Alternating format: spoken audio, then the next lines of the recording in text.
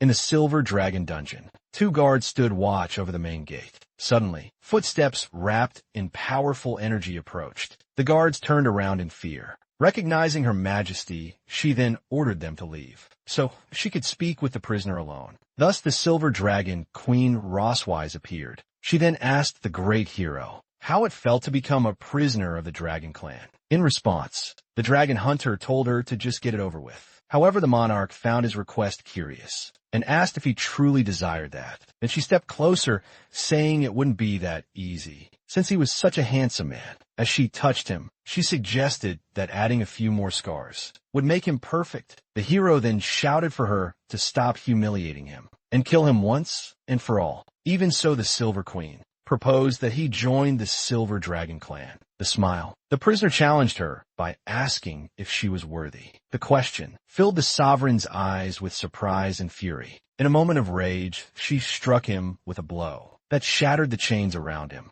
After the strike, a hero fell, coughing amidst the dust. Soon after, she pinned him to the ground with her foot, questioning how he dared to be rude. Mocking him, the woman told Leon Cosmo that his reputation as a hero no longer meant anything. The smile, she even called him an ignorant loser, declaring that he would die there. Liam then replied that she had taken away his chance to leave a legacy for his descendants. Despite this, the queen found the idea interesting, but assured him he would have no successor. With determination, the warrior shouted for her not to underestimate humans. In response, her tail wrapped tightly around his neck. Soon, the Silver Queen lifted him into the air with her tail. Calling him stubborn, the young man struggled to breathe, gripping the tail that was choking him. Almost out of air, he still managed to call out to Her Majesty. With a smile, the creature asked if he was finally ready to beg for mercy. Even suffocating, Leon revealed that she had made 2 mistakes. From the start, surprised, she listened as he said her first mistake was being alone with the Dragon Slayer. Then he prepared to reveal the second mistake she should never have made.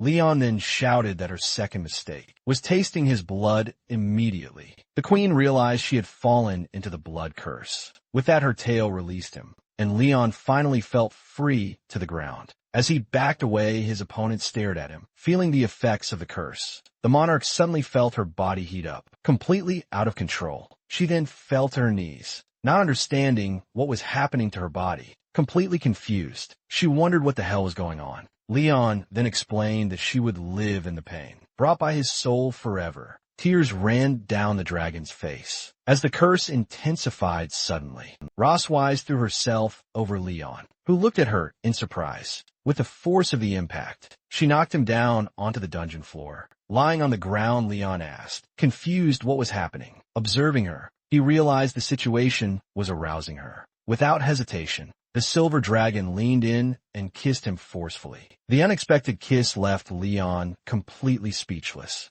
An hour later, clothes and chains were scattered across the dungeon floor. Soon the creature awoke with the effects of a curse still visible in her eyes. As she sat up, she looked around confused, trying to understand what happened. Furiously, she turned abruptly toward Leon, unable to believe the situation. Then she screamed, asking what he had done to her. Leon then explained that the blood curse creates a soul connection, and that when he dies, you will feel endless pain. The sovereign called it absurd, questioning what had happened, if the effect was only supposed to occur after his death. With that, the prisoner admitted that what happened was an accident, as he hadn't expected that side effect. Immediately, she shouted furiously for him to shut up. Even so, Leon asked with a smile if dragons didn't follow the rule of monogamy. He then revealed that she could no longer have another mate or descendants, as the spell had exceeded his expectations. Then he teased her by reminding her that just like him, she now would have no successor either. Filled with rage, the queen called him a bastard. As energy crackled around her,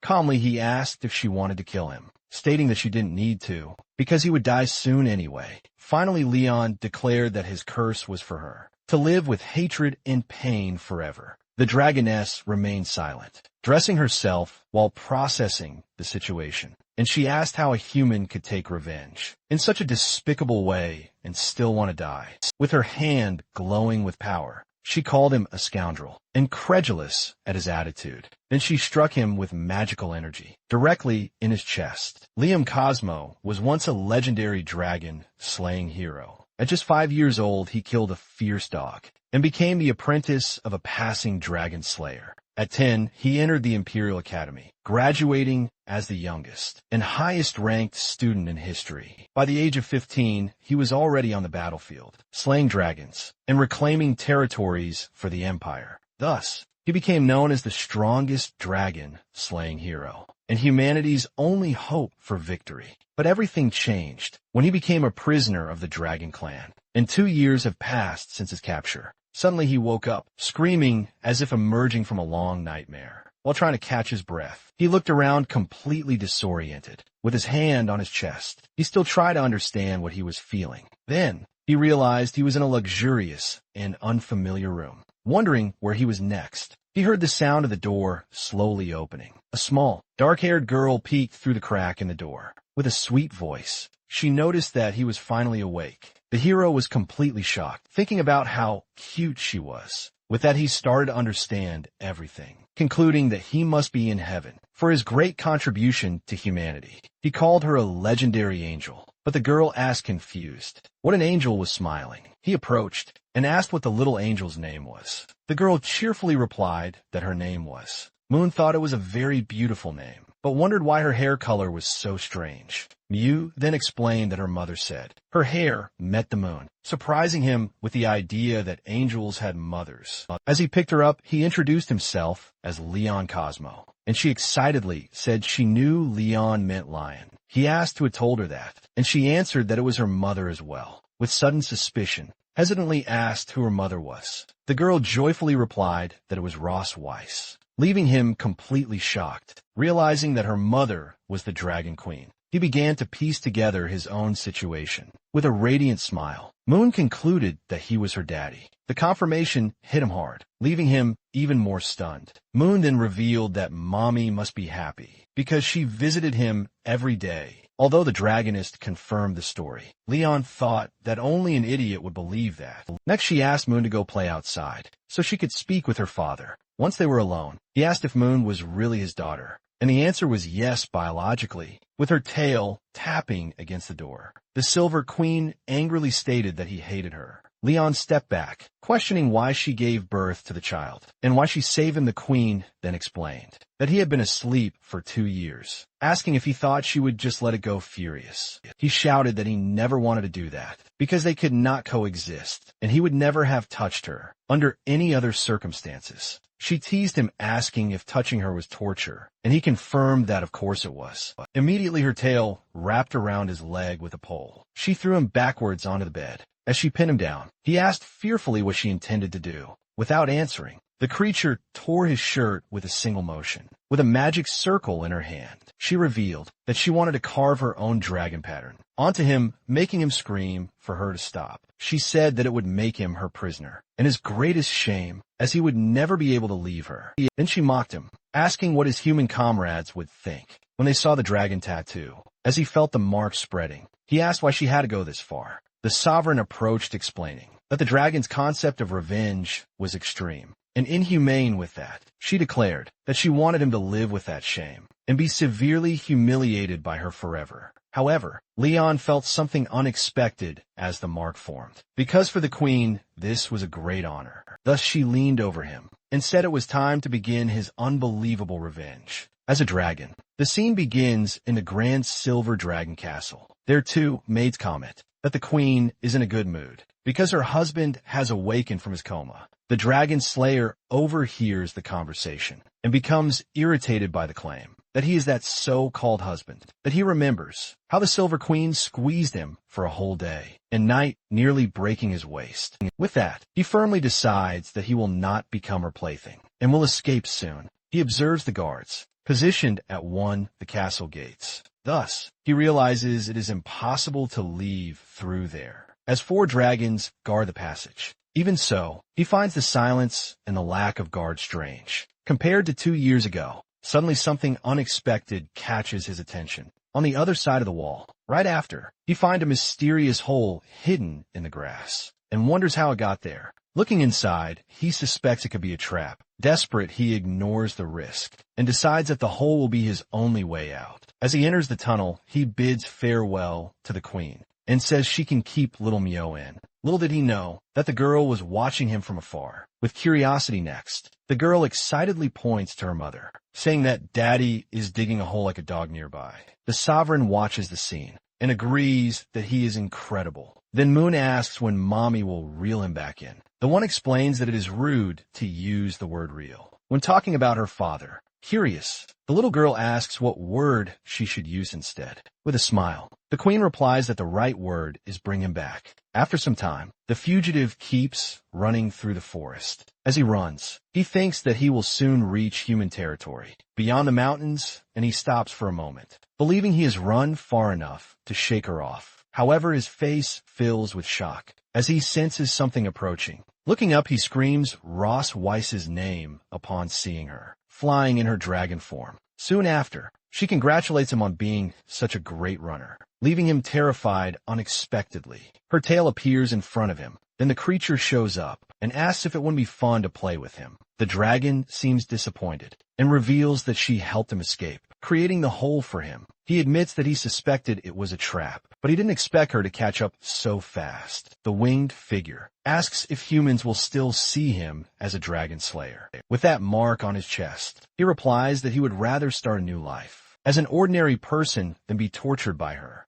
Annoyed, the dragon complains that he doesn't know how to appreciate her kindness and prepares to act with a swift motion. The beast grabs him with her huge paw, leaving him scared as Ross Weiss takes flight. He yells asking where she is taking him, and she says she's helping him return. 3 hours later, the dragon flies over night sky near the border town. Suddenly, the creature drops him in free fall, making him scream and panic. With that, he crashes through the treetops. From the impact of the fall, the forced landing makes him hit the forest floor hard. On the ground, he groans in pain, while holding his head soon after. He pulls himself together and stays alert. Looking ahead, the dragon slayer is surprised to see a brightly lit city in the distance. Confused, he asks himself if that is really a human city. Behind him, the Silver Queen appears in human form and confirms that it is the human empire. Then she asks if looking at the lost city makes him think he can simply return. With a smile, she warns that even being so close, he will not be able to go back. Unexpectedly, the mark on his chest begins to glow with a purple light. Then the woman reveals that when a person with the dragon mark feels a strong desire, that the other also reacts. She teases him about the heat in his body, and he asks if she wants to do it right there. In response, she confirms that she brought him there to make him understand what shame is, right in front of his hometown. Holding his chest, he asks if she really thinks he will lose faith because of this, and he grabs her and vows that he will wait for an opportunity to repay all the humiliation double. The unexpected attitude leaves his opponent completely speechless for a moment. Surprised, she simply agrees with a slight blush on her face. Approaching him, she whispers that she will be waiting for him, alive or dead later. Near the empire's border town, the couple sits beneath a large tree as they embrace with a smile of complete satisfaction. The woman rests beside her exhausted partner. Despite his exhaustion, she claims to be very pleased with his performance. Soon after, the teasing queen suggests bringing him there every month to visit his hometown. Irritated, the warrior gets up and accuses her of being a dragon queen, obsessed with draining his power. In response, she prepares to leave, saying their daughter is waiting for them at home. However, he interrupts her, asking her to wait, which leaves her intrigued, and he declares that as a dragon slayer, he cannot be carried around like prey and will travel alone, though the journey would take more than 10 days. She warns him, but he insists that she not underestimate human endurance. With a challenging smile, she says she wants to see how long he can endure. After a while, the young man struggles through the forest. With great difficulty, however, he soon stops panting, completely exhausted from the long journey. She catches up to him and asks if he needs help, but he denies being tired. She teases him, saying the only thing tough about him is his stubbornness, which irritates him. The two stare at each other for a moment, tension filled in the scene. Suddenly, the young man spots a dragon slayer army approaching through the trees. Because of this, he becomes excited, imagining that the knights might help him escape the dragon. But at his side, the creature's expression turns cold and threatening immediately. He realizes that if he calls for help, they will all be killed without hesitation. At that moment, one of the knights raises his hand, signaling the group to stop. Soon after, the squad leader turns toward the couple and asks if they're lost. With a forced smile, the young man replies that they were just out for a walk, determined not to involve innocent people. The knight then warns them of the dangers in the forest and offers them a ride to ensure their safety. Shortly after, he introduces himself as Walker, captain of the 47th Dragon Slayer Squadron. Gratefully, the young man declines the offer, claiming they can protect themselves. Try to make them leave suspicious. The captain comments that the young man's face looks familiar and asks if they have met before. The simple question fills the driving queen's eyes with fury. He quickly realizes the danger when he sees her hand glow with energy. In agile movement, the young man grabs her hand, preventing any attack to cover it up. He pulls her into a hug and claims that the captain must have mistaken him for someone else. He also says he has a common face, while whispering for her to let him handle the situation. The leader watches the scene, while the woman seems to accept his proposal. With a laugh, the captain says goodbye, saying he won't interrupt their romance any further. As soon as the troops leave, they both watch the wagon disappear down the dark road. With an angry look, a dragon asks if she has been hugged enough. Then she pushes him hard, making him step back. Despite this, she admits that the young man was smart not to ask for help, but warns him about something important. She scolds him, demanding that he know his place, and makes it clear that she never considered being his wife. Soon after, she warns that the road is long and begins to walk. Suddenly, he feels a sharp pain and grabs his own arm. With blurred vision, he tries to approach her even as she walks away. Soon after, his body gives out, and he collapses in the middle of the forest. Seeing him fall, and the woman asks, surprised if he really lost consciousness. With disdain, she calls him a fragile human and releases her powerful aura. After that, she lifts him from the ground to take him back. Transformed into a dragon, she tosses him into the air and gently catches him with her mouth. Then he rests unconscious on her back as they fly across the skies. Flying beneath the starry sky, she decides to interpret his collapse as a plea for mercy. At dawn, the scene returns to the majestic silver dragon castle. Inside the castle, the warrior finally awakens in a comfortable bed. At his side, Little Moon excitedly celebrates seeing her daddy awake. Confused, he asks how he ended up back there, and the girl replies that mommy brought it back. With that, he remembers being captured by the queen. Feeling like prey next, his attention turns to a bandage on his injured hand. Proudly, the little girl reveals that she was the one who bandaged it for daddy. As he watches her, he reflects on how dragons are a fierce and violent race. Even so, he notices that the child shows no hostility and treats him as a father, perhaps because she's a hybrid. With a smile, the man pats her head and says she is amazing, making her happy. Soon after, he advises her not to grow up to be like her mother, which leaves her confused. Unexpectedly, Rossways herself appears at the door and asks what is wrong with being like her. Caught off guard, he denies saying anything. As the woman approaches with a tray, daughter then proudly tells her mother that she bandaged daddy's injury, following her instructions. Without much emotion, the dragon comments that she should have done it anyway. The girl obediently responds, while the father thinks about how strict her mother is. To talk privately, he suggests that the little one go hide in the garden to play with that. The little girl gets excited about the idea of playing hide and seek with daddy. Then he hurries her along, saying that he's not like her mother and telling her to go quickly. As he starts counting, Noon runs excitedly, asking him not to count so fast. The man keeps coming, watching his daughter dash down the hallway. Soon after, he abruptly turns to confront the queen. Irritated, he asks if she isn't being too harsh with the child. In response, the woman explains that dragons must be strict to raise strong warriors. He argues that their daughter is gentle, but she counters that Geminis is a degrading word for a dragon. With a smile, the young man compliments the queen, saying she's also pretty cute when she wants to be. The unexpected comment visibly irritates her angrily. She grabs his shirt tightly. Then, she yells that he is just a slave for her to vent on, and tells him to stop throwing himself at her. Her explosive reaction leaves him completely speechless. Ross Weiss informs him that as queen, she has duties, and the task of caring for the child will be his. With a hug, she softens and says their daughter likes him very much.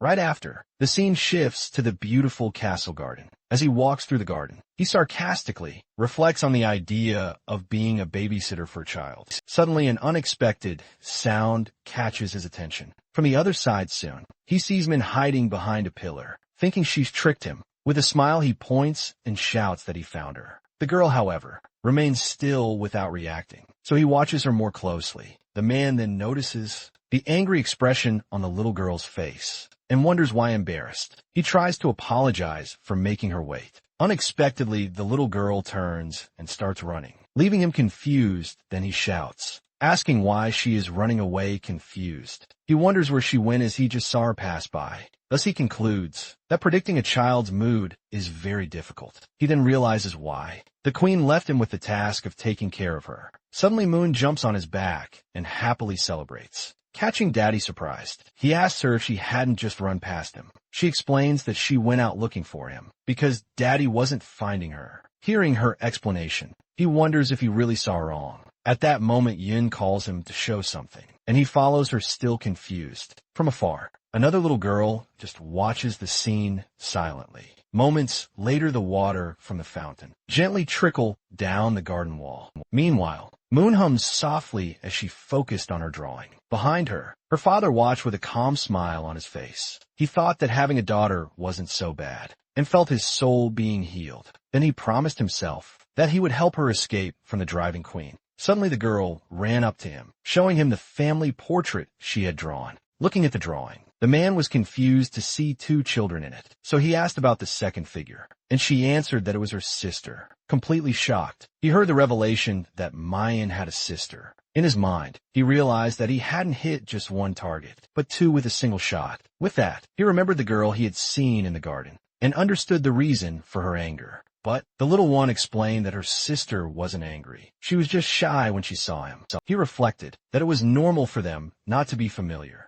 since they had just met thus. He concluded that it was that woman's fault, and decided he needed to confront her. Far away in the study, the queen was working at her desk. She then raised her gaze from her reading, with a serious expression. At that moment, the man burst into the room, calling her name loudly, unfazed. She calmly asked where Moon was, that their daughter was playing with her sister, and questioned when she would tell him that he had another daughter. With a slight smile, the dragon asked if he hadn't figured that out already. Right after, he thanked her for giving him two daughters, saying she had certainly worked hard. Then he promised to write her name on the family tree, which visibly irritated her. Queen then asked if he knew why she hadn't told him about the other daughter. He accused her of being jealous of his relationship with Moon, and of hiding Noah on purpose. Surprised, the woman asked if he was really that eager to meet her. The warrior replied that he wanted to build a good relationship with his daughters. Unlike the cold mother, she was challenging smile. The sovereign merely warned him not to regret it later. Later, sunlight streamed through the kitchen windows. Then he appeared, holding a knife with a determined smile on his face. While chopping vegetables, he decided to win over his shy daughter with a delicious meal and make the queen regret it. He remembered making that stew often in the battalion, as its sweet flavor was good for children. After tasting it, he proudly confirmed that his cooking skills hadn't gotten rusty at that moment. He imagined that no one would love the food, and he felt confident that the taste would win her over. Outside, two maids watched the kitchen scene with curiosity. They commented that the prince was a good dragon for cooking for his family, even after recovering from illness. Suddenly, both were surprised to see Ross Weiss arriving with the two daughters. Queen then dismissed the maids from dinner, saying they could go rest. As soon as they arrived at the dining room, he greeted them, saying they were just in time. Moon ran to her father, praising the delicious smell, and he told them he had prepared stew and steak, especially for them, with a loving look. He wondered if Noah could feel his feelings through the food. However, the girl simply turned her face away, with disdain, leaving him completely shocked. He was frustrated, wondering why this was so different from what he had imagined. Then he mentally accused Ross Weiss, convinced that she had predicted this outcome, and prevented him from meeting Noah for that reason. Firmly, the woman instructed the daughter to formally introduce herself to her father. The girl then introduced herself as Noah K. Melch, daughter of the Silver Dragon, Queen Roswise. Trying to get closer, the warrior politely introduced himself as Leon Cosmo. Her father, the girl's response, however, was one of total indifference. Awkwardly, he wondered if the child held some grudge against him. Sensing the situation, Moon whispered to her sister, "Speak more so she wouldn't embarrass Daddy." With her arms crossed, Noah doubted that he was really her father, saying he looked far too weak. Those words hit him hard, and he felt the full impact of her question. Wounded, he thought to himself that he had a wild daughter, and was facing his first crisis as a father. The family dinner, which should have been a pleasant occasion, became the most tense moment of Lien's life. Though they looked alike, he noticed that his daughters had opposite personalities, with Noah being just like her mother. With a hopeful smile, he asked his eldest daughter if the food he had prepared was good. Noah replied that it wasn't, complaining that the meat was tough and hard to chew, which enhanced seeing the scene. The queen couldn't hold back a discreet laugh. When Moon asked why she was happy, the woman replied that it was because the family was gathered together. Soon after, she teased her companion, asking if he wasn't happy too. He awkwardly agreed. Newman asked if Daddy could have dinner with him every day, and he agreed, though reluctant deep down. But the older sister interrupted the conversation, shouting that she didn't want that. Younger sister asked why, and Noah explained that she wanted to study at the Young Dragons Academy as soon as possible. Roswise reminded her that the department was for older dragons, and asked why she was in such a hurry. The girl then declared that she wanted to start defeating dragon hunters right away, leaving her father stunned. He quickly realized in shock that the girl wanted to defeat him, her own father, with that. He tried to warn her that those warriors were strong, and that it would be dangerous for her. Noah snapped back, saying not to treat her like a child, while he thought that she truly was one. The queen agreed with her daughter's idea, saying that the sooner she learned, the faster she could fight. Then she challenged the man to give a reason to stop Noah from going to school. Realizing that opposing them would only make his image worse, he decided to change tactics. So he reluctantly agreed, saying it was fine by him. At that moment, he understood Ross Weiss's true intention. He pictured her as a giant monster, realizing that she was using their daughter to mentally attack him while promising himself to get revenge. The woman declared that he would help Noah prepare for the exam. In a month, excited, the girl immediately agreed to her mother's orders. As soon as dinner ended, Moon happily showed off her full belly to her sister. After the girls left, he turned to Roswise and called her. Then he said they needed to wash the dishes, leaving her confused by the request. She replied that the servants would take care of that. He explained that the proper way to end a family dinner was for the couple to clean everything together. Whispering, he asked if she didn't want to create a harmonious family environment for their daughters, even if it was all a lie. Looking back, Roswise saw their youngest daughter watching them, with eyes full of hope seeing the girl's gaze. The queen reluctantly agreed to the idea. Hearing her response, Moon excitedly offered to help too. Noah then firmly grabbed her sister's hand. Next, she pulled Moon away, saying that the girl was coming with her. With the two girls gone, the kitchen fell silent, leaving only the dirty dishes in the sink. Ross Wise turned to her companion and asked when he planned to start helping. With a confident smile, he asked if she had forgotten what he told her 2 years ago. He quickly reminded her of his warning, never to be alone with a strong dragon hunter, which left her surprised, suspicious. The queen asked what he was planning to do. He replied that, unlike last time, he wouldn't let himself be manipulated by her. Furious, the woman attacked him with her tail, questioning if he thought he could escape. However, he easily blocked the strike with just his hand. He grabbed her tail and asked who said he wanted to escape. The queen let out a cry of surprise at the sudden and unexpected touch. The pull threw her off balance, making her fall to her knees, completely shocked. Then the man revealed that he had read about the dragon tail's weakness, asking with a smile if she couldn't do anything now. Soon after, he approached and commented that dragons are always eager to conquer and control everything. Finally, he asked if they had ever been controlled themselves, leaving her completely speechless. Despite her heavy breathing, Ross Wise remained completely flushed on the floor. Right after, she demanded that he release her tail in revenge. Leon reminded her how he had been humiliated, purely for her pleasure with that. He suggested they try something different, provoking a flood of insults from her. Quickly, the woman reacted, trying to break free. Meanwhile, two maids wondered whether the princess Night had finally ended soon after. They entered the kitchen, surprised by how clean it was, and questioned whether the prince was responsible. One of them smiled, enchanted by a perfectly clean dish. Through the crack in the door, the dragon silently watched their conversation. Immediately, he silenced her, warning that the maids could not see her. In that situation, right after the kitchen door closed, the young woman glared at him furiously. He approached, stating that now they could begin. His gaze was firm and determined. That moment her eyes seemed helpless. 3 days later, in the kingdom's vast castle, Curious Moon asked if their father was dead from sleeping so much, but No decided to investigate. Immediately, a small kick landed on the sleeping man's face, making him feel the pain of the blow. That No confirmed that he was alive, leaving him shocked at how he was being treated. As soon as he opened his eyes, he saw the younger girl, startled when she realized he was awake. Immediately, the little one ran off to tell Ross Wise, while the man tried to understand. When exactly he had passed out, the woman simply asked if he really needed to be reminded of what had happened with that. Leon recalled that he had been knocked out with a single punch that night. Sitting on the bed, he reflected that any ordinary person would have died from such cruelty. Even so, he admitted that she was very beautiful and didn't look her age. The girl then asked what was wrong, but Noah said he was only staring at their mother. Discreetly, Ross Wise knocked over a flower ornament on the vanity with her hand. The sudden movement made the warrior turn toward her. Then he picked up the delicate accessory. With a calm gesture, he placed the ornament in her hair, saying that it suited her very well. She then asked him how many women had heard that same line. The dragon replied that when he was a boy, he only knew how to take care of his uncle's donkey. Curious Megan asked her father what a donkey was. He then described it as an animal with big ears that complains a lot, just like their mother. The comparison made the woman glare at him furiously. Soon after, she struck him with a strong punch to the stomach. The daughters asked if their father was okay,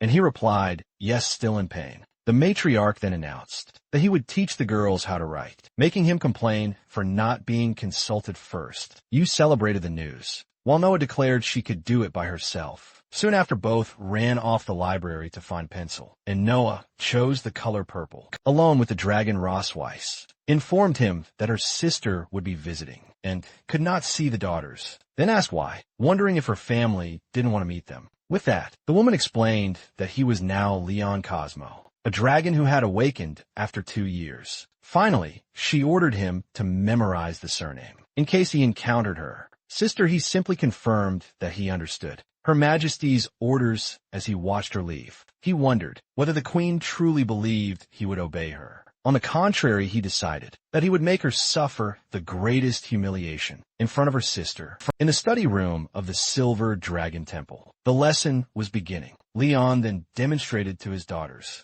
how they should write, asking them to pay close attention. Right after, he showed them the written names and asked them to memorize the writing. Before practicing, however, Noah complained that his handwriting was ugly, claiming that their mother's was much prettier. Noon asked what he would do, and the dragon replied that he needed to return something to their mother. As he left, he warned that he would come back to check their work, making Noah wonder if he was an idiot. Her sister commented that he seemed happy, but the little silver-haired girl denied it, admitting that at least he wrote quickly. Even so, she couldn't hide a slight blush on her face. Meanwhile, at the city gate of the Silver Dragon Temple, an important visitor was arriving. The newcomer was Isabel Melqui, Queen of the Red Dragons. Right after, she hugged Ross Weiss, happy to see her sister again after so long. The visitor commented that it had been a year since they last met, and said that the other looked healthier. With that, she asked why her husband wasn't there, since she had heard he had awakened Ross. Wise lied, saying that he wasn't feeling well, and the queen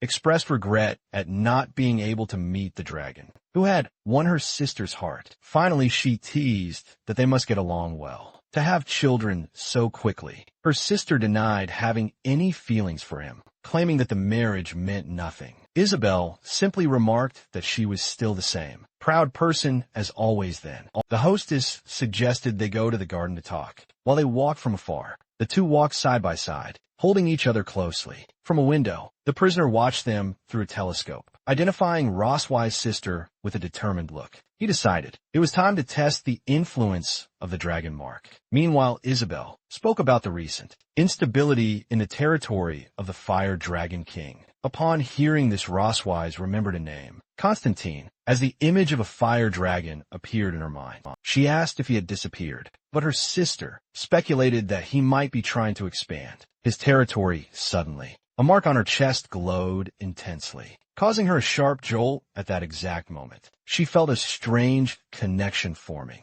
Isabella asked if something had happened, but the warrior covered it up and asked her to continue the conversation. In her thoughts, she cursed Leon, knowing he was the cause of that feeling. Soon after, she suggested reinforcing the border defenses to prevent any incident with that. She felt the dragon mark's effect growing stronger in her body. Her sister noticed that she was sweating and asked if she was feeling all right. Roswise then made up an excuse, saying she had to deal with an important matter and would return in 20 minutes. When Isabel offered to accompany her, she refused, saying it wasn't necessary. The queen figured it was the dragon mark, commenting on how young people these days love to play around. Meanwhile, Leon relaxed in his chair, wondering how long Roswise could endure. Soon after, she burst into the room, shouting his name, leaving him surprised at how quickly she had returned. She grabbed him and asked if he had made the mark resonate on purpose, to embarrass her in front of her sister. The man pretended to be innocent, asking if it was his fault for missing her. His words left her completely speechless. The sudden comment left her startled, and deeply blushing. Liam realized the effect was good, because at least he had managed to land a blow on her. Roswise scolded him, telling a prisoner not to be shameless and to keep his thoughts to himself. In her mind, she admitted she had been fooled by his words when she was planning to beat him up. She then warned him that he was spared this time, but the dragon merely teased her by making a face. Reflecting, he realized that with just one sentence, he left the woman speechless, proving the power of the dragon mark. However, he wondered why his heart pounded harder every time he thought about her. Immediately, he scolded himself, telling himself to stop thinking about such horrible things. Then he remembered that the girls were waiting for him. One Moon wondered why he wasn't coming back. At the gates of the city of the Silver Dragon Temple, Roswise's sister says her farewell. With a wave, she announces that she is already leaving. Then Roswise smiles and asks her sister to be careful on the way. Already in dragon form, the visitor insists on meeting her sister's husband,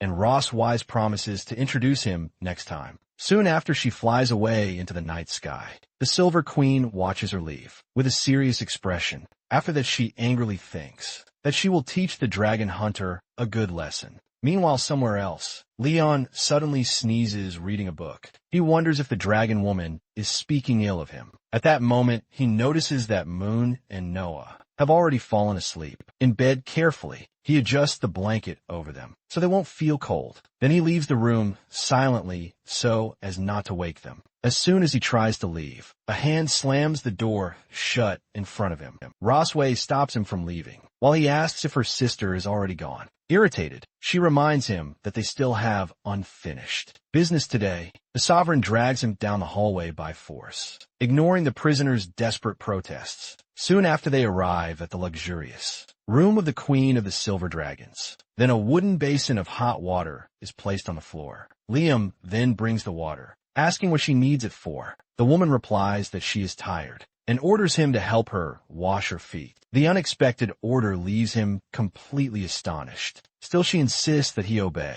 claiming it is punishment for what happened earlier. Reluctantly, the former hunter kneels, feeling humiliated to be serving a dragoness. As he holds the woman's foot, he wonders how many hunters she has already trampled. Roswise becomes confused, wondering why he is just standing there, admiring her feet, blushing. She questions herself. He might have a foot fetish. Impatient, she demands that he put her foot in the water already. Then her feet are submerged in the basin of hot water. Suddenly, the queen screams that the water is too hot and kicks him in the face. From the impact, Leon is thrown backward. She accuses him of trying to take revenge. With excessively hot water, With a provocative smile, he reminds her that she was the one who asked for his help. Washing her feet, Ross Wise claims that he seems not to have learned his lesson. With her foot on his chest, she asks if he ever thought he would be trampled by a dragon then. She wonders what would happen if she pressed a specific point. The strong pressure makes him grimace. In pain and discomfort, Leon asks her to stop, while feeling a strange mix of shame and pleasure. With that, the dragoness challenges him, wanting to see how long he can endure it. Even so, he decides that he will not surrender to that woman's tyranny. With a swift movement, he firmly grabs her foot. Leon then comments that he has eaten many kinds of legs, but never dragon's threat leaves Ross Wise shocked, unsure of what he will do next. Soon after, he bites her leg, declaring that he would eat raw dragon claws. A furious scream echoes through the castle, with the queen promising to kill Leon Cosmod. The next day, Noon wakes up still sleepy in bed. Curious, she asks her mother why she is limping, but Ross Wise only replies that it is nothing. Soon after, she asked Leon about the bandage on his face, here to say an evasive answer. The girl's expression becomes confused at their replies. With that, she cheerfully concludes that it was a fun game, and also wants to take part in the gardens surrounding the Silver Dragon's castle. Leon and Ross Wise walk in silence ahead. The woman walks with an irritated expression, while he follows closely behind. From a distance, too, maids observe them, thinking the scene resembles a romantic date. However, one of them finds it strange that the queen and the prince do not seem close. Ross Wise continues her walk without saying a word. The man also seems uncomfortable with the situation, that he breaks the silence and questions her about the reason for this walk. Moments earlier, he had refused to go out for a walk with her. The dragoness then explained that they needed to maintain the facade of harmonious family for the people. Back to the present, he thinks she's acting strangely and wonders what she is plotting. Hidden Noon comments that her father is so slow that he doesn't even know how to hold her mother's hand. Determined, she decides she will help, even with Noah trying to stop her. Without hesitation, she runs towards them, while her sister pleads for her to leave him alone. Suddenly, the little girl appears behind the couple, and Leon asks, surprised how she got there. Moon then grabs one hand for each of them and joins the two together.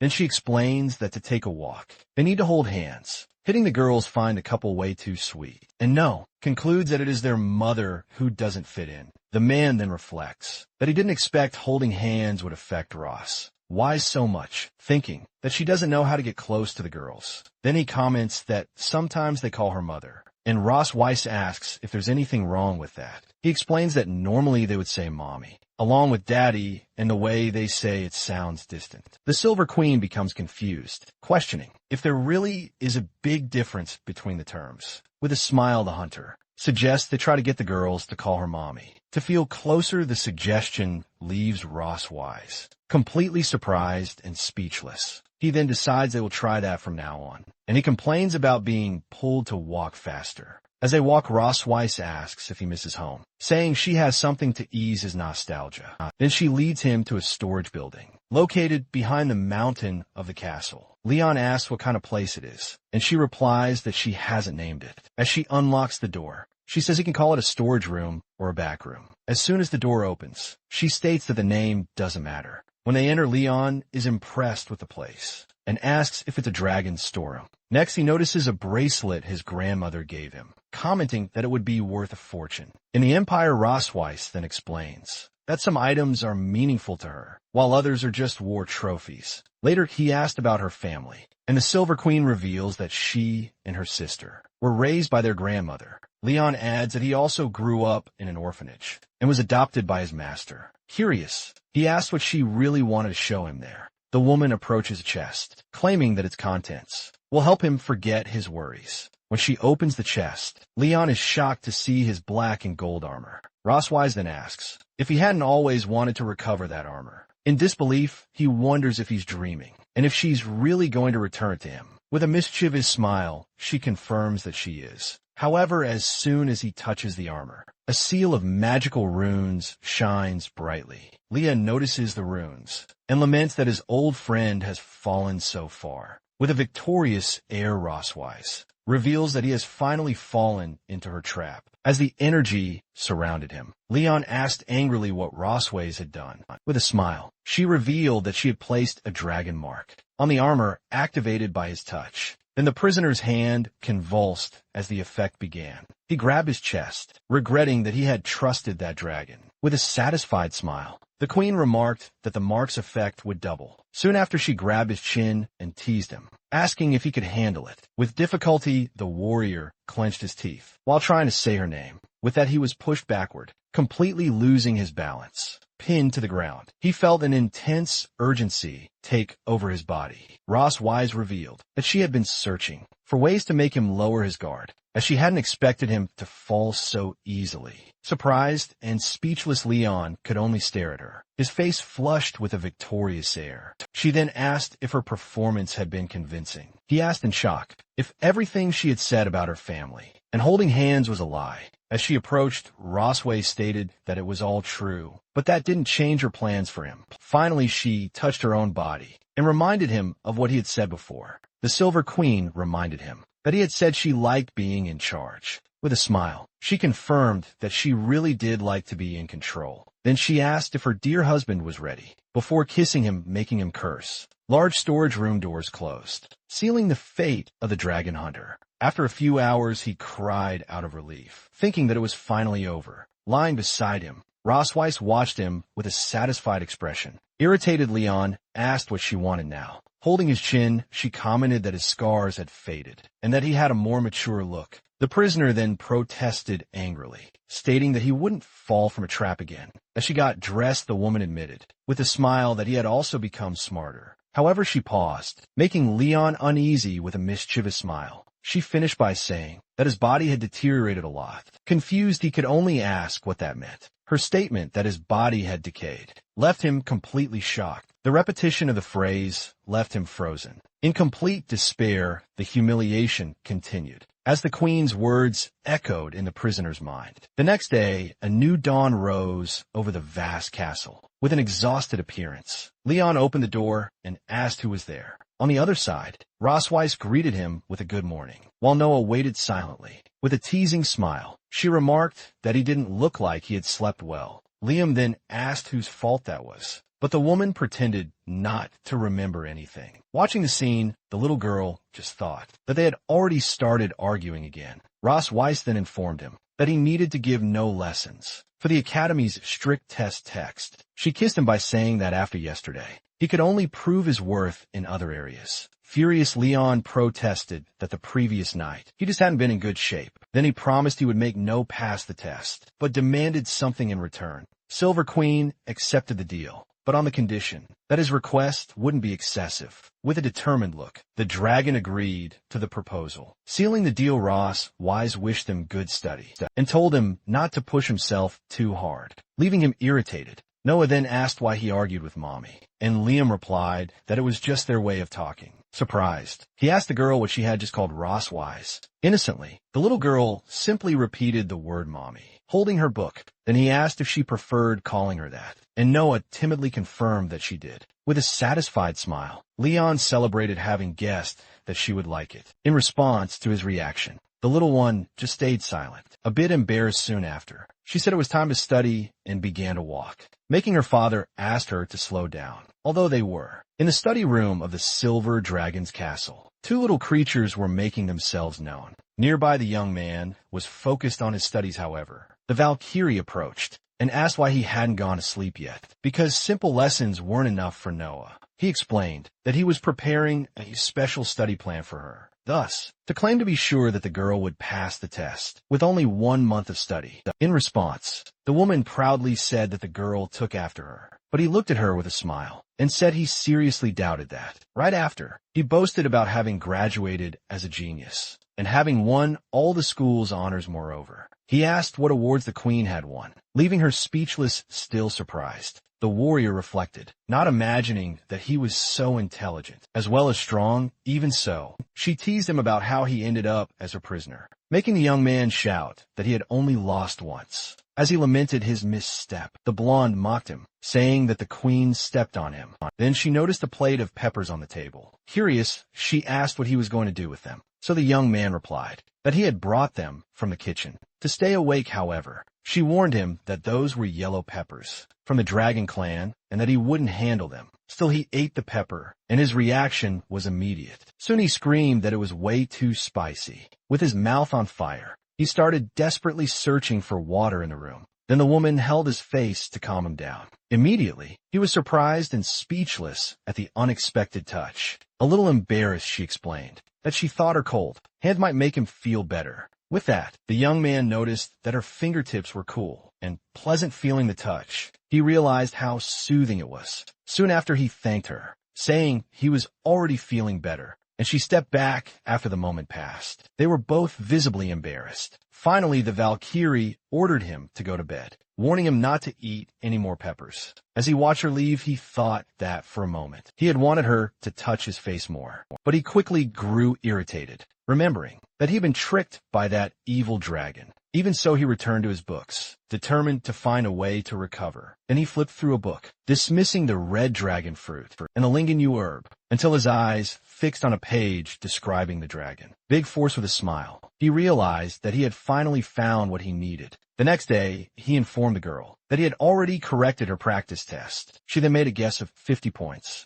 With a smile, he showed her the result, 62 points, a little above what she expected. Despite this, the little one clenched her fists, visibly dissatisfied for. The young man understood that she had high expectations for herself. Still thinking, he noticed that unlike Moon, this girl had chosen to study instead of playing. To encourage her, he patted her head and said that 62 points was a very good result. In this way, she thanked him and said that now they should focus on the wrong answers. Soon after, he had a coughing fit, so he apologized and explained that his throat was irritated because of the peppers from yesterday. Meanwhile, the blonde showed up to see Noah and told her that her father had worked all night. Thus, she revealed that to stay awake, he had eaten super spicy yellow peppers. Then the girl surprised him by holding out a small container and telling him to take it. Surprised, he asked if it was for him, and the young girl confirmed, explaining that it was his wife who had sent it. With a smile, he asked her to thank her mother for him, wondering how that woman could be so kind. Then, he cheerfully suggested that they continue studying, bringing father and daughter closer together. Sometime later, in the kitchen of the Silver Dragon's castle, everything was prepared soon. Two maids entered with all the requested ingredients, and the young man told them to leave them there. Meanwhile, he thought to himself that he had asked for irrelevant items, so they wouldn't guess his plan. Furthermore, he reflected that despite using common ingredients, the success rate of the potion was very low. First, he began the process by grinding and mixing all the necessary components. Then he added them in order into a pot to cook. Hours later, he was frustrated to realize that he had failed. Once again, he still regretted having followed the book's method several times, always failing at the purification step. The separation method, described using high heat, could easily nullify the medicine. Therefore, he concluded that he needed a more effective way to separate the medicinal residues.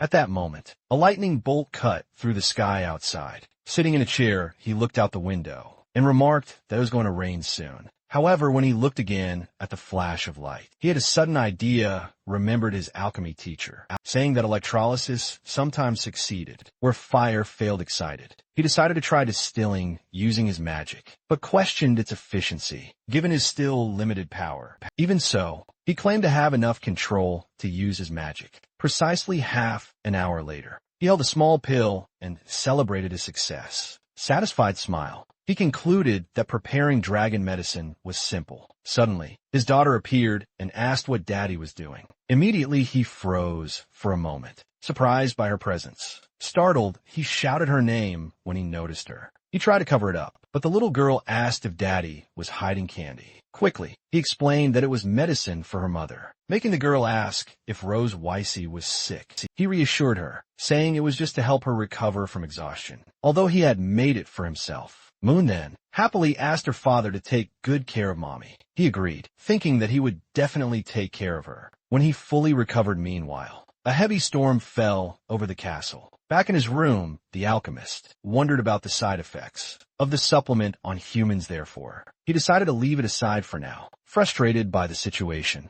At that moment, a noise at the door caught his attention. Surprised, he asked the Majesty what she was doing in his room. The visitor revealed that she had heard from their daughter that he had prepared a special medicine for her health. Embarrassed, he thought about how his little dragon could gossip. So quickly she then calmed him, saying she was surprised that he could make potions in such a simple environment. Next, she asked to see what he had prepared. So he handed over the box, thinking she would take it from him anyway. After opening the container, the woman praised him for creating dragon strength perfectly. In such poor conditions, he was shocked by the praise and wondered if she was really being serious. Rostweiss said that he could keep the medicine, but warned that it couldn't be consumed right now. Desperate, the young man asked why it was forbidden. Then she explained that the effect was too strong for a human body, making him wonder if the medicine was truly that powerful. The queen stated that she was saying this for his own good, because a human wouldn't withstand the effect. Indignant, he declared that he had already defeated countless dragons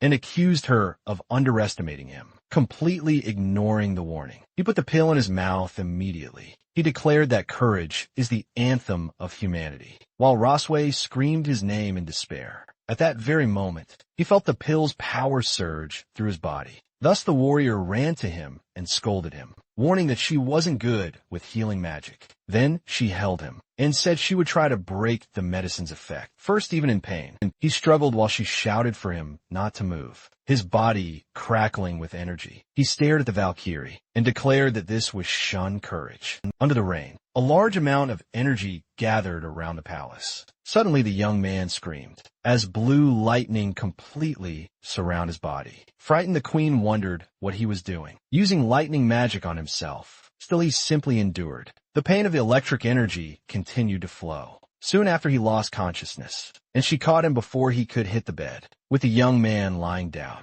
Rosways asked if he had completely lost his mind. Then she turned away, saying she would wait and call the palace doctor. However, her hand was grabbed before she could step away. The Valkyrie looked back, surprised by the sudden gesture. In an instant, he grabbed her tail with a dazed smile. Irritated, she demanded to know what he was doing now. The happy expression, he called her his wife and asked where she thought she was going. Completely shocked, she questioned who he was calling by that title, as she demanded that he let go. He refused to let his wife leave. Seeing him persist, the warrior wondered if the lightning magic had caused mental confusion. As a side effect, she concluded that even acting like an idiot, he didn't seem to be in danger. With his persistence, she finally gave in and asked what it was that he wanted so badly. So the alchemist then replied with a smile that he wanted to have another child with his wife. The unexpected declaration left her completely speechless and visibly embarrassed, even when she scolded him for not taking care of the children they already had. He insisted he wanted a third to avoid further trouble. She decided it was better to keep playing along for now.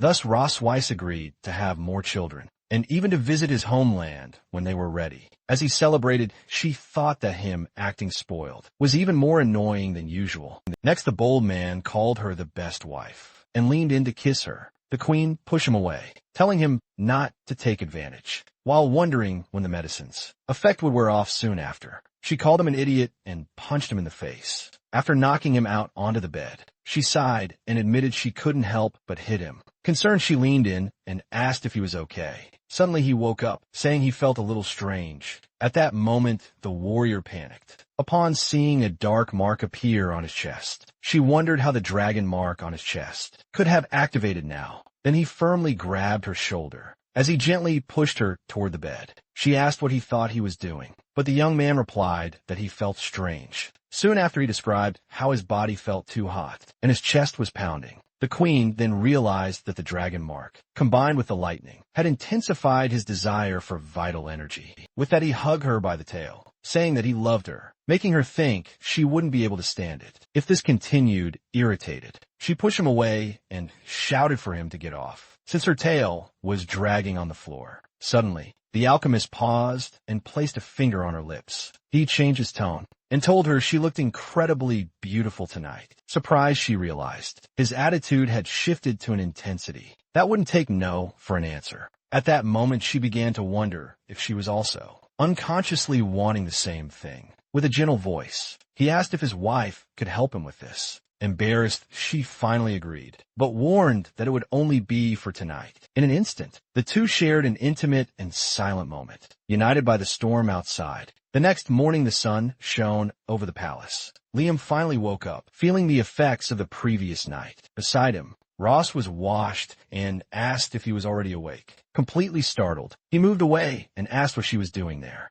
Then he sat up, complaining that his whole body was sore. To try to understand what happened, she asked if he didn't remember anything. With a teasing smile, she showed him the marks on his back, saying that a dragon hunter shouldn't forget such things. Shocked, he wondered if he was really the one responsible for those bite marks. Suddenly, flashes of the previous night flooded his mind, with a full memory of the events. Leon screamed in embarrassment. She then asked if he now remembered how he had begged her last night. As he continued panicking, Ross Weiss began repeating the words he had said. Desperate, the alchemist interrupted her, saying there was no need to continue, as he already remembered everything. He reflected that he had created the elixir to improve his health, but hadn't imagined the effect would be so extreme. Leon admitted he had overdone it and asked if he had hurt her, but she assured him she was fine. With a smile, he stated that now she knew his body well and could no longer claim he couldn't handle it. Ross Wise simply stared at him with an intense expression,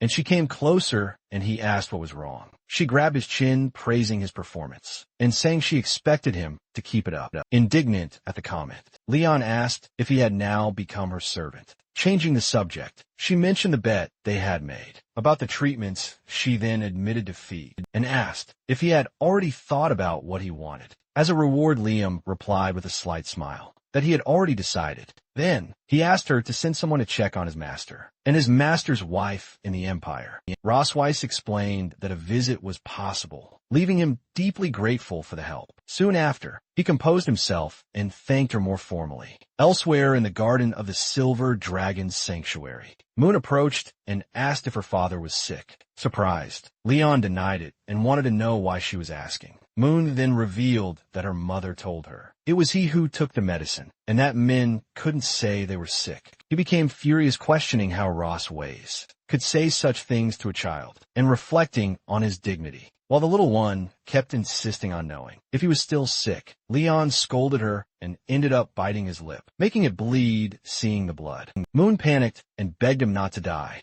saying she couldn't live without him. Liam calmed her, assuring her that he was fine, while thinking that she really reminded him of her mother, especially her bluntness to distract her. He offered to make a new toy, and Moon excitedly celebrated the idea. With that, Liam began assembling a small, colorful cube with his tools. Then he presented the magic cue and explained that she could tear its parts. However, she wanted, leaving the girl thrilled. He reflected that he had never thought of using his mechanical skills to care for children, and wondered if he had a knack for it. Suddenly, his expression changed as he sensed something unexpected in the air. Immediately, he looked carefully toward the garden. Nguyen asked what it was, but he brushed it off, saying it was nothing in his thoughts. He remembered feeling for a moment the gaze of a dragon coming from the direction where Noah usually trained. Knowing that she probably wouldn't want to approach, he decided to make a toy for the older girl as well. Later, No peeked through the bedroom door, while Moon was already asleep. On the table, she found a magic cue with a note from Leon,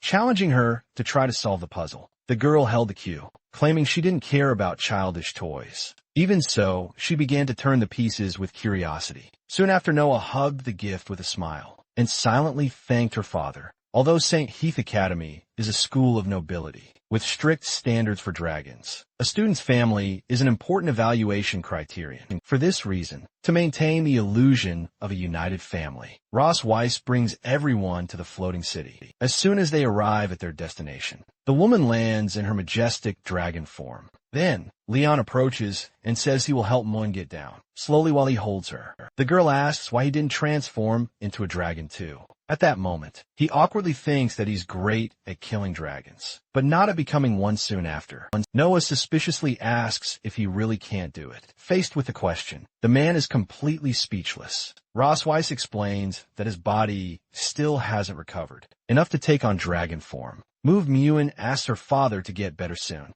and he promises to try, though he thinks it's impossible. With a moment behind them, the family heads toward the city gates. Enchanted by the sight of so many dragons, the girl gets excited, but her sister tells her not to walk so fast. At that moment, Leon starts to visibly tremble. Noticing his reaction, Ross Weiss comments that it's the first time he's seen so many dragons since he woke up with a teasing smile. She asks if he's afraid, however. He denies it and says that in fact, he's very excited. His eyes shine as he thinks that the streets are full of prizes and he's going to get rich. In this way, the woman realizes that she worried for nothing, while he's already calculating his profits. Soon after, the bell of a photo studio door rings. An attendant welcomes them, greeting the Silver Dragon Queen and her family. As they enter, Miona excitedly points to the many dragon photos on the wall. Curiously, Leon then asks why Rossways had to come in person, since kings command their own clans. After hearing her explanation, he teases her by saying that her title isn't worth that much.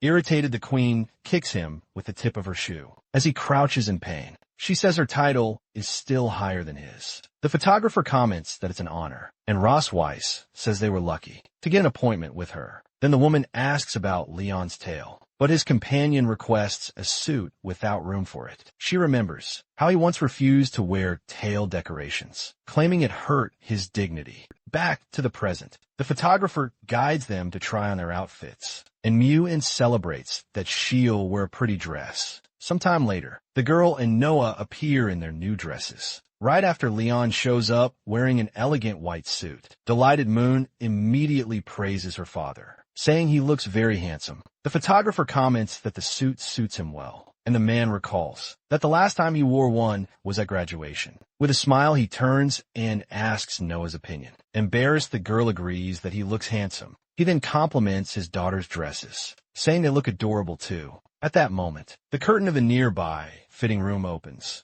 As soon as Ross Weiss appears in a black dress, Moon exclaims that Mom looks beautiful. Seeing her, Leon is surprised and completely speechless. When she asks what's wrong, he awkwardly replies that the dress suits her. The woman suggests that he would look better with a tail, but the man immediately refuses the idea. Soon the girls call their parents, asking them to come quickly. Faced with this, the photographer announces that it's time for the photo and asks the couple to come closer. Reluctantly, the two move closer for the photograph. Photographer then asks them both to smile and begins the countdown for the picture. Soon the family photos are revealed, showing all of them posing together. Upon seeing the images, the professional praises the couple, saying they really look like they belong together. Finally, the photographer informed them that the photos would take 6 hours and suggested the family enjoy a stroll through the city. As they left, everyone said goodbye to the photographer. At the studio door, while walking down the street, surprised Rossways commented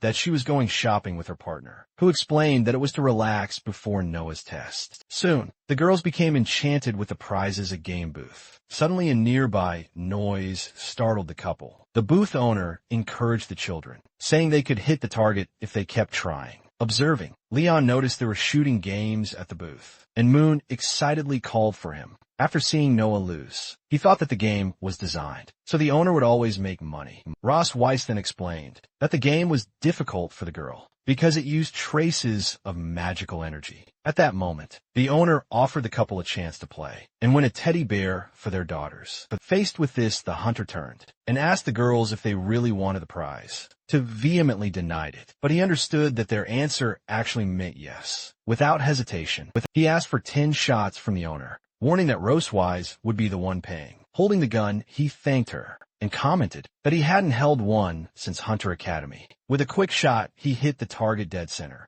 Meanwhile, the booth owner thought he had adjusted the gun so that no one could win, to his surprise. All the targets were hit in a perfect sequence. Liam celebrated his own luck, while the man muttered that it was impossible. You shouted that her dad was amazing, and his companion admitted that he wasn't half bad. The owner then handed over the prize to the winner, who thanked him with a victorious smile. Then he gave the teddy bears to his daughters, who thanked him excitedly. Rosswise watched the scene and thought that when he truly dedicated himself, had a certain charm soon. The young man noticed her gaze and wondered why she was staring at him. Nearby, a little girl asked her mother for a teddy bear too. Shortly after, Rossways found herself holding a giant teddy bear. In surprise, seeing the scene, Leon laughed at the vendor's frustration and excited, asked the boss for 10 more shots, despite a warning not to waste time. He replied that he was there to have fun with his daughters. The hunter asked if she didn't like it, and the woman replied that she didn't want one, but he insisted that he couldn't leave her empty-handed, even though she thought the bears were useless. She admitted to herself that they were cute. Holding a teddy bear, Rossways asked him to come to her room after dinner. With the unexpected invitation, Leon was completely shocked. Later, the castle lit up, setting the stage for the encounter.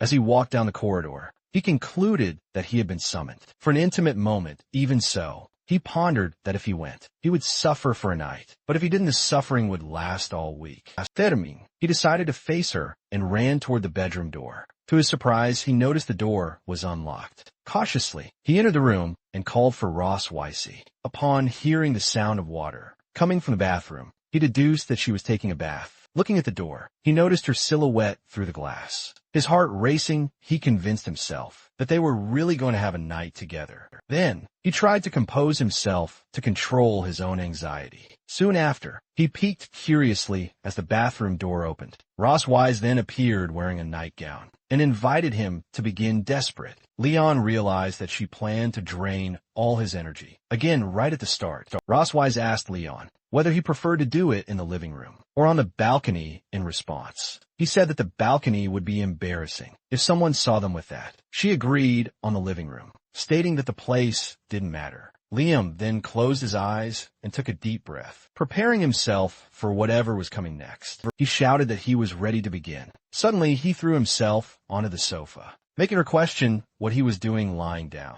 The hunter asked, in confusion, if this wasn't what she wanted. Rosswise then teased him, saying that he certainly seemed eager, but it would have to wait for another time. As he sat up, he asked what the scroll she was holding was. She revealed that it was Saint, his academy's test, to assess the couple's habits and personality, to then explain that they needed to align their answers. To avoid harming No's evaluation, Leon read the paper and questioned whether this wasn't just a silly compatibility game for couples, then asked what her favorite color was. And while Rossways answered black, he said his was silver afterward. They exchanged papers to check their answers. Immediately, they both exclaimed in embarrassment that it was all just a coincidence. The woman then suggested they test how much they knew about each other, and he agreed. Short time later, Leon announced that he had already finished his part of the test. When they compared results, he boasted that his score was higher than hers. In her thoughts, Rosswise was impressed by the details he got right, such as the comfort of her tail. However, she noticed that his mistakes were only. We tried to guess her thoughts.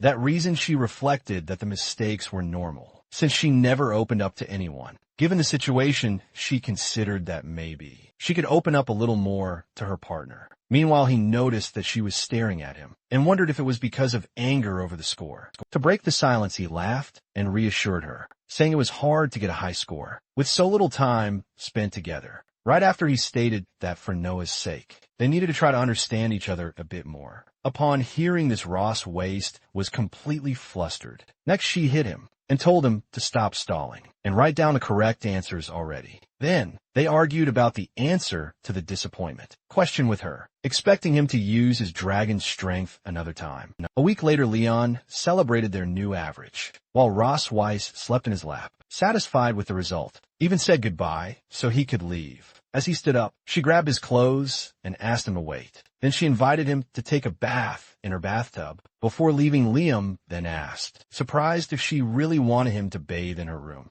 Without giving him time to think, Rosswais pushed him toward the bathroom, telling him to go already in the bathroom. He wondered why she was so insistent, and whether she was planning something. However, he concluded that she was probably just tense because of the test. With that, he decided to simply enjoy the moment and got in the bathtub soon after. He relaxed in the hot water, thinking it felt great suddenly. He was startled to see Ross Weiss entering the bathroom, wearing only a towel. She approached and said she had accumulated a lot of stress and wanted to relieve it now. Upon hearing that, he thought to himself that he already knew this was going to happen soon. He shouted for her to find another way to relieve her tension and not dump it on him. With a smile, Ross Weiss replied that transferring the stress onto him was the only way to relax. As she entered the bathtub, she teased him, asking if he hadn't come there with the same thought. Faced with the question, Leon had nothing to say and admitted that he had no arguments. Finally, she warned him that he wouldn't escape and should surrender to his fate. At last, the day of the entrance exam at St. Hiss Academy arrived. Upon arriving, Leon was impressed by the grandeur of the place. Standing at the entrance, he and Ross Weiss grew serious for a moment. Then the hunter quietly teased her about the stress therapy from the night before. Irritated, his companion cursed him softly, but he just laughed and called her to go inside. Once inside, they both observed the crests of the great families. So my receptionist called for no Cosmo Milky Way from a silver driving tribe. The woman was surprised when she checked her clipboard and confirmed that the girl was only 1 year and 3 months old. Faced with this, Leon asked if there was a problem, but the receptionist said she was just a little surprised. She explained that, although the minimum age was 1 year, most dragon hatchlings enter between 4 and 6 years old. Ross Weiss then stepped in, stating that their daughter was smart and that they respected her decision. With that, the staff member directed them to the family evaluation on the 4th floor, while Noah went on to take her test. They arrived at the meeting room, located on the indicated floor. There the couple sat on a sofa to wait, with 3 other people. In a low voice, Ross Weiss asked if he thought the others would be easy to deal with. Leon whispered back that they looked easy to defeat, and in his former self would beat them in 50 moves. As the others noticed their presence, he whispered angrily that he would go after them all if they failed Noah. Then a man introduced himself as Vice Principal Walter Wilson, in charge of the parental evaluation. Both responded with a smile, although the hunter suspected the evaluator might cause trouble. The vice principal then began by asking when their wedding anniversary was. Hearing the question, the two looked at each other tensely, as it was precisely the question they feared the most. In a flashback, Ross was worried about how to answer, since they weren't actually married, and Leon suggested using a memorable date. She then began to recite the agreed-upon date, the year 1733 of the creation era. Together they answered with a smile that it was on May 25th, the day they met in the dungeon. The vice principal commented on how fast the marriage and pregnancy happened, and the hunter made up a story about love at first sight. Then, the evaluator asked if they had discovered any flaws or bad habits in each other. To sound more convincing, Leon said yes, while Ross Weiss said no, as they had agreed. First, to explain, Leon began to say that sometimes he felt he wasn't very important at home. Even so, he continued, praising Ross Weiss for being highly efficient and taking care of everything perfectly. However, he admitted that she built up stress and that he wished to help more, finishing with a mental plea for her to stop taking out on him. During the interview, the lady asked the dragonist what her husband's most charming qualities were. Ross Weiss then described him as handsome, intelligent, and responsible, listing several of his traits. He listened with a forced smile, not knowing whether he was being genuinely praised or just mocked. Then she took his hand and told him not to overdo things. Moments later, she squeezed tightly, making him feel a bit of pain. Seeing the scene, the interviewers concluded that the two were a deeply in love couple. The interview continued in a pleasant atmosphere among everyone in the room. Finished, the evaluator proposed that they asked each other one final question. Rossway smiled and said she had no questions, as she already knew everything about her partner, and the evaluator turned to the hunter, who wondered how to end the evaluation quickly.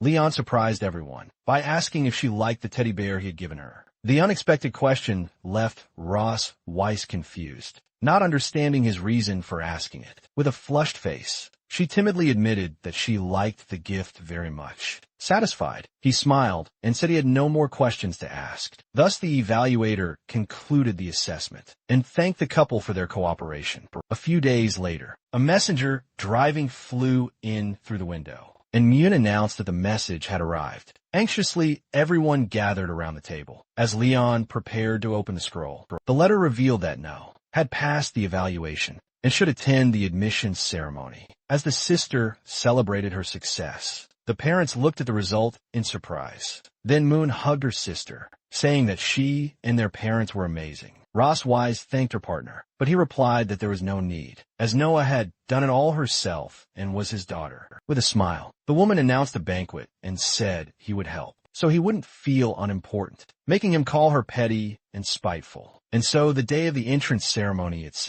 his academy finally arrived. On stage, the headmaster welcomed the new students, congratulating them on their acceptance. Meanwhile, the audience of families and students listened attentively to the speech. Soon, the headmaster announced that the first-ranked student, Noah K. Melkovi, and her family would come up on stage excited, Mew, and cheered when she learned that her parents and sister would be giving a speech. Then Leon, Ross Weiss, and little Noah walked toward the podium. On the way, the father recalled how an hour ago he had been informed about the unexpected speech. Once on stage, he accepted that he had no choice but to face the sudden situation. The headmaster then asked the student if she had any advice or feelings she wanted to share. At first, the girl said that her mother, a powerful dragon, always supported and inspired her to be strong. Then, she thanked her sister for always being by her side, making Moon very happy. Curious, the man wondered if his daughter would mention him in her speech too.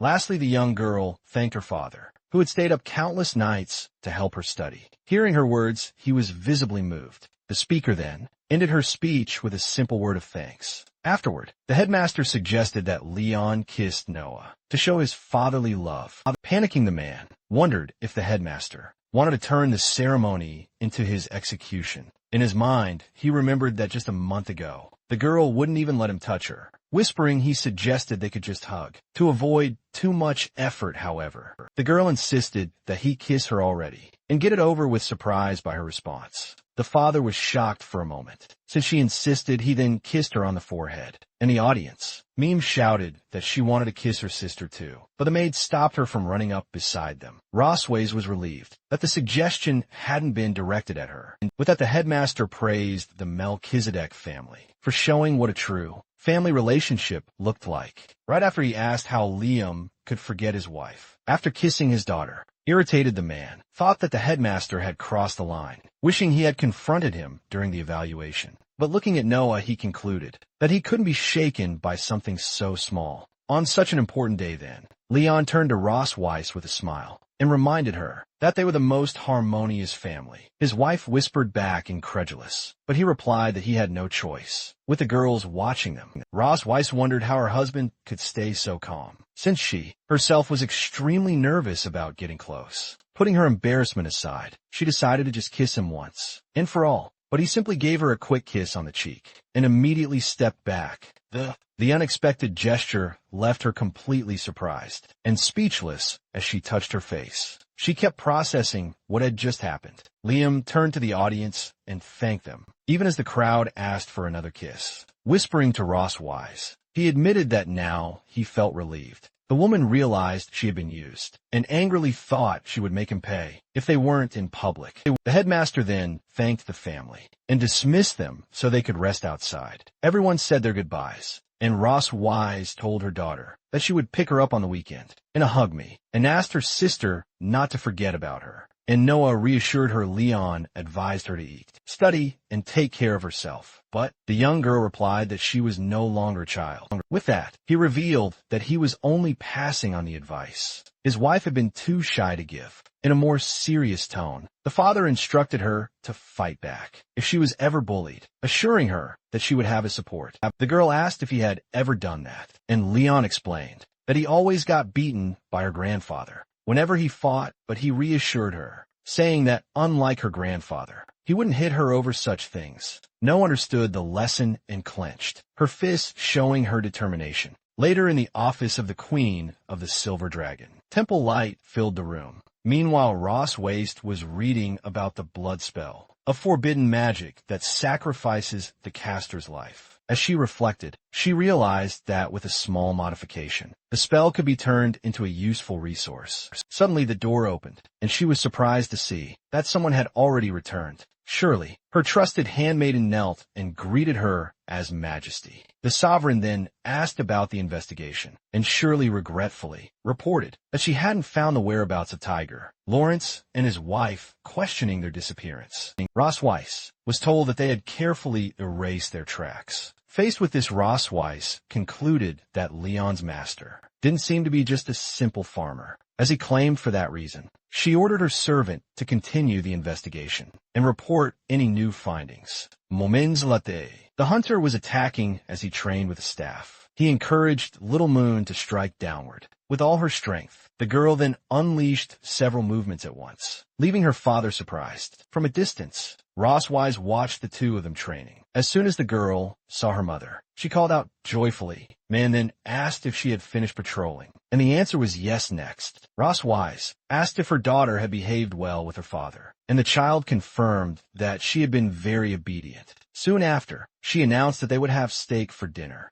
and told the girl to change her clothes first. Noon was very excited because she loved steak. Quickly the maid took her away, while the little one left, singing happily about dinner. After the child left, the queen turned to speak with her husband. Suddenly, he pointed the branch he had been using for training at her face. She then asked if he had finally decided to attack her, reminding him that would be treason. Leon replied that it was just a branch, and questioned whether she seriously called that a weapon. Even so, the woman countered that in his hands, as the strongest hunter, even a branch would be a deadly weapon. The man simply turned his face inside in response. Soon after, he asked her to give him a proper compliment, without sarcasm, but her response was a flat refusal. Admitting his intention, he said he just wanted to scare her, while Roseways doubted that a branch could hurt her. In her current state, at another moment, she mentioned that Noah had written a letter, saying everything was fine at the academy. Liam thought that wasn't much, but his companion explained that it was rare for their daughter, for Wright to reassure them.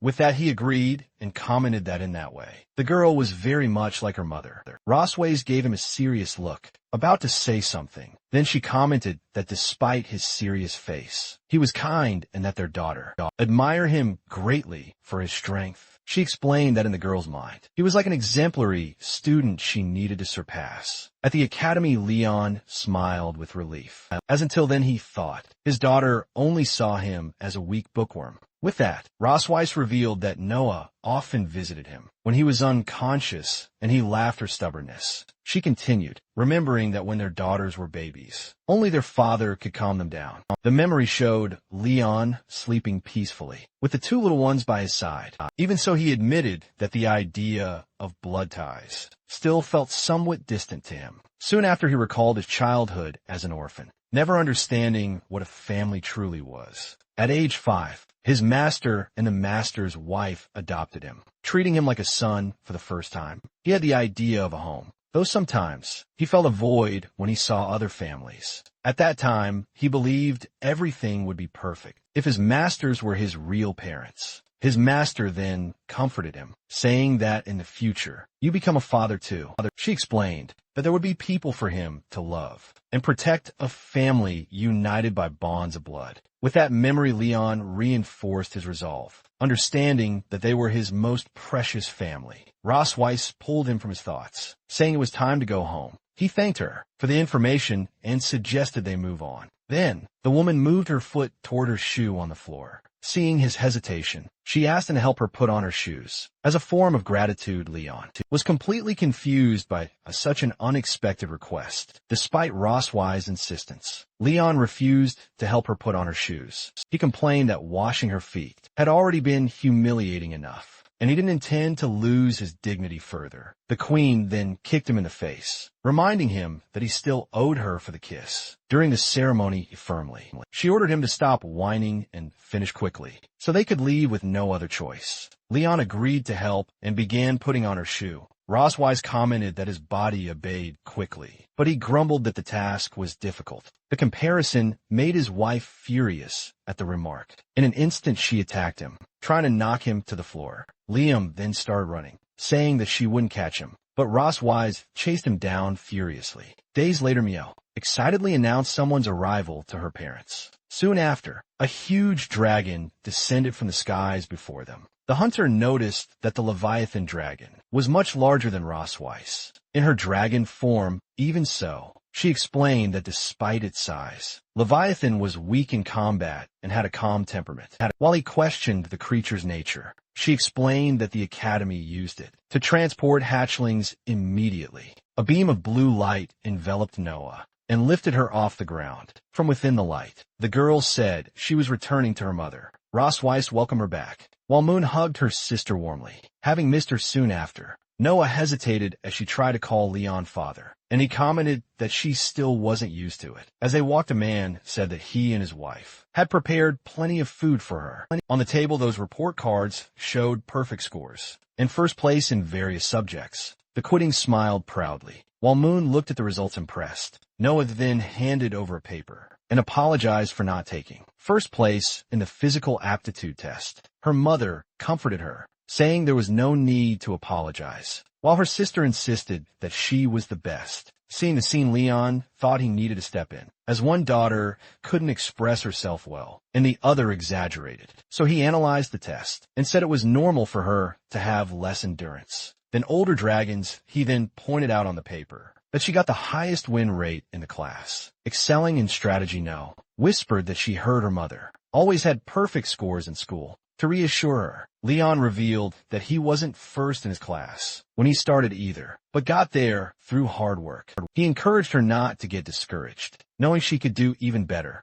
and Moon agreed. Moon then asked who would win if their father, being so strong, fought against their mother, leaving both parents surprised simultaneously. The couple confidently answered that they would win the fight. Immediately afterward, they glared at each other, questioning each other's answer. Leon bragged that no one could beat him in combat, training clearly claiming to be the strongest. With disdain, Rossway stated that she would defeat him no matter what, even if he had won more awards. The hunter teased that she married him because she lost to him, but his wife retorted that it was the other way around, and that's why they had children. With that, he challenged her to settle the dispute outside, something he had wanted for a long time. As Moon asked if they were going to fight, No decided that they should follow and watch them. Soon after, the couple stretched in preparation for battle, while the daughters watched seated nearby. Moon expressed her curiosity about who would win, and her sister explained that watching veterans train improved their skills. Ross Weiss then teased her husband, questioning if his body had recovered enough for a fight. Liam replied that he didn't care, as it was a rare chance to fight the Silver Driving Queen. Seeing her partner's determination, Ross Weiss suggested they make a bet. Leaving him curious, she proposed that if he won, she wouldn't touch him for a month, but if she won, he would grant her a wish. The hunter thought for a moment, considering the possibility of winning the bet. He immediately imagined that he could take a month of vacation, something normally unthinkable. Excited by the possibility, Leon pointed at her and accepted the bet. Then, the two stared at each other with challenging smiles, ready to begin the fight. Liam and Ross Weissy took their positions in silence, facing each other. Meanwhile, Moon watched excitedly eating popcorn from a bench. Suddenly, her excitement made her cup of juice fall to the ground. The sudden noise startled the couple, interrupting their focus. While Mayan lamented the spilled juice, Noah urged them to hurry up and start. Already at her call, the hunter took the initiative and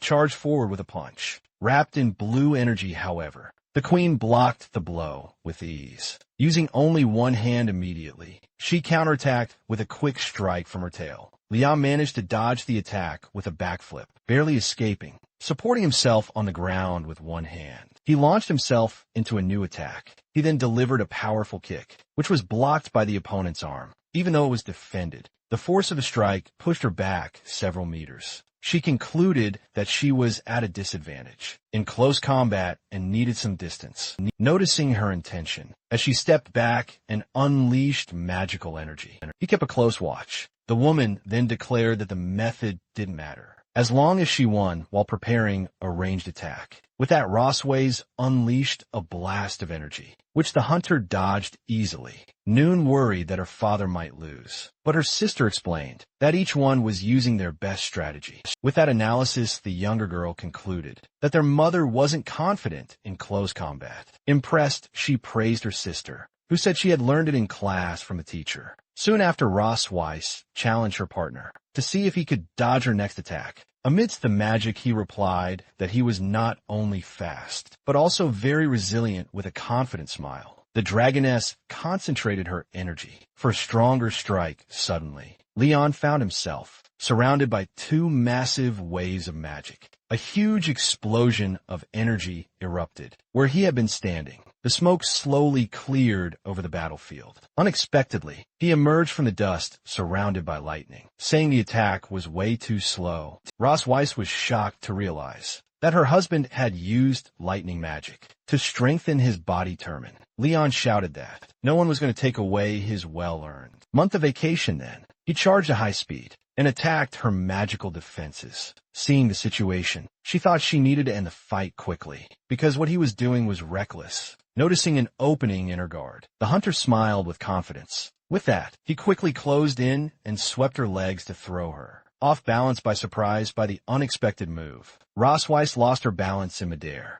Moments later, Leon celebrated his victory with his fist raised. However, as he prepared for the final strike, he saw his partner falling backward. In a quick motion, he grabbed her arm to stop her fall. He then pulled her firmly, bringing her back close to him. Thus, Leon held her in his arms, bringing the battle to a halt. The two stared at each other embarrassed. She softly whispered his name. Suddenly, he panicked when he felt a dragon flame ignite in his chest. The man screamed in desperation, saying that it was burning him. Confused, he looked down, not understanding what had happened. Ross Weiss then scolded him for getting distracted. In the middle of the battle, as the flame faded away soon after, the daughters approached, and Moon asked who had won the fight after all. Leon sighed and admitted that, because he let his guard down, he lost. His wife admitted that he was strong for fighting without his equipment, but he boasted that he would beat her at full power. With a victorious smile, she reminded him that since he admitted defeat, he shouldn't forget their bet.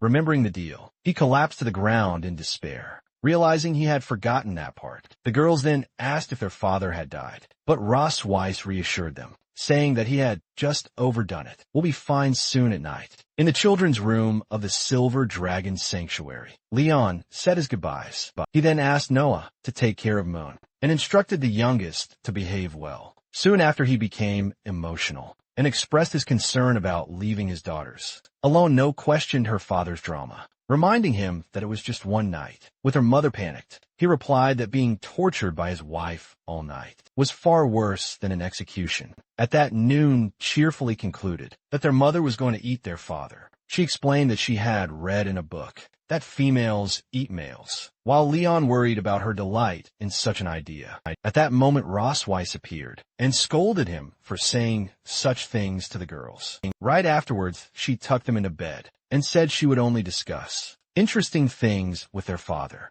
as the daughters wondered what those interesting things could be. The adults gave vague and conflicting answers. Out of patience, Ross Weiss dragged him away, saying that was enough, but he asked for a moment to say his last words. As he was dragged off, Leon shouted that he would always love his daughters, but No commented that adults were immature. In the room of the Queen of the Silver Dragons, 2 bottles of wine and glasses were prepared. She offered him a glass of wine, but he refused to drink. After his refusal, the woman stared silently at her own glass of wine. She questioned him, reminding him that he had promised to fulfill her request. After losing the bet, Leon said he wasn't in the mood, as he thought he needed to stay sober to avoid being manipulated. Unexpectedly, Ross Weiss confessed that in fact, she had wanted him to win the fight. Confused by her revelation, he asked why she had wanted that. She explained that if he had won, he would have had a month to recover and maybe become more interesting.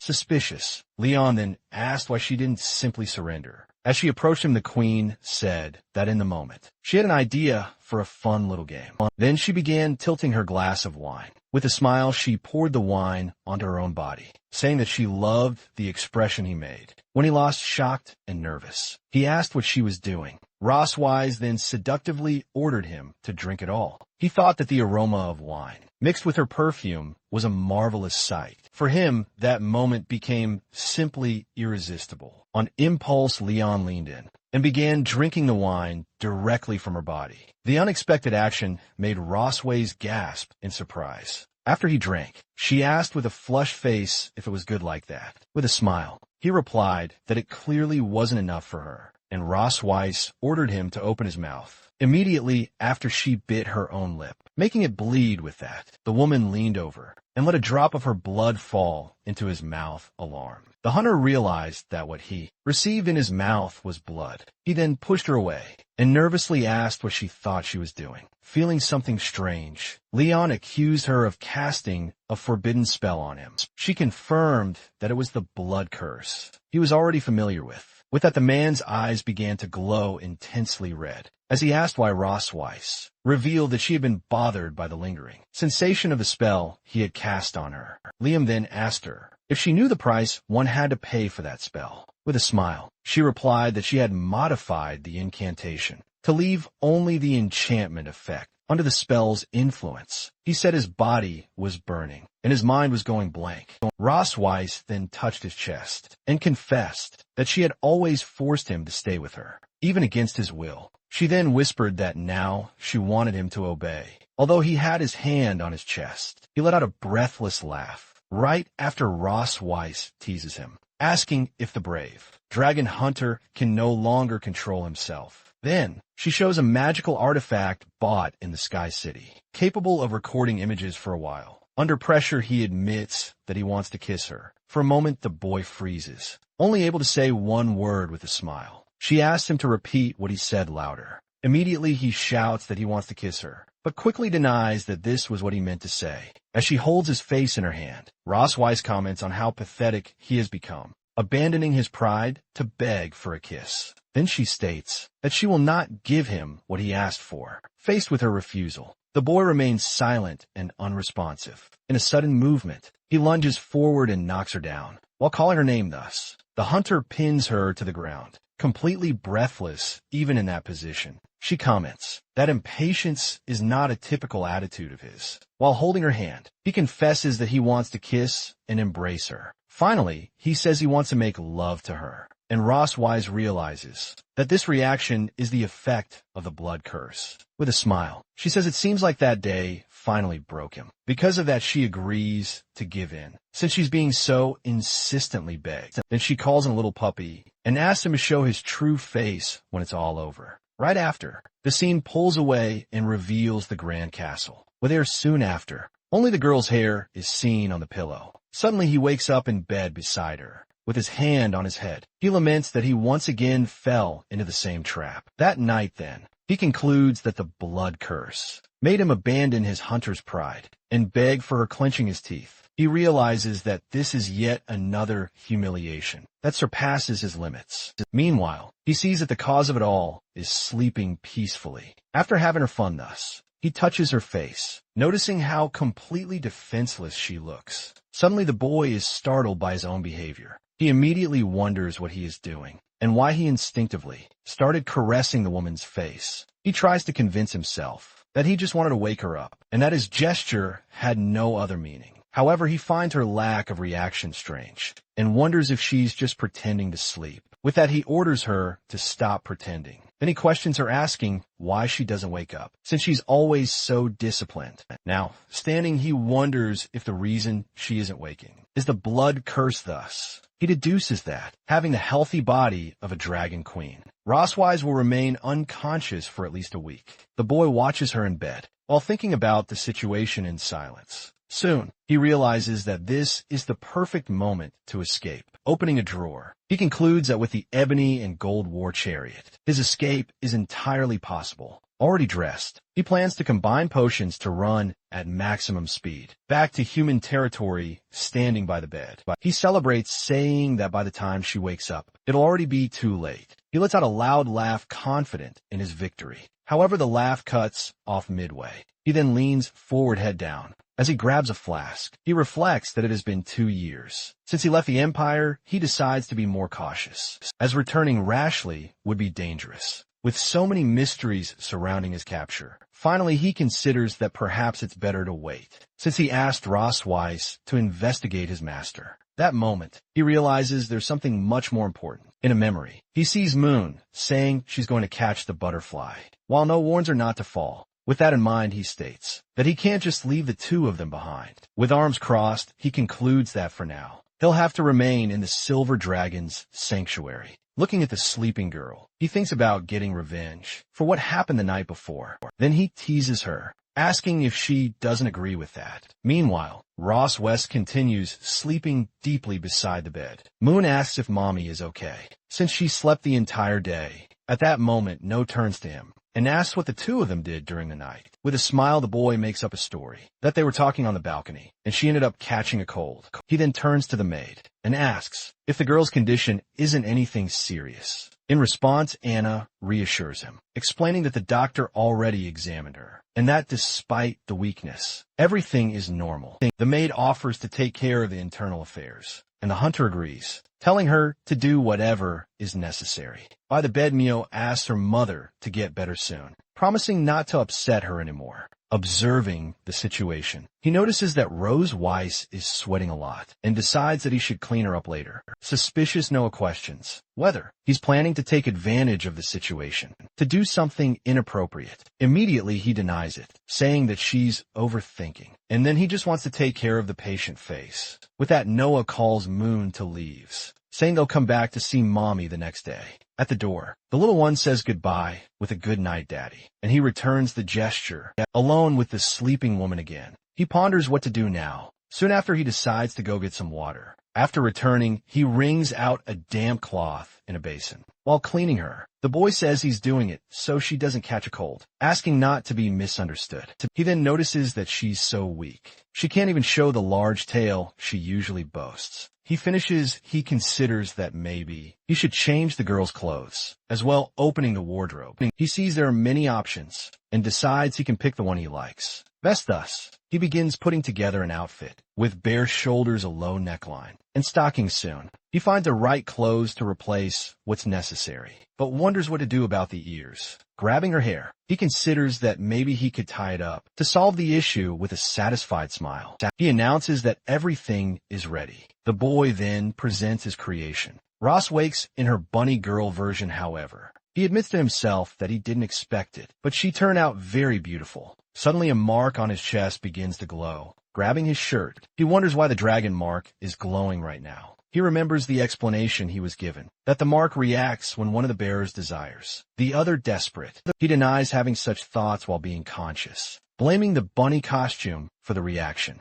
To regain control, he decides to recite the Dragon Hunter's Code of Honor. 10 times relieved, he admits that he almost made a mistake, but regrets that dressing Ross Wise like this won't leave behind any memory. Meanwhile, she remains asleep in bed, wearing the costume. Suddenly, he remembers there was a camera somewhere around. He quickly begins to look for the object. Shortly after, he finds the camera he was searching for. While taking several pictures, he celebrates, saying that now she's the one at a disadvantage. He then adjusts the girl's face with his finger, asking his darling to smile for the photo. With the camera in hand, he says he's going to make sure those photos are very well kept. At that moment, Ross Wise stirs and murmurs in her sleep. Seeing her move, the boy panics, wondering if she woke up too quickly. He leans in to check, but the girl remains completely asleep. With a hand to his chest, he sighs in relief, upon realizing it was just a false alarm. Looking outside, he decides it's better to change her back into her pajamas and continue his revenge plan tomorrow. The next day, Mio runs down the hallway while calling for her sister. With arms crossed, Noelle asks what happened and tells the little one to speak up. In response, Mio explains that her Rubik's Cube broke, and when she went to look for Daddy to fix it, she couldn't find him anywhere. Faced with this, No wonders if he took advantage of their mother being unconscious to escape. To reassure the younger girl, she says there's no need to worry and promises they'll look for him together. Thus, the two of them run down the castle hallway, calling out to find out where Daddy is. Looking for an empty room, Moon's voice calls out asking where Daddy is. When they check their mother's bedroom, The girl comments that it seems he isn't there, right after they check another room, with Moon confirming that he's not there either. She even looks inside a large barrel, calling out for her father, seeing the scene. Noah questions how he could possibly be inside there, with that the younger sister wonders if he got lost, since they've searched everywhere. Then Noah explains that good people sooner or later always end up leaving just like last time. Not understanding, Noon asks what she means by last time. Faced with her doubt, Noah states that if her guess is correct, that man is already gone, and he finally managed to escape, just like he always wanted. In her mind, the girl reflects that she always felt their family seemed harmonious, but in truth, it was full of falsehoods. She remembers that for as long as she can remember, their father was always sleeping, and their mother simply said he was their progenitor. The young girl recalls that on the day he woke up, he tried to escape but was brought back, and since then, she felt that he never stayed there by his own will. After that, Noah remembers how he started getting closer, trying to please her and teach her things, to act like a good father. However, she wonders if he did it out of love, or if he simply wanted them to let their guard down, so he could find a chance to escape. The girl reflects that when love hides unknown motives, she would rather not receive it than become a tool. She understands that he doesn't belong to that place, and that sooner or later he will leave them and disappear, crying and lamenting that mommy won't wake up and daddy doesn't love them, asking her sister what they're going to do now. Then Noah holds the little one's face and comforts her, promising that her big sister will protect her. With that, Moon hugs her and begins to cry.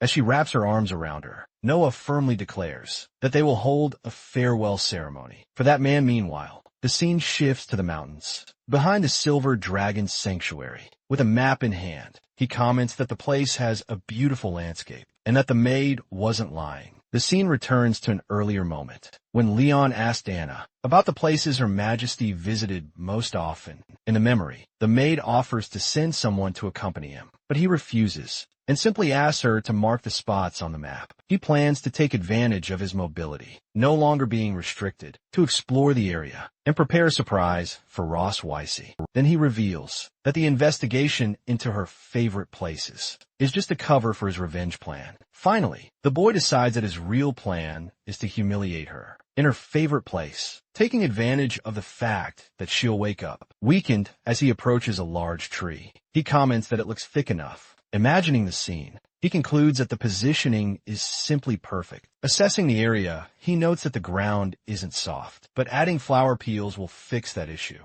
Observing the landscape, he comments that from there, you can see the dragon's sanctuary in the mountain, which isn't bad at all. While analyzing the map, he decides to add that forest to his list of places. Everything ready, he says. All that's left is for the woman to wake up, so he can act. Then he declares the smile that this time she won't win. Back at the Century's courtyard, the boy hears the sound of crying, coming from near a bonfire. As he approaches, he finds the maids and asks what's going on, and why all the commotion. One of them explains that their highnesses asked for a funeral to be held, and for a fire to be prepared. In front of a portrait, Moon cries, offering a steak, and asking him to come back to see them. Next to the little one, Noah tells her sister to simply accept that he's already gone watching the scene. The boy wonders if they're playing house, and decides to join in on the game a little. With that, he approaches and says, "Excuse me," startles the maids who recognize him as the prince. Facing the girls, he asks who they are honoring, and offers to play an instrument. Looking at the portrait on the table, the boy is surprised to realize that the person in the picture is himself with a satisfied smile.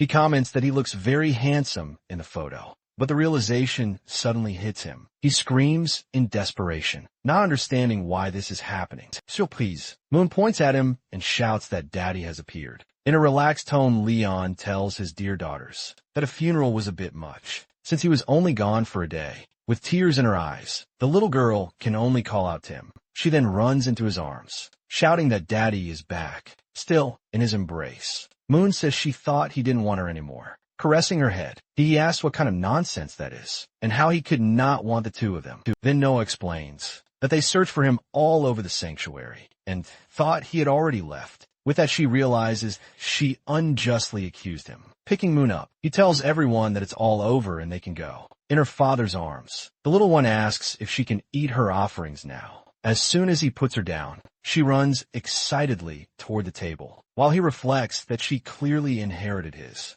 Glenny soon after. No approaches and asks that next time he let them know before going out alone. She also adds that Mayan was very worried about him, apologizes for making her worry, while thinking that the older one is also worried, but too embarrassed to admit it. Finally, Noah admits that either way, it was her fault for not trusting him. Her apology completely takes him by surprise. With that, Leon realizes the farewell ceremony was just a misunderstanding. That came to light because of her. He then understands that everything happened because, deep down, he didn't make her feel secure enough. He comes to understand that Noah desires affection, but will never take the first step and wouldn't believe in promises. Thus he decides that, as a father, the only way to prove himself is by showing it, through actions little by little. Caressing the girl's head, he reassures her, says they should have dinner together, and promises he'll always be there for them. The next day, in the queen's room, Roswise begins to stir in her sleep. Slowly the woman's eyes begin to open. Seeing her awake, Moon celebrates, shouting that Mommy finally woke up. Joyfully, she explains that her mother slept for a very long time, and that she was very worried. With a smile, Roswise apologizes to her daughter for making her worry. Right after she realizes she's completely drained and can't feel the flow of her magic, she then deduces that her Dragon Queen body is weak because she used her power to save him from the effects of the curse. Beside the bed, Moon comments that knowing his personality, he's probably already escaped. Roswise then asks how long she was unconscious, and the little one replies that it was 2 whole days. While thinking that there's still time to capture him, Roswise invites Moon to have fish for dinner. That night, suddenly, Leon enters the room with a huge fish, announcing that he just caught it in the mountains. Enthusiasm, he asked if Daddy isn't amazing, and the daughter agrees, saying he's super amazing. At that moment, the boy turns and realizes the queen is awake. Surprised, she asked why he's still there, and he comments that she finally woke up. With a smile, he explains that he just went out to get some fresh air and took the chance to catch a fish for his dear wife. As she asks who this deer would be, Moon comments that her dad is shameless, and Liam gives his daughter the mission of taking the fish to the kitchen excited. The little one says to leave it to her and accepts the task enthusiastically. As Moon leaves, the boy tells her have dinner first because he and Mommy have some things to discuss. Alone with him, Rosway says she thought he would take advantage of her unconsciousness to abandon the girls and run away. And taking off his gloves, he questions how he could escape, since they still have many unresolved matters. Not understanding, she asks what unresolved matters he's referring to. He then reminds her of what she did when he woke up a month ago. With a panicked expression, Roswise begs him not to say he plans to do that. With a victorious smile, he confirms that it's exactly what she's thinking. Roswise warns him not to think he can take advantage of her just because she's weak, telling him not to do anything reckless immediately. Leon questions her use of the word weak. He then reminds her that he was also in a weakened state at the time, since she marked him with the dragon's seal, without giving him a chance to refuse. In response, the woman warns that when she regains her strength, he will pay for it, so he better not do anything he might regret. The boy simply says he won't regret it, while calling her his dear wife. As he carries her in his arms, he states that this is the most right decision he has ever made in his life. He then declares that now it's her turn to be the prisoner of war. As he carries her through the cherry blossom forest in the mountain, Roswise orders him to put her down immediately, even with her struggling. He warns her to stop moving or she'll end up falling. Roswise then declares that if she had already recovered her strength, he would have been sent flying with a single punch. Leon finally sets her down beneath a huge cherry blossom tree. As soon as she sits, the woman asks why she was brought to that place. He explains that he researched the places she liked visiting most while she was unconscious, and that this is the first destination of the night. At that, she questions what he means by first destination, asking if he's planning to take her to more places. Finally, the young man points to the distant shrine, explaining that from there, you can see everything perfectly. Roswise then asks if he's trying to get revenge for what happened in his homeland. He confirms, asking whether returning the favor isn't a right exclusive to dragons. In response, the seal on his chest begins to glow. Liam then declares that even though he's human, he still has a strong sense of. He holds her and tells her to look straight ahead. He points to the palace in the distance, describing it as the source of all her pride and dignity as he pushes her forward. He asks how it feels to be defeated by a fallen dragon hunter. As he steps closer,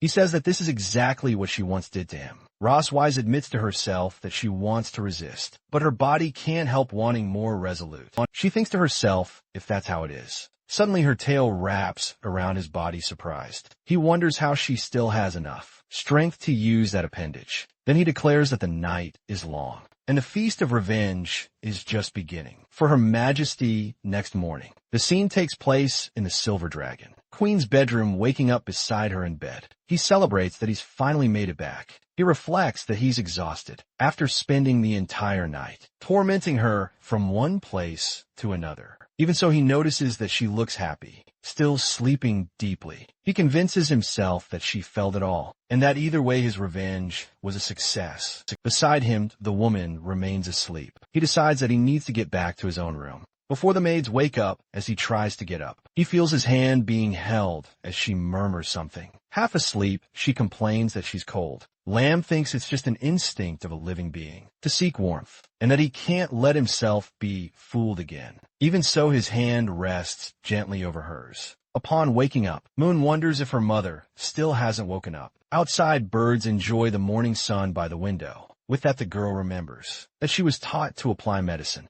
in case of insect bites soon after. She announces that she found the ointment. Then she runs toward the bed. As she gets closer, she asks her mother to wake up, since the sun has already risen. Still drowsy, Weiss tells her daughter to go play with Daddy. Next, Mayan tries to wake her father, saying that the sun is already shining on his butt, and just grumbles that it's warm, and asks to sleep a little longer. Because of that, the girl gets annoyed and asks who's going to play with her, if the two of them just stay snuggled up. With that, he kisses his wife's forehead while they cuddle. Noon watches and comments that it's the first time she's seen them being so affectionate. Right after, she asks why they have so many little red dots on their bodies. Suddenly she concludes that they must be insect bites. Finally, she declares that they shouldn't worry, since her sister's not around. She'll take care of them herself. So she starts applying the ointment, saying she'll put a little extra on Daddy. A while later, Wise calls her husband and asks him to wake up. As soon as he opens his eyes, he asks why his face feels so wet. He quickly notices that both of them are covered in green ointment.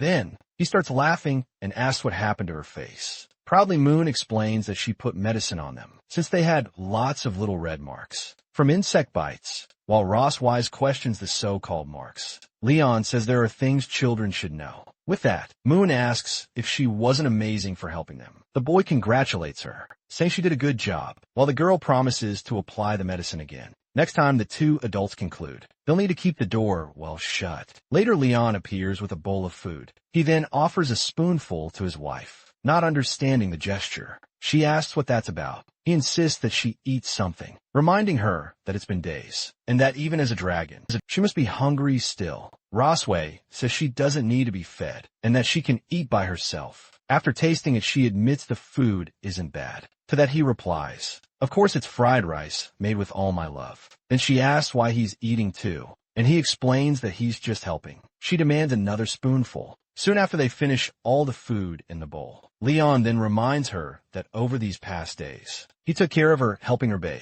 cooking, and even feeding her. With that, Rosways asks if he's talking about the bathing or the torment in bed, admitting that in the end, it was all a bit excessive. Liam denies that any of it was torture, claiming it was simply a husband's loving care. As he says goodbye, Rosways warns him that every time he acts like an idiot, she'll gain another reason to humiliate him. In the future, alone in the room, she calls him a damn dragon hunter, admitting that he really does have a talent for tormenting her. Then she punches the headboard hard. The impact causes the wood to crack, instantly surprised. She looks at the damage she just caused. Suddenly, she realizes that her strength has finally returned. Meanwhile, Leon calmly washes the dishes in the kitchen. He then hopes that the dragoness won't recover too quickly, so we can enjoy a few more fun days, completely unaware of how serious the situation has just become. Later, at the palace, the maid Anna apologized to Her Majesty. She then handed over medicine, prescribed by the doctor, explaining that it would help her regain her strength. However, the woman refused, stating that her body had already recovered, and she no longer needed to take it. At that, the servant noticed the crack in the headboard, and asked what that was. Rosweiss admitted to having overdone a bit with her strength, and asked for someone to be called the next day to repair it, just as the maid turned to leave. She was called back, hidden behind a book. The queen asked her not to tell Leon about her recovery, because she wanted him to keep taking care of her for a few more days. Anna reacted with a surprised expression, a smile. The maid replied that she understood the message. The dragoness then thought to herself that her husband's days of peace were numbered. 2 days later, Moon ran up to her father and asked to learn how to make her body glow. Liam asked if she was referring to the magic key, and her mother had shown during the training session. He then asked why she suddenly wanted to learn magic. The girl explained that her sister had learned many things at school, and she didn't want to be left behind. The man understood and confirmed that she also wanted to learn something, to which Moon excitedly agreed. Reflecting on this, he concluded that the rivalry between the sisters was actually an advantage, since the younger one admired her sister so much that she didn't want to fall behind. Because of that, the father enthusiastically agreed to teach magic, explaining that they would start with the basics of mana channeling a while later. The little one worked hard to follow the training instructions. Liam was impressed in just a few hours. His daughter was already channeling mana with ease, and might soon awaken her power. Faced with such progress, he wondered if his girl was a genius. He was then interrupted when she announced that she was hungry, and out of energy, Leo decided there was no need to rush the training. Soon he announced that they would stop for the day and go eat something, while Moon cheered that Daddy was the best. Back in the room, Anna delivered what had been requested, and Rosweiss simply told her to leave it in a corner. As soon as Leon arrived and announced himself, his wife dismissed the maid. He then thought that, according to Anna, Rosweiss would still take 5 more days to recover,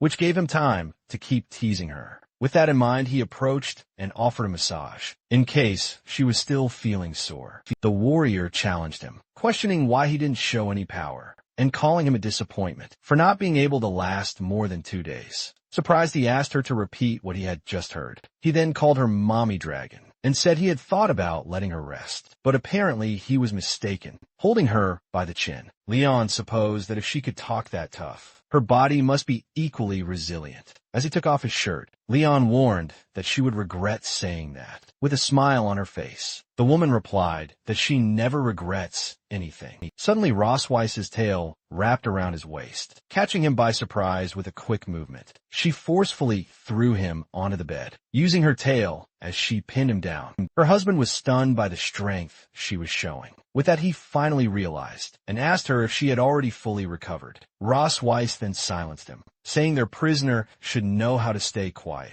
Beside the bed, a set of restrained items was already prepared on a tray. Surprised, he asked when she had gotten all that ready. With his wrists and ankles bound, he began to wonder if he had just walked straight into the lion's den. As she looked down at him, the dragoness warned him not to try resist. With that, Leon asked if she was planning to torture him in order to extract information. Tied to the bed, Leon warned her that he had undergone specialized training and would never give in, but Rosweiss simply asked if he was sure. At that, a recording from the magic crystal began to play, a memory where he declared that he wanted to kiss her. Realizing what it was, he begged her to hand over the object. The woman then teased him, asking who that was begging for her. In the recording, Leon's voice kept stammering her name desperately. He denied it, claiming that it couldn't be him, and that they just looked alike. Rosweiss then asked if he wanted to see the scene up close. The image continued, showing the boy saying he wanted to hug her,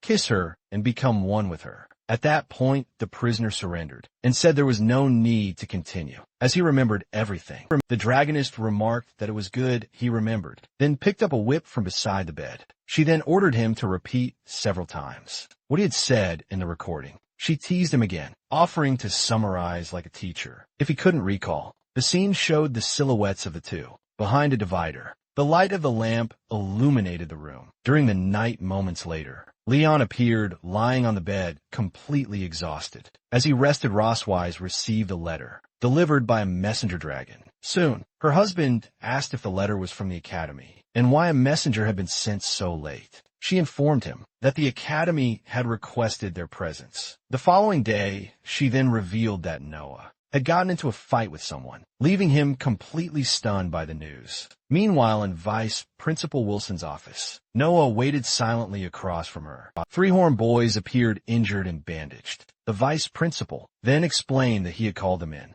to discuss the incident involving the girl's fight with her classmates. That Rossways began questioning him about what exactly he meant. She also wanted to know if those three young dragons had ganged up to bully her daughter. While Lien looked over Noah with concern, the girl stated that she wasn't hurt and was doing fine. The educator then clarified the situation, revealing that in truth, it was their daughter who had beaten up the three boys. Upon hearing the truth, Ross Weiss simply asked if that was all. After the revelation, father and daughter sat silently side by side. Soon after, Leon praised Noah for the good job, confirming that she was indeed his daughter. Finally, the vice principal explained that the incident, though small, highlighted the tensions between dragons, born from cocoons and those from worms. Human on the say that dragons reproduce in both ways, and while there's no difference in adulthood, their abilities vary in youth. The principal continued explaining that cocoon-born dragons inherit strength from their mothers, while womb-born dragons have to learn it, making the former stronger at the same age. He concluded that even though she was womb-born, the girl had faced three older cocoon-born opponents, making her future look very promising.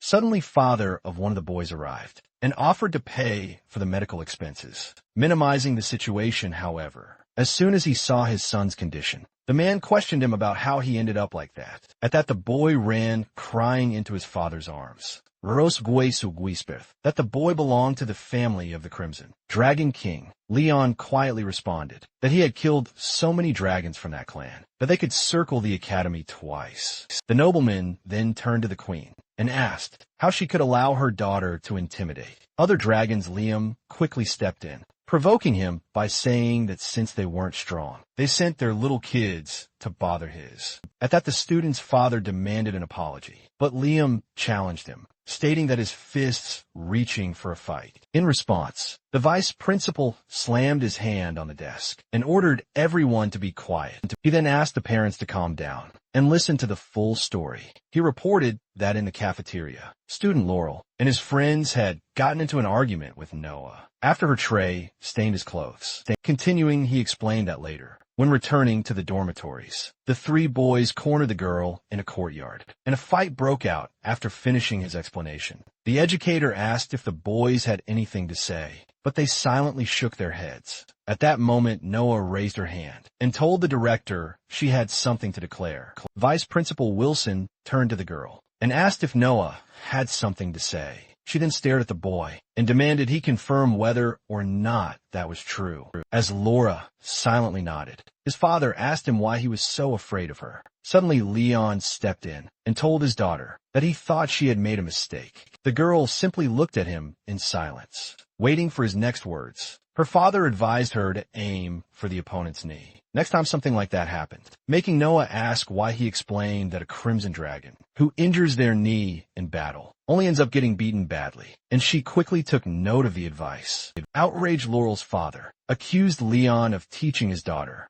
to intimidate his son in front of everyone. He then demanded that a violent student like her be expelled immediately. The vice principal asked for calm, stating that only the academy had the authority to decide on a student's expulsion. Wilson then revealed that several students have reported Laurel's habit of bothering others, and witnesses confirmed that he provoked Noah first. Boy's father shouted, questioning whether the academy wouldn't punish the girl, and was now blaming his son. Liam confronted him, asking what he was complaining about if his daughter, just 1 year and 2 months old, had beaten up his son at that. Laurel interrupted to reveal that he was 7 years and 11 months old. The man then remarked that if something that humiliating had happened to him, he'd dig a 3,000-meter hole and bury himself, so no one would know. Laurel's father retorted, saying that someone who doesn't have the courage to show his own tail has no right to speak about his son. He then pointed toward Ross Weiss and Noah, declaring that their whole family was nothing but trash. Liam then grabbed the man's hand, saying he might let the insult slide if it were only toward him, but not when it came to his wife and daughter. Watching the scene crossways, commented that her husband was very protective of his family. The nobleman then demanded to know how Leon dared lay hands on him, and if he had any idea who he was speaking to. He quickly became enraged, declaring himself a duke of the Crimson Dragon clan, while Leon stared at him mockingly. At that moment, Rosweiss turned to Leon and called him Father Sir. She warned that this was merely a minor dispute between students, and that involving family, status, and rank wouldn't help anything. Rosweiss told the vice principal that she trusted the academy's judgment and would accept whatever decision they reached. The educator then warned the man that, if he insisted on creating a scandal, he would only make matters worse. Wilson added that his son might even lose the right to study at the academy. That Laurel tugged at his father and asked to let it go, saying he wanted to stay in school. The man finally relented,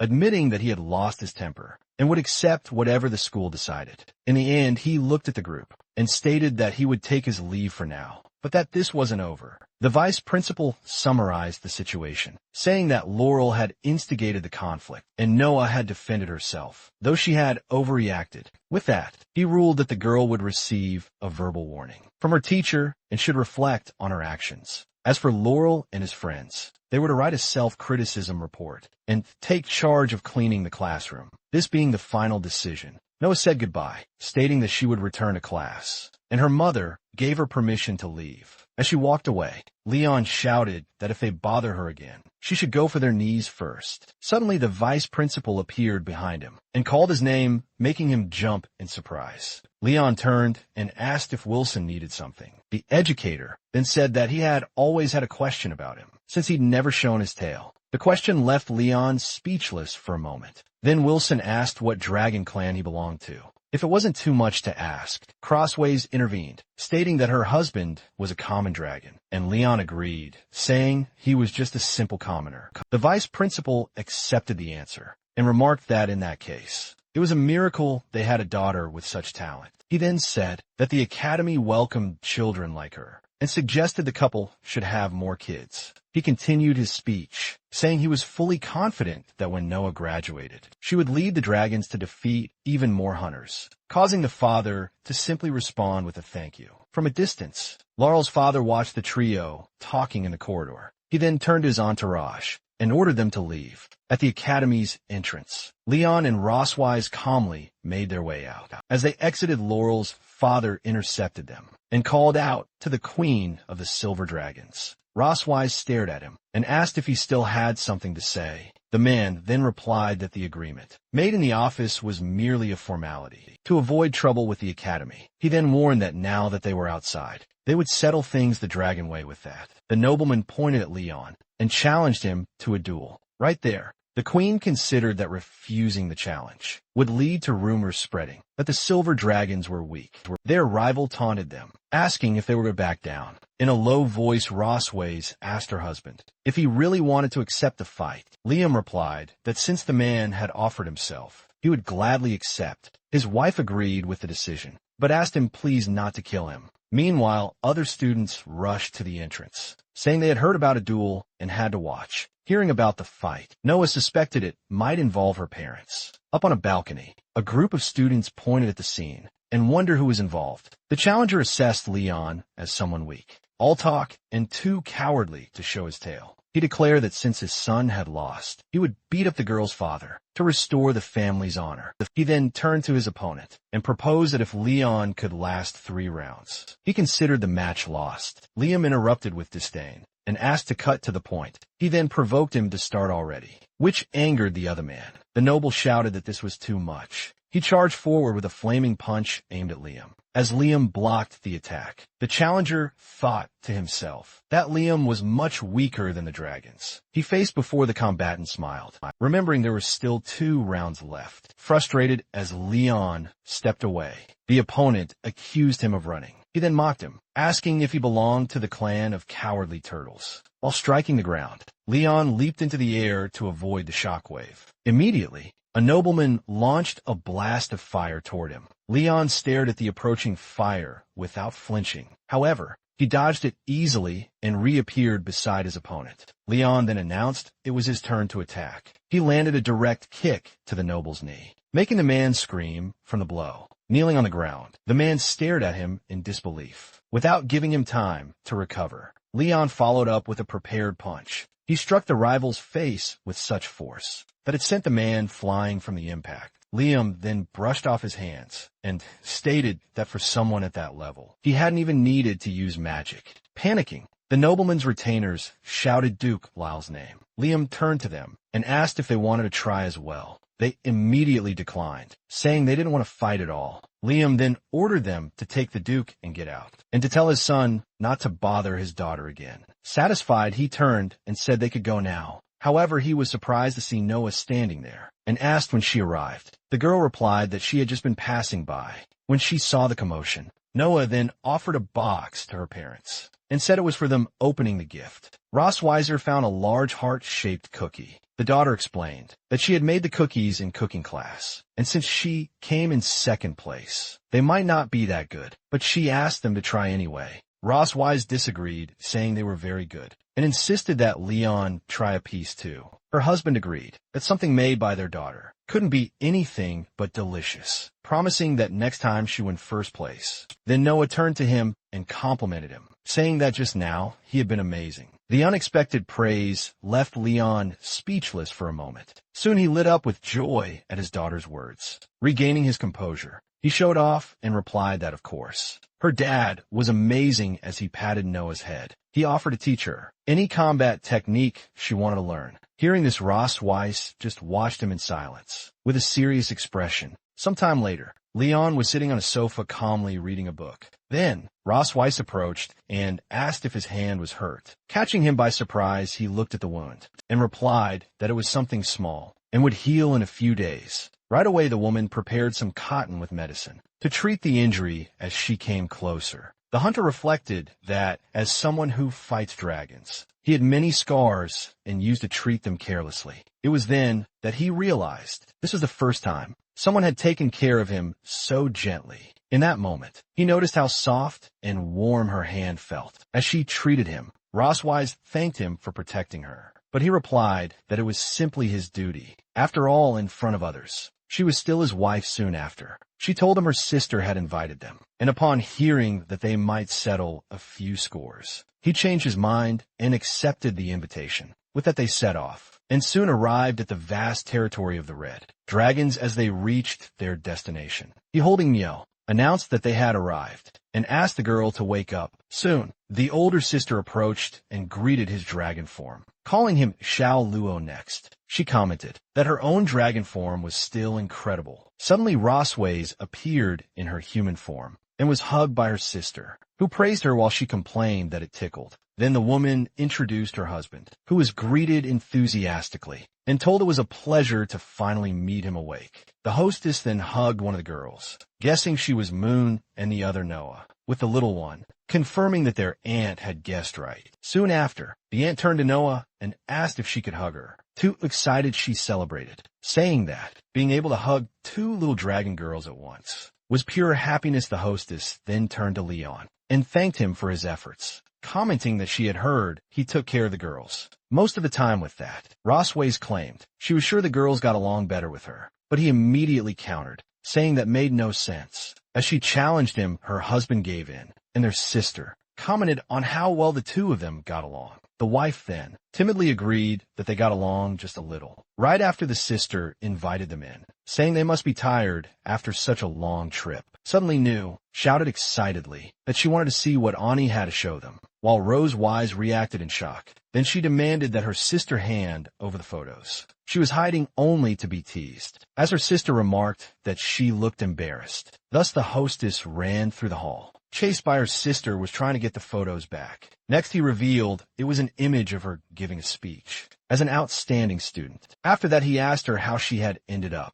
becoming so cold and distant, before shouting as the photo was snatched back from him. In a low voice, the blonde warned him not to get too smug, as he might be the next one her sister decided to tease. Then, the aunt revealed that she still had many more photos from a time when their mother was little, encouraging the girls to keep looking when they came across the baby pictures. One of the girls commented on how tiny their mom was, while Moon said she wanted to squeeze her. Leon joined them and remarked that mommy looks super stylish. In one of the photos, as Moon moved closer, asking to see, soon the sister explained that the picture was from the day Ross Wise inherited the title of Queen of the Silver Dragons. Leon was impressed by the scene and admitted she really did look amazing. When they realized it was the last page, Moon complained that there weren't more photos of their mom to see. Then Ross Wise took the album and said that since they had finished, her sister should put the pictures away safely. However, the sister revealed they weren't finished yet and asked if they knew what she was holding.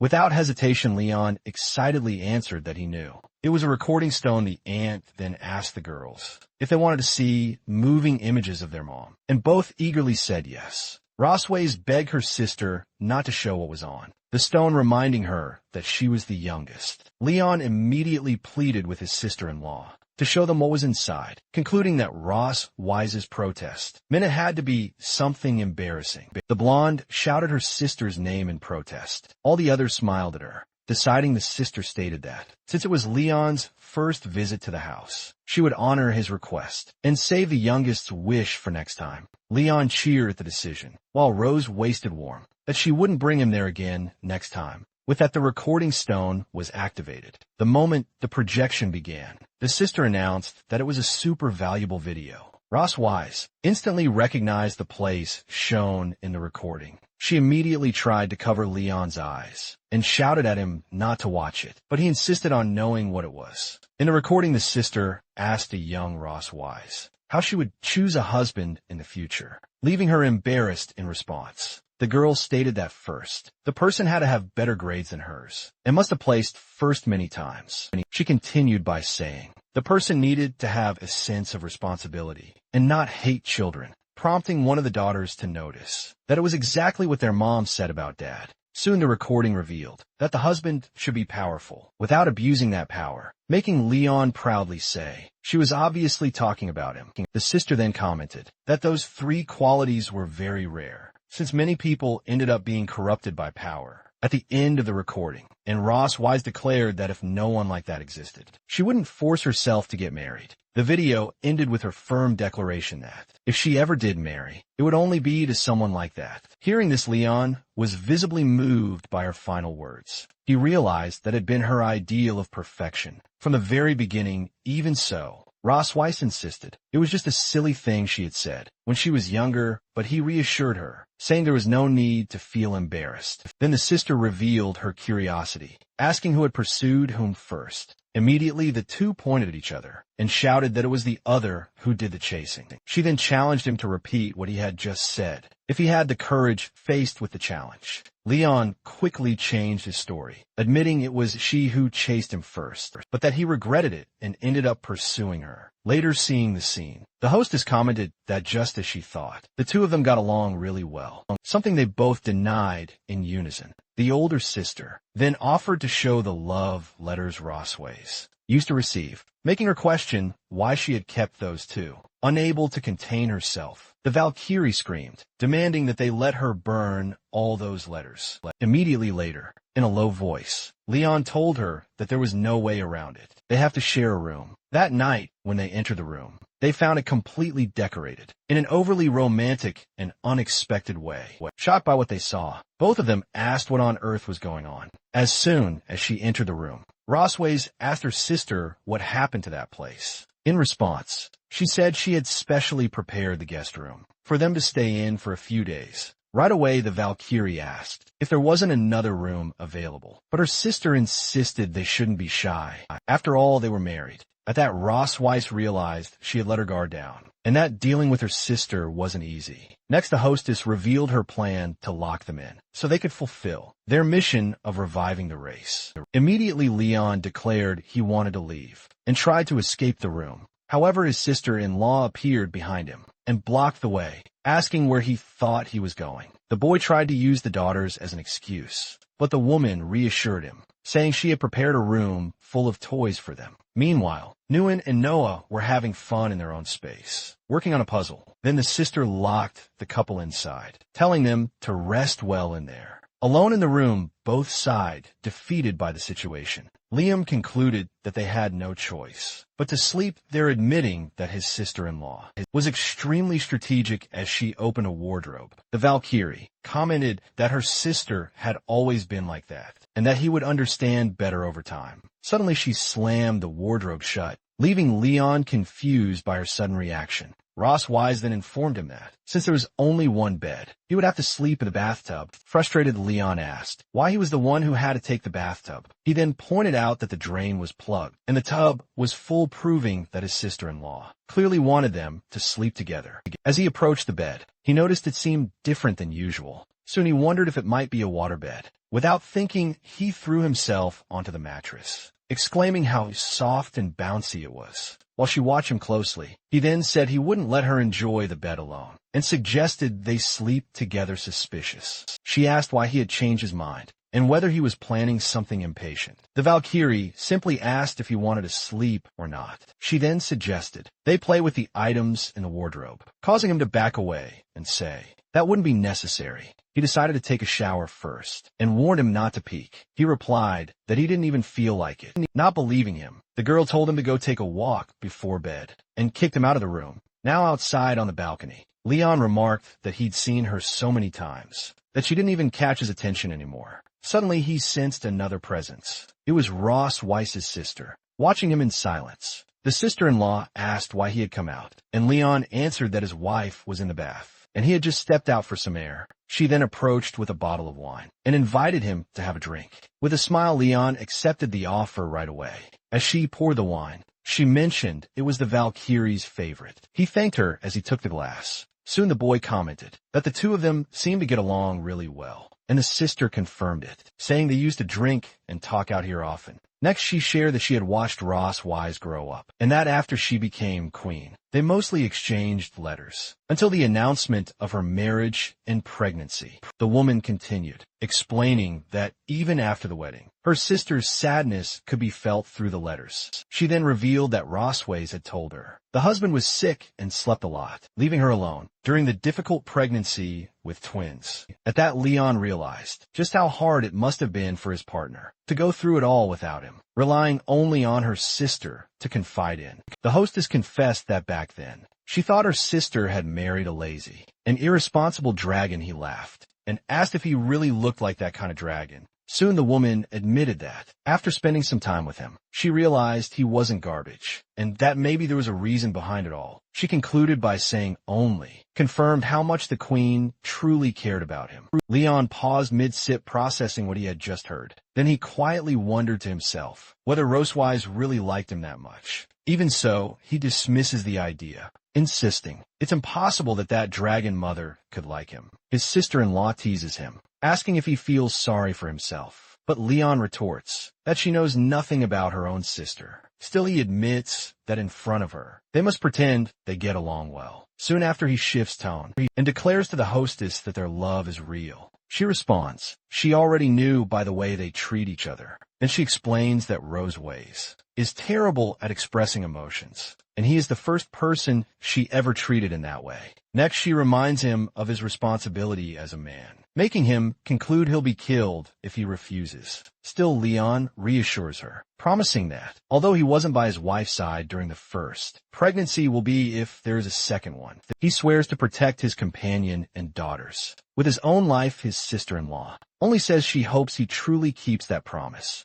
Afterward, she tells him to stop boasting and go back to the room before his wife becomes impatient. Just as he is about to leave, the sister-in-law calls him back to say one more thing. Curious, Leon turns and asks what else she has to say. Finally, she advises him not to hold back tonight, saying the room's sound isolation is incredible. The remark about incredible isolation leaves him utterly speechless. He closes his eyes tightly, unsure how to respond as the castle is shown at night. Leon silently expresses gratitude for the help. Then he quietly returns to the room, finding Ross Wise already asleep in bed. As he approaches, he wonders if she's really asleep already. Soon he concludes he won't suffer tonight, admitting she looks very beautiful sleeping. The Valkyrie remains lying there in a deep sleep. Suddenly, something in the bed catches his attention. He wonders why her chest is glowing under the blanket. Immediately, he asks himself whether the dragon seal has somehow activated.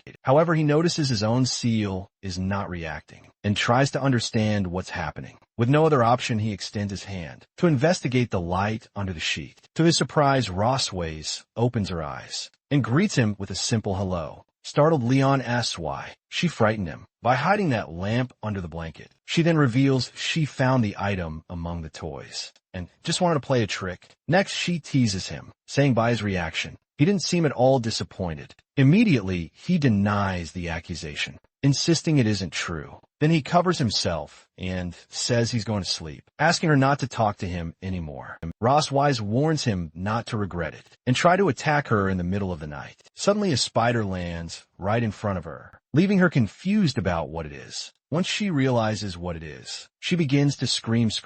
Leon jumps up startled and asks what happened. In the next moment, Ross Weiss leaps into his arms, leaving him even more confused, still clinging to him. The girl warns there is a spider in the room. Leon then recalls seeing in the album a photo of her crying because of a spider, wondering if it's an old childhood trauma. Thus he concludes that even the queen of the silver dragons has fears. He says there's no choice and that he will catch the creature, while the Valkyrie asks him to hurry. As he approaches, the boy picks up the spider with his hand. Hold it, yet he realizes it isn't what it seemed. As soon as he reveals the creature, Leon explains it's just a toy spider, and she doesn't need to be afraid. Still, Ross Weiss refuses to listen and orders him to get rid of it immediately, real or not. Seeing her reaction, he calms her down and promises to throw the toy out at once. With that, he tosses the spider out the window. Then he turns to his companion and says, the thread is gone, asking if now she can sleep soon.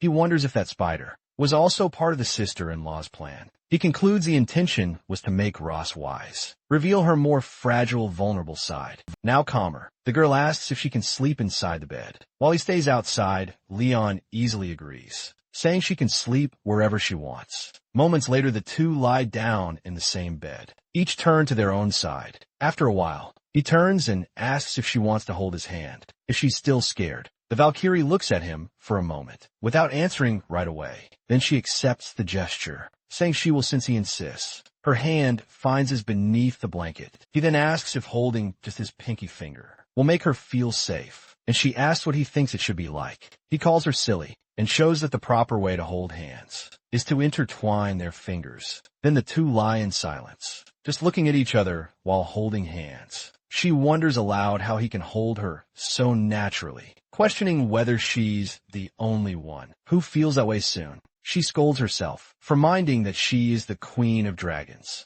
and there's nothing shameful about holding a hand. You then ask why her hand is so cold, but seeing her sweating, Ross Weiss reveals that the cold hand is actually his. Nervous, one feeling the touch, she notices that his hand bears the calluses and scars of a sword wielder, stiff yet warm. She then realizes that where their fingers interlace, it's as if a current flows across her skin. The girl falls silent, only reacting to that sensation of touch. As the night passes, Leon asks her about her criteria for a partner, but she says she was joking and now has none at all. Thus, the night continues and the two remain lying silently. Even trying, he realizes he can't sleep at all. He looks to the side and wonders if Rosewise has already fallen asleep. Then he notices his fingers going numb from staying in the same position and decides to shift them a little, pretending to sleep. Rosewise wonders why instead of just holding her hand, he is now poking it finally. She concludes that the prisoner dares to touch his mistress. Determined she thinks fine, then she will touch him too. In the next moment, Leon jolts as he feels her touch. Confused, he wonders what is happening and why the Valkyrie is caressing his hand. He notices her body is so soft and at where they touch, he feels a pleasant sensation. With that, a strange desire begins to grow rapidly inside him. The same time, the desire is mutual and both think the same thing. Soon the thought evolves and they both feel they want to go beyond that simple touch. Next, their faces draw close slowly as they gaze at each other in silence. Liam then takes the initiative and moves over her, pulling the blanket over them before kissing her. He thinks he will surrender to the moment. Just for tonight then, the boy positions himself over Ross Wise on the bed, ready to move forward. Meanwhile, she just softly whispers his name in response. Leon agrees with a low hum, leaning closer to her, even knowing what's about to happen. He's surprised that his dragon mark isn't reacting at all. It's soon revealed that the mark only spices things up and isn't activated when two people truly love each other. However, the moment is interrupted when the toy spider falls right between them, with a scream echoing through the house. He quickly assures her there's no need to be afraid, as he already grabbed the spider. Outside the room, Ross Weiss's sister concludes they've likely discovered the little surprise. She's set up back in the room. Leon holds her and comforts her, saying there's nothing to fear, and everything is fine now. As the spider rests in the garden, he says he's checked everything, and there are no more traps. Just continues holding her gently in silence. Nestled against his chest, the Valkyrie comments that his heart is beating very fast. He then confesses that he's also afraid of spiders. After hearing the confession, she decides not to pull stunts like that on him anymore. Finally, he asks her not to talk about what happened, and Ross Weiss assures him she understands. When morning comes, sunlight filters through the bedroom window. Suddenly she opens her eyes. As she sits up in bed, she wonders when she fell asleep. Next, she asks herself if that guy woke up early. Still, she concludes it's better if he's already left. She admits that after what happened, she doesn't know how to face him. As she gets up, she reflects that it was the first time she broke her own principles. While getting dressed, she laments having shown weakness to a human, falling asleep in his arms. Fully ready, she decides that it's far too embarrassing and that she can't tell anyone. As soon as she opens the door, her sister surprises her asking if she's already up. Immediately afterward, her sister-in-law asks how her exciting night was. Ross Wise replies that it was very exciting, but she doesn't want it to happen again. Her sister then whispers if they use the toys, and she quickly denies it. With that, the sister promises to pack toys for practice, and already asks about the next baby hair. Embarrassed, Ross Wise grabs her arm, saying there's no need to worry about that, and invites her for breakfast. In the dining hall of the Red Dragon Sanctuary, Leon spends time with the girls. While they wait for the meal, he gently squeezes Mayan's cheeks, and she opens her mouth in reaction. As soon as Ross Weiss and her sister enter the hall, Moon announces excitedly that Mommy and Annie have arrived. Immediately after, the little girl asks happily if they can start eating now. Then, the whole family sits at the table to eat breakfast. In silence while eating, the couple avoids eye contact with each other chewing. Leon thinks about how embarrassing the whole situation is. He remembers how last night, due to the atmosphere, he almost kissed her and ended up falling asleep while hugging her. With that, his conscience splits. One side accuses him of betraying his homeland, and the other reminds him that they're married. While the inner conflict rages on, he just notices the bread is a bit bland. He decides to add some peanut butter to improve the taste, however. As he reaches for the jar, Ross Weiss stops in by placing her hand on his. The sudden touch surprises them both, confused by each other's reaction. Her sister then reveals the bed's secret, explaining she made the waterbed to help the couple's hearts race. She continues saying there are buttons at the edges of the bed that release toy spiders to scare Ross Weiss. Prime Lane, the sister-in-law, explains that the mechanism only doesn't activate if they're hugging, leaving Ross Weiss furious at the unnecessary plan. The warrior agreed that the place was quite hot, and Lien also confirmed that it was true. Then her relative suggested they return to the room for a bath. But both of them instantly rejected the idea, for as wise as her sister, no matter how many times she teases them, the couple's reactions are always entertaining. Changing the subject, she asked Leon if it was true that they had a disagreement with the Crimson Driving clan next. She told how No defended herself from the Duke's son, while her partner bragged about easily defeating the Duke afterward. With that, her sister praised Noah, saying she was truly amazing. She then explained that the Duke went straight to the leader. Constantine exaggerated the events, and that Ross Weiss insulted him. Liam recalled reading in the history of dragons that Constantine was a hero who expanded the clan's territories. Her sister warned them that Constantine had been trying to extend his domain and might use the incident as an excuse to stir up conflict. Ross Weiss and began to declare what would happen if he dared attack her sanctuary. Because of a duke, she concluded that she wouldn't hesitate to give the Crimson Dragon clan a proper lesson. The group then reached the main entrance of the Red Dragon Sanctuary. To farewell, her sister asked them to return safely, and Rosswise promised they would visit again. Another day, right afterward, she handed them a farewell gift and asked them to only open it once they were home. While the warrior thanked her, she also told the twins to eat plenty of meat so they could grow up strong and come back to play again. Noon promptly stated that she would eat a lot more, while Noah simply nodded lastly. Her sister turned to Leon to give him one final message. She reminded him not to forget the promise he made, and the young man assured her he would keep it. Boss Wise watched the conversation, not understanding what it was about. The girls waved goodbye to their aunt as they flew off, and her sister wished them a safe journey back inside. She walked through the now empty hall. As she walked, she commented to herself on how adorable the little dragon girls were. Then she wondered when the couple's next child would be born. Suddenly a spider descended from the ceiling, stopping right in front of her. Upon picking it up, she realized Leon truly protected his wife with great courage. Far away, Leon suddenly sneezed for no apparent reason. With the girls asleep in his lap, he wondered whether her sister had already discovered the surprise he left for her at that moment. He reflected on how Rosswise and her sister were completely different from the Dragon Kings he had known before. He continued thinking, realizing that they valued family above all else and showed sincere love in a low voice. He admitted he could barely believe the amount of trust her sister had placed in him already in the sky.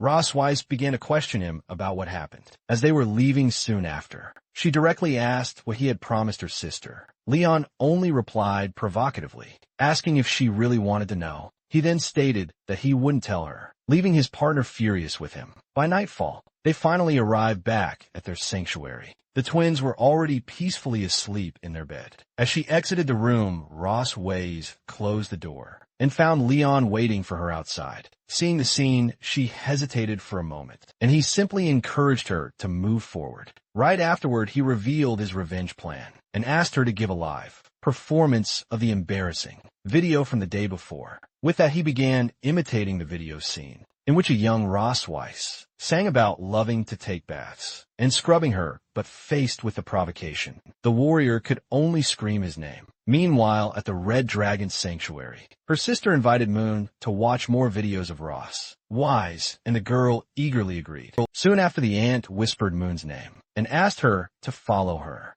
The little one followed her aunt to a door that emitted a glowing light. On the other side, her mother began singing about how much she loved bathing and how amazing her body felt. She continued the song about scrubbing her butt and blowing bubbles. As the video showed a young Ross Wise in the bath, Leon sarcastically praised his wife's singing, comparing it to the beautiful song The Lark. The woman screamed that she needed to destroy the recording, but her sister stopped her, saying she would keep it as a family heirloom. Her sister's gift rested on the table, and Leon commented with relief that the box had finally survived, and simply laughs at the situation and says, "It's all a big joke." At that moment, Rossway stares at him and states that it's obvious he's very bored. Then she grabs him by the collar and calls him by name, indicating there will be serious consequences. Suddenly, she suggests they should pick up where they left off. At that moment, he realizes the provocation went too far. He quickly decides it's time to run, but his companion yells at him to stop immediately. When he tries to escape, he discovers the bedroom door is blocked. Ross Weiss appears at the entrance and gives him 10 minutes to go to her room. She then warns that she'll show him the consequences of provoking her. With those videos, the young man stands in front of the door, processing what just happened. He laments that his own Tom always gets him into trouble. He reflects that he didn't expect her to react that way. However, he concludes that it only confirms that the warrior's dark past is her greatest weak point. Out loud, he declares that even if he suffers physically, it's the price to pay for the noble cause of hunting dragons. With tears in his eyes, he accepts his fate, stating that his body may break if necessary. Thinking about Rosswise, he concludes that everything is worth it, as long as it makes the silver dragon queen suffer. Meanwhile, she takes her own bath, thinking it's her duty to punish him. Already prepared, Leon warns her to brace herself for what's coming. 10 minutes later, as soon as he enters the room, a scream is heard from inside. Lying on the bed, he then asks Rose Weiss to go easy on him. With a whip in hand, she introduces herself and orders him to call her mistress. Surprised by the scene, the young man teases her, calling her a true actress. Ross Weiss simply calls him an idiot in response. Then she strikes him with the whip, making him scream. She then warns him that he said it wrong again, as he still doesn't seem to understand the situation he's in, that he reflects that the whip doesn't hurt that much, but it caused a strange sensation. Suddenly, he realizes that her goal is just to embarrass him. With that role play, he understands the act Ross Weiss plays the teacher, and he is the rebellious student who made mistakes. To continue the game, she asks him if he already knows where he went wrong. Getting into character, the young man apologizes to his mistress and promises that from now on, he will obey and won't make mistakes anymore. Rosby then asks if he's ready to turn in his assignment. Not understanding he asks what assignment that is. She scolds him, asking how he can promise to study if he doesn't even know what the task is. Then he asks his mistress to tell him what the assignment is, and she says he's lucky that she's so understanding. Right after she reveals that today's task is to make the mistress's dragon mark shine, she then warns that the punishment will be worse if he fails, and Leon promptly accepts the challenge with fact. He places his hand on her to begin the task. He then reflects that after so many nights together, he already knows every sensitive spot on her body. Soon his touch begins to have the expected effect. Ross Weiss then praises him, commenting that he learned very quickly. Then the two continue the task. The lesson between the two continues intensely. In the bedroom, assuming Leon asks if the task is already finished, and if it's good enough that way. Ross Weiss replies that it was only a warm-up exercise before the real lesson then. She reminds him that he hasn't even turned in his homework yet. Surprised, the young man asks if that also counts as part of the assignment, then limits, knowing she wouldn't let him rest. Once again defeated by the claws of the Dragoness. Right after he wonders if all of this is happening because of the dragon mark on his chest, he also notices that his mouth is getting drier. His body begins to grow restless with the situation, and he holds her tighter. That the game between them intensifies even more. On the bed, Ross Weiss then comments that Leon is being very naughty. In response, he asks her if that's not exactly what the teacher wanted. She then encourages him to continue, telling him to go faster. Their hands clasp tightly during the moment. After a while, Liam finally manages to catch his breath. After the long night, he reflects that the game between them is finally over. While getting dressed, he asks the teacher if he can leave now, as he has turned in the lesson. However, just as he's about to leave, Ross Weiss grabs him by the clothes to stop him. She then informs him that he has only completed the task for one subject, and that 6 more remain, not understanding. The young man can only ask what she means by that. A cry of despair echoes through the starry night. Leon accuses the teacher of being addicted to work, but she merely orders him to prepare, to spend the whole night doing homework. Ross Weiss just watches the situation with a smile. The next morning, she walks around completely refreshed, while the young man walks, with dark circles under his eyes. And trembling steps, the twins soon find him, and Noah asks why he looks like he hasn't slept, while Moon points to the huge dark ring under his eye. He then explains that he stayed up late, writing his homework. Moon asks if adults also have homework, and Ross Weiss confirms that they do grown-up homework, just like children have theirs. The answer leaves the two girls silent for a moment. Suddenly, Munich claims that she discovered a super powerful rule. She then explains her theory: when mommy is doing well, daddy becomes weak, and when daddy is doing well, mommy is the one who becomes weak. Liam praises Maiwan, saying she's very clever for noticing a truth most people don't realize. He then promises that he'll be the first to defend her if anyone says she's only good at being cute. Hearing the conversation, Noah watches with her arms crossed. Soon after, she looks at the sky and announces that he has arrived. Next, she says goodbye to her mother and younger sister, while Ross Weiss tells her to be careful. Moon asks her sister to come back soon so they can play. Liam also says goodbye, asking Noah to study properly, and that they'll see each other next weekend. The girl just nods in response. Soon she says she's off, as enveloped by teleportation energy. As Moon says goodbye to her sister and the dragon, the family watches her departure. Right after, the father asks the little one what they'll do now that her sister has gone to school. Moon reflects that her daddy is always tired, and mommy seems really worried about it. She then declares that since her sister is gone, she will make sure daddy trains and gets stronger. With that, she pulls his arm and invites him to run in the training field, and he accepts the suggestion. Ross Weiss watches the scene and reflects that it's interesting and that she'll keep an eye out to see what happens. Next, while Liam leads the exercise count, Little Moon asks why they need to do that. Right after he explains the importance of warming up before exercising, and the little girl confirms that she understands. Suddenly, Ross Wise approaches and said she wants to join them. Seeing her mother, Moon celebrates that she's going to run with them too. Soon Ross Wise tells her daughter that she won't go easy on her, and Moon replies that she won't go easy on her mom. Either then, Leon warns her to be careful not to twist her ankle, since she spends all day sitting in the office. The warrior teases him by reminding him of the last competition she won, but he snaps back that he didn't even use all his strength. That makes the little one excited, and she yells for her mom and dad to fight again. Quickly, the man covers his daughter's mouth, saying that children shouldn't talk about fights. Even Somyo asks why her dad can't be her mom, and he wonders how she already learned to attack, for real, to clear things up. He explains that he doesn't want to hurt his wife, which is why he lets her win from a distance. Ross Wise calls him stubborn and proposes a new contest to see who can run the longest. With determination, Leon accepts the challenge and says that the endurance match is far from decided. As the three prepare for the race, Moon declares that she won't lose either. With that, the maid raises her arm to start the race and give the signal. The maid then shouts go, and the race between the three begins.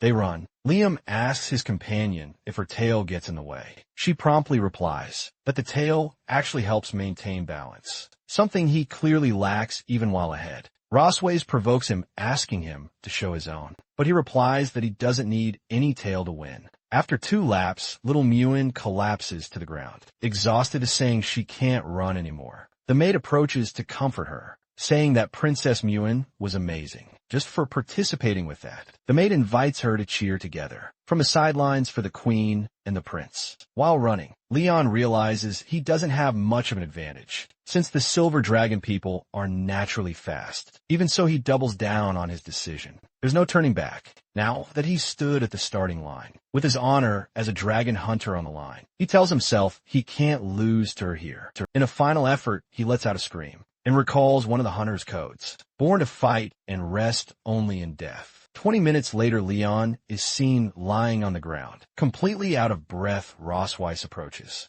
and asks if he's going to accept defeat. But Leon from the ground says he does not. Smiling, the woman challenges him, asking if he wants to keep running. Since he refuses to lose resolve, Leon asked for 2 days to train, guaranteeing that he'll definitely be her. Teasing him, she says not even 2 years would be enough for him, but still lying on the ground, he insists he can do it. Then Rossway steps closer and asks if, now that he's been defeated, he's going to show what he's really capable of. With a serious expression, the hunter dodges the question, saying he loves taking baths because they make him feel good. Right after he warns her that holding grudges will come back to bite her, but says that she's the one holding grudges like that. Then Ross Weiss calls little Mayan and declares that, since her dad is feeling weak, they'll go exercise together now. The little girl says her dad really is kind of weak, and that's why he needs to work out more. Frozen Leon is speechless upon hearing the comment from his own daughter. Holding Mayan's hand, Ross Weiss walks away, and from a distance, Leon advises her not to underestimate a father who looks weak, because things can change over time. Later, a special meal is served at the table to help the family recover their energy. Affectionately, Little Moon asks her father to open his mouth so she can feed him. He opens his mouth to receive the food offered by his daughter. Right after eating, the man collapses onto the table, and Ross Wise advises him not to push his rusty body so hard. Next time, still lying down, he grumbles that he only lost because of the task from the previous night. Otherwise, he definitely would have beaten her. Ross Weiss then teases him, asking if he wants to continue the task that might as well faced with the proposition. He abruptly gets up from the table quickly. Warrior picks Moon up in his arms and announces that he'll stay with her tonight to tell a new story. When a little girl asks if they had agreed on that, he responds that the agreement starts now. Ross Weiss agrees, on the condition that they don't stay up late and get to bed early with that. The little one happily agrees with her mother while being held in his arms. Ross Weiss then leaves and walks alone down a long hallway. Suddenly,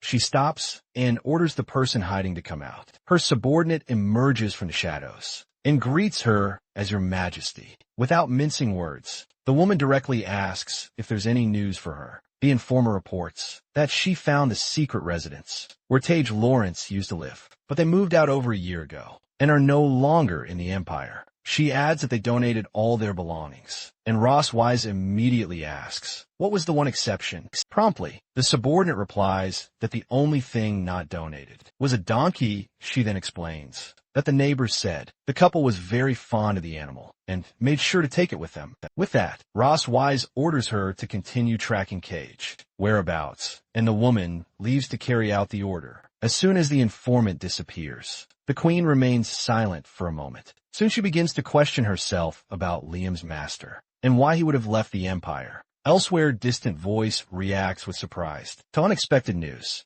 The information leaves the couple shocked, and the man asks if he heard correctly about a family sports day. Then, Moon confirms that the Academy is organizing the event. Next week, Ross Wise comments that back in her day, parents didn't have to participate, and the daughter explains that it's a new initiative. Curious that the one asks her mother what place she came in when she competed in the games. Proudly, the woman replies that she came in first place, which impresses the girls. Soon the girl asked about their father, and he reveals that he didn't place at all, which makes her ask why with a smile. The warrior explains that he had such an advantage, that the Academy thought he was cheating and didn't publish his results. Hearing that story, Noelle asks if that means her father is a cheater. Leon denies it and explains that the Academy gave him a medal in secret, but he melted it down to make a bracelet for his grandmother. Hearing that, Ross Weiss questions how someone who values honor so much could melt his medal, and the man replies that he prefers not to have an honor. He can't show off with pride. Then she asked if he's really going to participate in the sports day. Noah then explains that the event is more for fun and it doesn't affect grades. With determination, the girl reveals that even so, she really wants to win first place. Realizing this, Liam understands that his daughter inherited his competitive spirit and has a strong obsession with being the best. With that, he and Ross Wise exchange a look of understanding. Soon the two announce that they will participate in the event together. With her excited, Moon says she wants to join too, but No explains that registration is limited to only 3 people. To cheer her up, the father says the little one can be in charge of cheering and that her support will be essential for victory. Right away, the little girl agrees and promises to cheer with all her strength for the family. With the whole family gathered, he declares that if everyone gives it their all, winning the sports day will be a piece of cake. To prepare, Lingham begins an intense and early training routine for the family sports day, which will take place in a week. While exercising, he watches Ross Weiss stretching in the distance. The warrior reflects that dragon women like her are true models. Anything they wear looks good on them. Soon after, the one approaches and suggests a warm-up run, since the kids aren't awake yet, and he promptly agrees as they run. Leon asked about the events in the competition, and Ross Wise lists the triathlon, racing, and jumping events she took part in. In response, he says it doesn't sound too different from his own sports days, but she warns him not to underestimate competitions. Among dragons, Leon replies that dragon hunters aren't as easy as she thinks either. With a teasing smile, Ross Weiss recalls how, just a few days ago, someone collapsed after only a few laps. The remark visibly annoys him. He yells that it was her fault for making him stay up all night with that task. Upon hearing the complaint, Rosby stops and asks if he'd like a bit of motivation. She then proposes that if they manage to win first place at the sports day, he'll earn a week off. Excited, Leon asks if she's serious, and she confirms the deal with newfound determination. The man declares that this tournament will belong to their family. He shouts, "Let's go!" It takes off training, leaving his partner behind. Watching the scene, Ross Weiss concludes that her motivation technique really works. At the end of the warm-up, she approaches and asks if his muscles and joints feel active yet. Leon jumps up full of energy, saying it feels like he just took a stimulant. Then Ross Weiss picks up a rope and comments that since it's a family event, the competitions will probably be different. Because of that, she says, they also need to train their coordination as a team. not just their physical condition. Leon steps back and asks what the rope is for, jokingly, asking if she wants to practice tying him up again. After the teacher-student game, Ross Weiss scolds him and asks if he's never heard of a three-legged race. Embarrassed, Leon admits he saw one once at the Dragon Hunters Academy. She then declares that their basic coordination test is about to begin, and he agrees reluctantly. As soon as their legs are tied together, Liam notices how uncomfortably close they are. To break the awkwardness, he suggests they start training right away.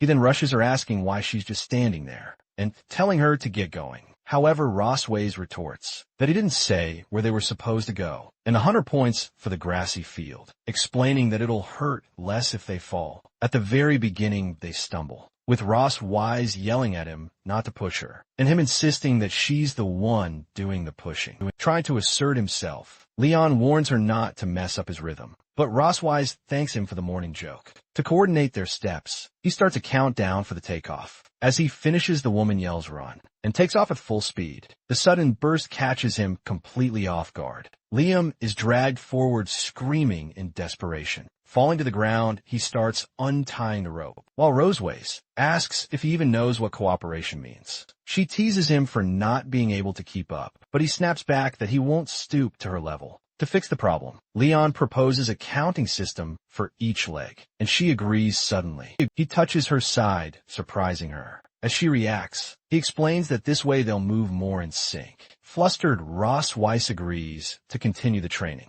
With a new tactic, their synchronization begins to improve as they move to the rhythm of his count. Later, the woman has him do push-ups with her on his back, and he complains that she really knows how to. Enjoy the show. Trading continues, to the point where Leon's body is so exhausted he can barely hold himself up. To motivate him, Ross Weiss threatens to give him a kiss if he can endure it, but he screams that he'll never allow that. And so, with that extra motivation, the 500 push-ups of the day are finally completed. Time flew by, and his scheduled saint, his academy's family sports competition, finally began. Standing on a podium, Vice Principal Wilson officially announced the start of the institution's first ever family sports event from the stands. Little Moon shouted words of encouragement to her father, mother, and sister. Soon the commentator, Sheol Liu, introduced herself and announced that she would be narrating the entire progression of the competition. With that, she stated that the first round would be the relay race, with each family sending 3 participants. She then explained that the race would be a total of 3,000 meters, and the team that completed the course in the shortest time would win.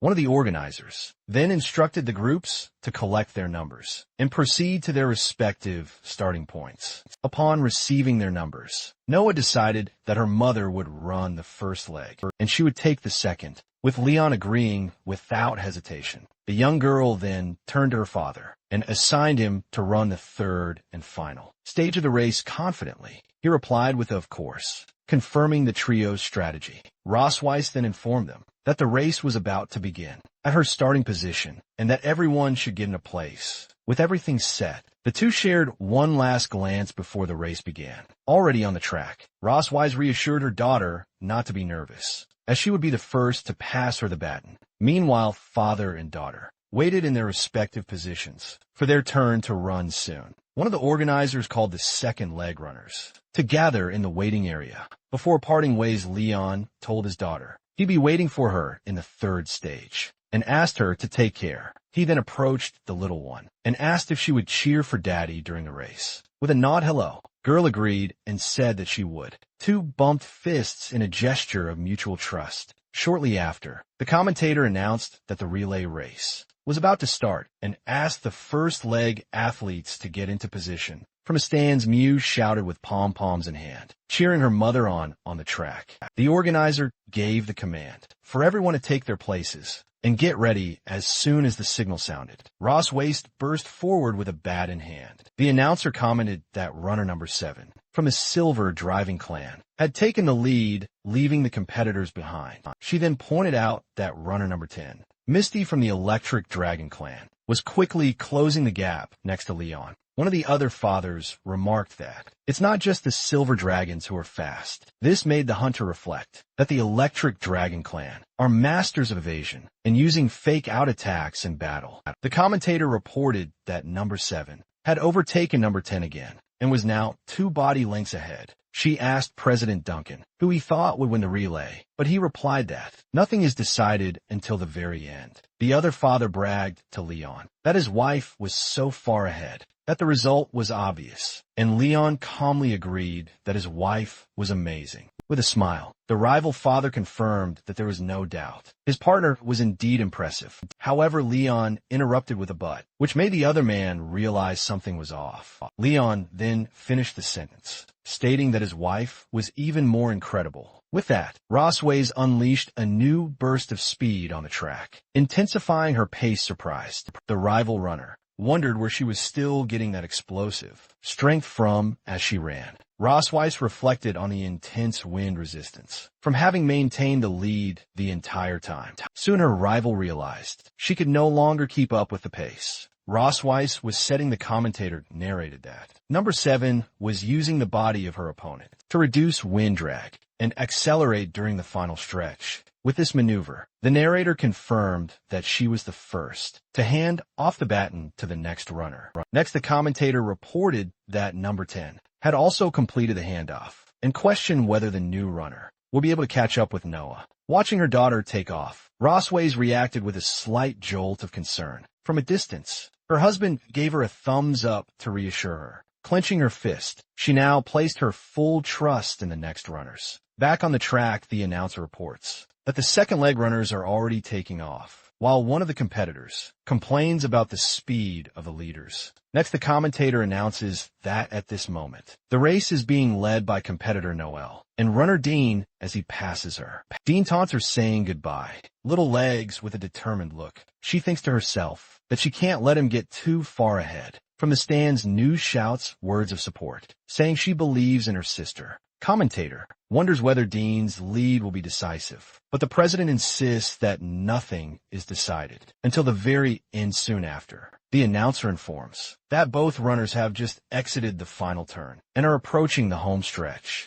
The commentator highlights that the 2 dragons are running side by side with neither giving the other any room. With that, the announcer questions who'll manage to pass the baton first for the final leg of the race. Then, the commentator confirms that Dean hands off the baton with a slight lead, and Noelle also completes the exchange successfully. As soon as she finishes her leg, she apologizes to her mother for wasting the advantage that had been built. Rossweiss reassures her, saying she did very well, and that her opponent had a physical advantage for being older. She then invites her daughter to go with her to the finish line to cheer for Daddy. Back in the stands, Moon yells that her daddy needs strength and that he's the best on the track. The rival runner warns Leon to pay attention because he's about to gain a 5-second lead. As he bursts forward, the opponent laughs loudly, mercilessly taunting him. Liam internally thinks that the rival shouldn't underestimate his obsession with vacation time. With the race heating up, the commentator narrates that Gordon and the representative of the Silver Dragon clan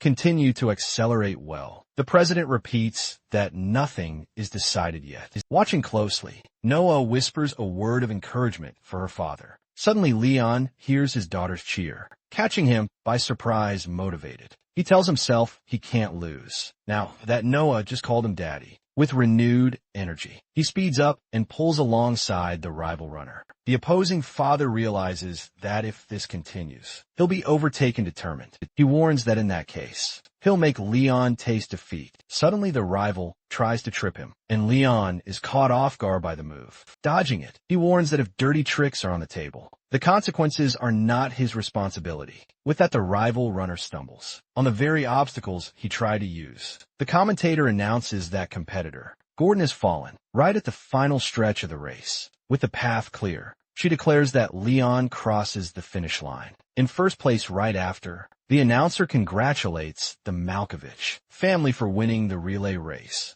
After the victory, the father approaches Noah and asks what she had just said. With a shy look, the little girl calls him Daddy Man. asked her to say it again. But Noah says she'll only repeat it if they win first place. In the games, Ross Wise comes over and asks if he's hurt, and the warrior assures her he's fine. Suddenly, the rival father approaches the judges and accuses Leon of cheating by kicking dirt at him at the end of the race. In response, Leon fires back, asking how the attacker now wants to play the victim. He then points to the opponent's clothes and says the attempt to strike him is visible by the shock marks on his shoulder. Feeding innocence, Leon tells the judges that he was running full speed and might have kicked up some dust by accident, but it wasn't his fault. One of the organizers asked the runner to cooperate with an inspection, but his wife stops him from approaching. As the couple tries to understand why the inspection is being interrupted, someone approaches and asks what's going on. Rival father immediately recognizes the arrival of the clan chief, revealed to be Thor, leader of the Electric Dragons and president of the arbitration committee.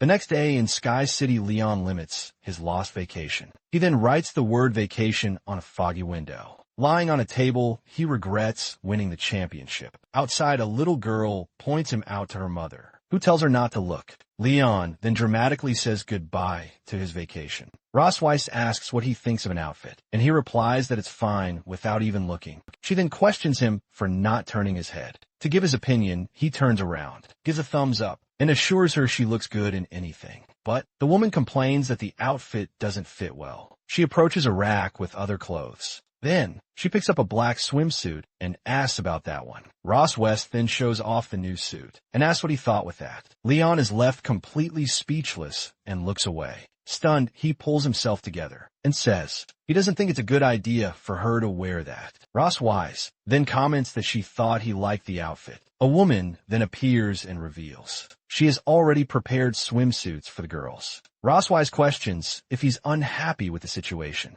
but Leon denies it then. She reminds him that the date for the hot springs trip can't be changed. She adds that his daughters are looking forward to it, and their happiness will make him happy too. With that, Leon forces a laugh and says he's very happy about the trip. To cheer him up, Ross Wise proposes not to touch him for the next 7 days. But Leon doubts the promise, saying she's always around anyway. She then swears on her reputation as the Silver Dragon Queen that she'll keep her promise. He nervously accepts the deal. Then she whispers that the bet will be harder than he thinks. Leon retorts that he can control himself and wouldn't touch her without a reason. She warns him that if his dragon pattern appears, he's lost, but he accepts the challenge. The next day, they arrive at Floating Cloud Valley. In the hotel lobby, a receptionist identifies them as the Academy's model. Champion family. Leon just confirms the information for the woman. The receptionist informs them that the Academy will cover all expenses and Moan comments that the fish in the aquarium look delicious. But Noah corrects her. She then hands the room key card to Leon, who thanks her. He questions why there are only 2 rooms, and the woman asks if he's dissatisfied with the arrangements. The receptionist offers a special honeymoon suite, but Leon immediately refuses. He calls Noah and Moin to go, while the woman wishes them all a happy holiday. Then the family walks down the hotel corridor. Leon realizes he'll have to share a room with Ross Weiss again and needs to find a way to avoid it. He then asks his daughters if they want to share a room with him, but they say they want to sleep together. Moin explains that Aunt Isis said everyone should have their own space, so they don't bother others. He then laments that his daughter foiled his plan. Noah states she could take good care of Mien, suggesting they should enjoy their time together. Ross Weiss hands the room key card to Noah and tells them to call if they need anything. Mien then calls her sister, excited to open their room door. Leon laments that the kids have grown up and don't need him anymore. Ross Weiss hurries him along, while he realizes that the real test is just beginning. In the room, Ross Weiss admires the view from the window. Leon enters carrying the suitcase, and she comments that the scenery here is really nice. He then asks her if she's ever been to this place before, but she denies it, explaining that she's been too busy with clan matters to go out with the children. She continues saying that's why she brought a camera, to take some souvenir photos. Leon startles when he hears the word camera, wondering if it's the same one he used. Before opening the suitcase, he finds the camera and she confirms it's the prize she won at the school's sports event. He then despairs, remembering that the camera contains embarrassing photos he took of her during the sports event. Ross West then approaches from behind and asks for the camera. He protects the object and offers to take the pictures, claiming to be a super professional. She questions him about when he became a photographer, and he replies that he's been photographing his master's donkey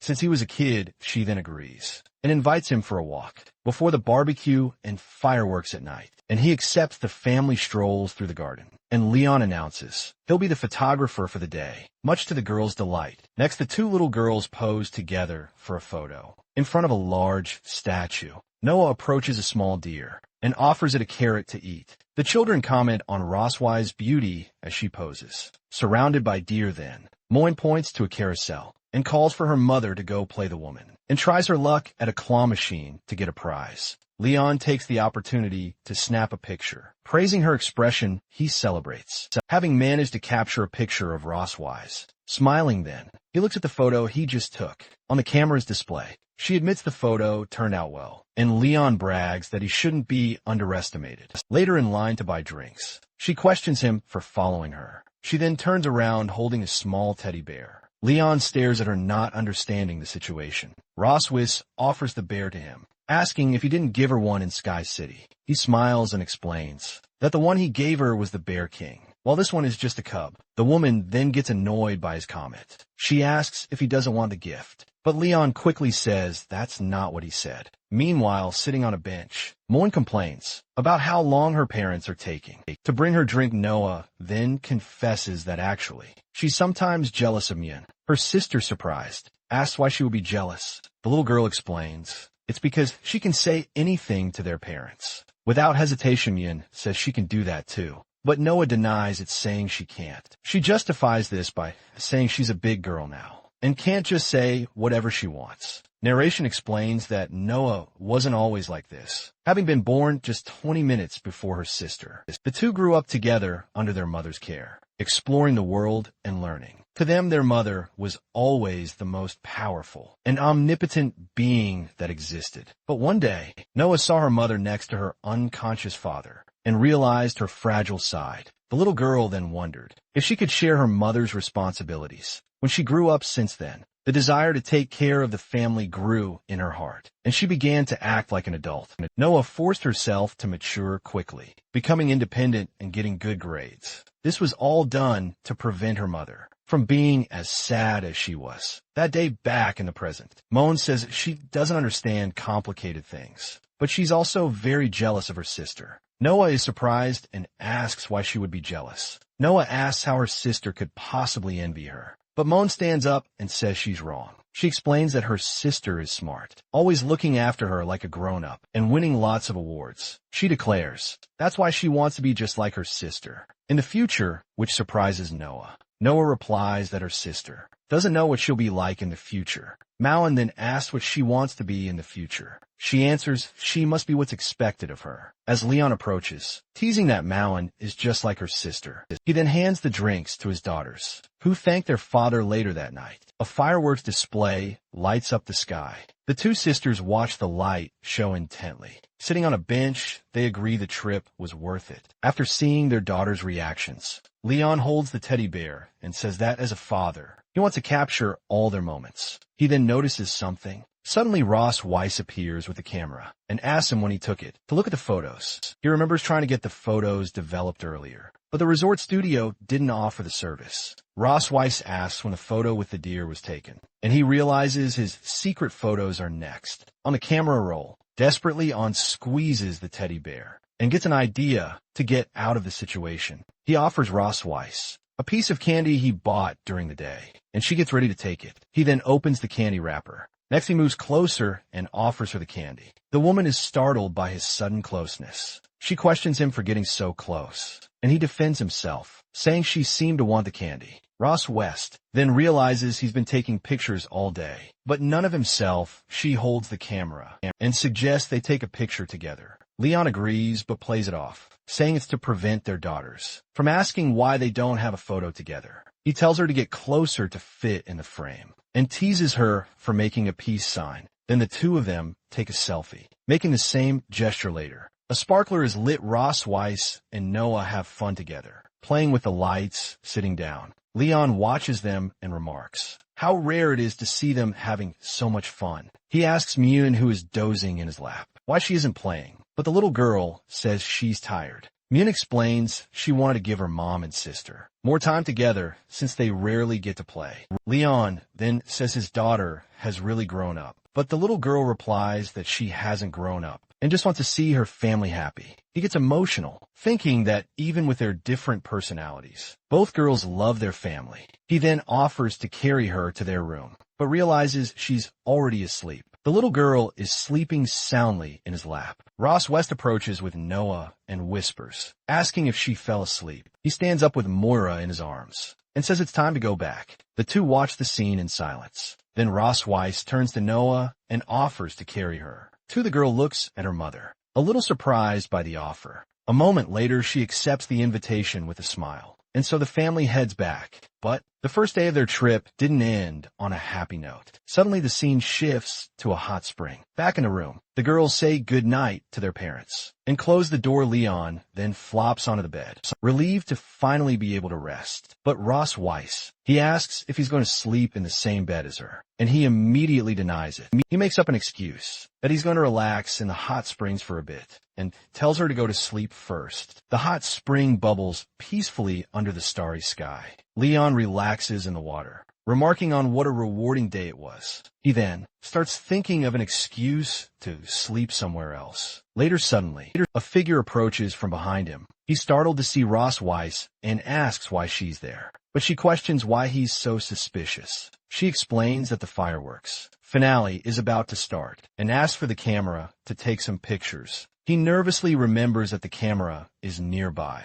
Ross Weiss spots the object on a chair and notices he brought it with him. She walks over to get the camera, while he watches in a panic. He then realizes he can't let her get her hands on it. No matter what, Leon moves abruptly in the water and shouts for her to wait, to stop her from grabbing the camera. Leon invites her to join him in the hot spring. Surprised she asks what he just said, he then repeats the invitation for her to get in the water. Ross West stares at him for a moment in silence. Then she informs him that she brought a swimsuit and tells him to behave himself. But Leon assures her that a good dragon hunter can keep his composure. She tells him to remember what he said and heads to the changing room alone. He tries to calm himself down, telling himself that nothing bad can happen. Leon fills with determination, ready to protect the photos at all costs. While waiting, he decides to recite the dragon hunter's honors to distract himself soon after. He hears a sound and realizes she's coming back. A woman wearing a purple dress appears at the door.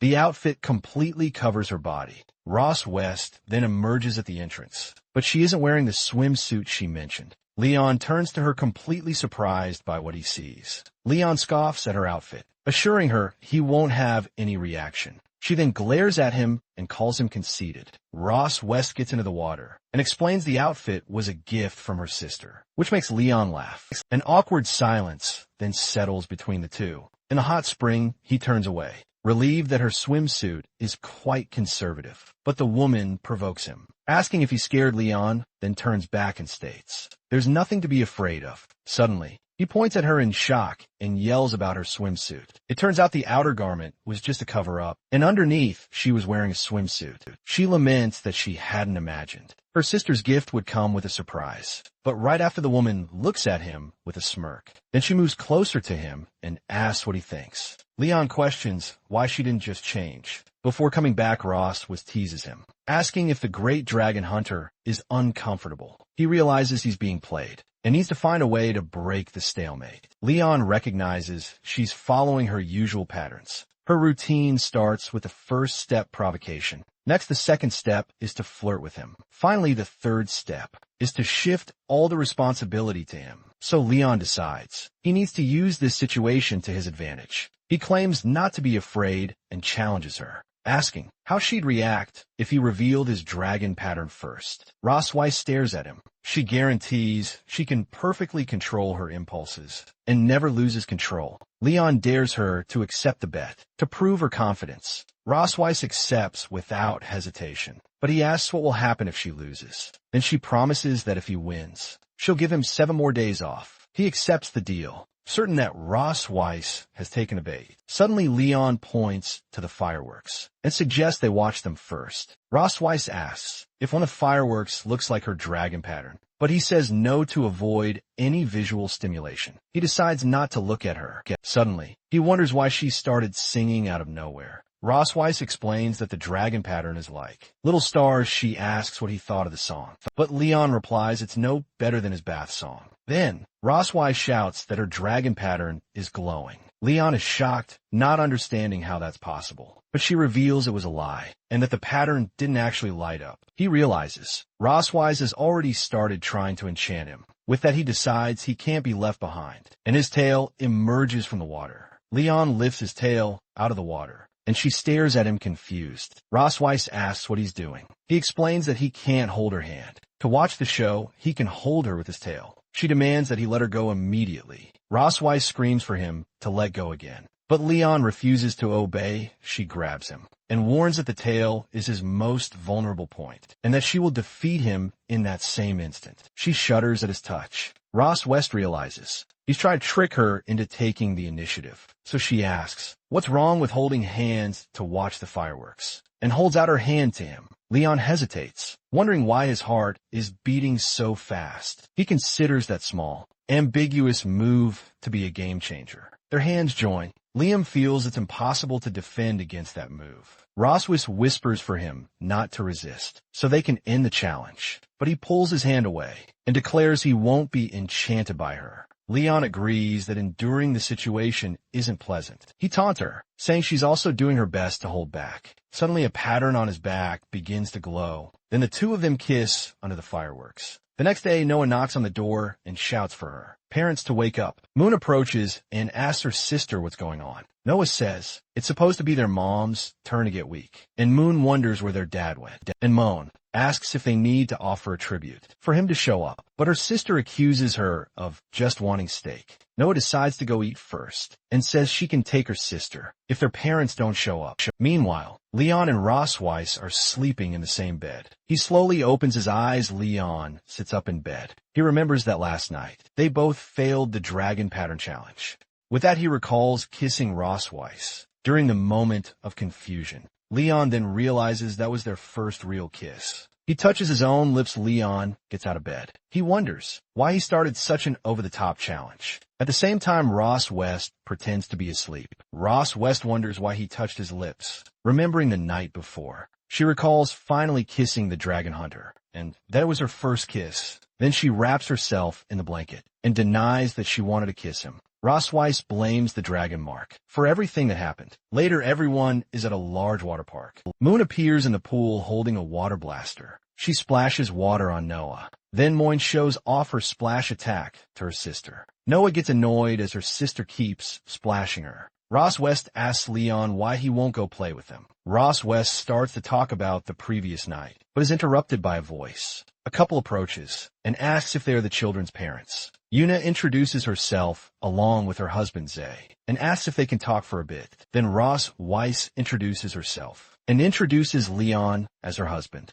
Yuna explains that they are newlyweds and came here to avoid a dragon dispute. Ross Weiss reflects that she needs to keep an eye on Constantine's movements. Yuna comments that they seem to have a good relationship, and Ross Weiss replies that many dragons have said the same thing. Leon notes that even with children, they only kissed for the first time the night before. Yuna says she envies their family for having two lovely children. She reveals she's thinking about having children and asks for their advice. Ross Weiss replies that she just agreed with him without thinking much about it. Leon notes that the female dragon is very good at making up stories. He advises that this kind of thing happens naturally and that there's no reason to be afraid. Zay asks how Leon resolves their fights, and Yuna admits she sometimes likes to have the last word. Leon is at a loss for how to answer the question. He teases her, saying that despite her appearance, she likes to act cute. Then Ross Weiss tickles him, saying he's embarrassing her.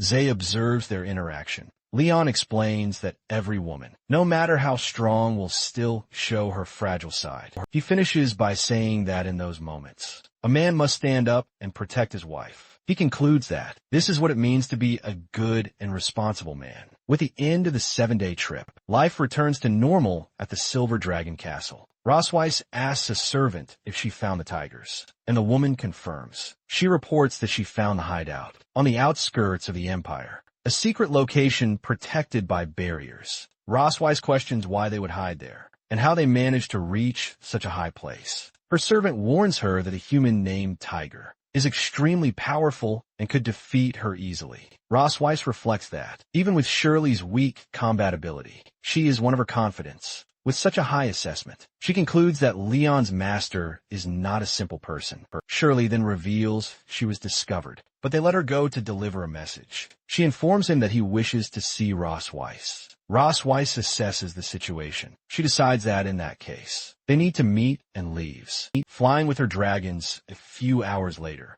they arrive at a waterfall. Shirley points to the waterfall and says the couple awaits her inside. But she must go alone. Rosweiss instructs her on what to do if she doesn't return in an hour. Next, she passes through the waterfall, protected by a barrier while someone prepares tea. Rosweiss stares at him. She recognizes him as Leon's master. He invites her to sit, and she comments that Leon was the only dragon hunter she found difficult to face. She notes the man before her has the same pressure as Leon, or perhaps even greater. Rosweiss reveals she waited 2 years for an opportunity to meet him. She asks directly about Leon's condition. The master replies that he is still alive. She recalls he was her prisoner, and the man says he's relieved. His stubborn pupil is alive. He states that Leon paid the price for someone to find his whereabouts. Then the master asks her to stop Leon from escaping to the Empire. Next year, Rosweiss asks for the reason,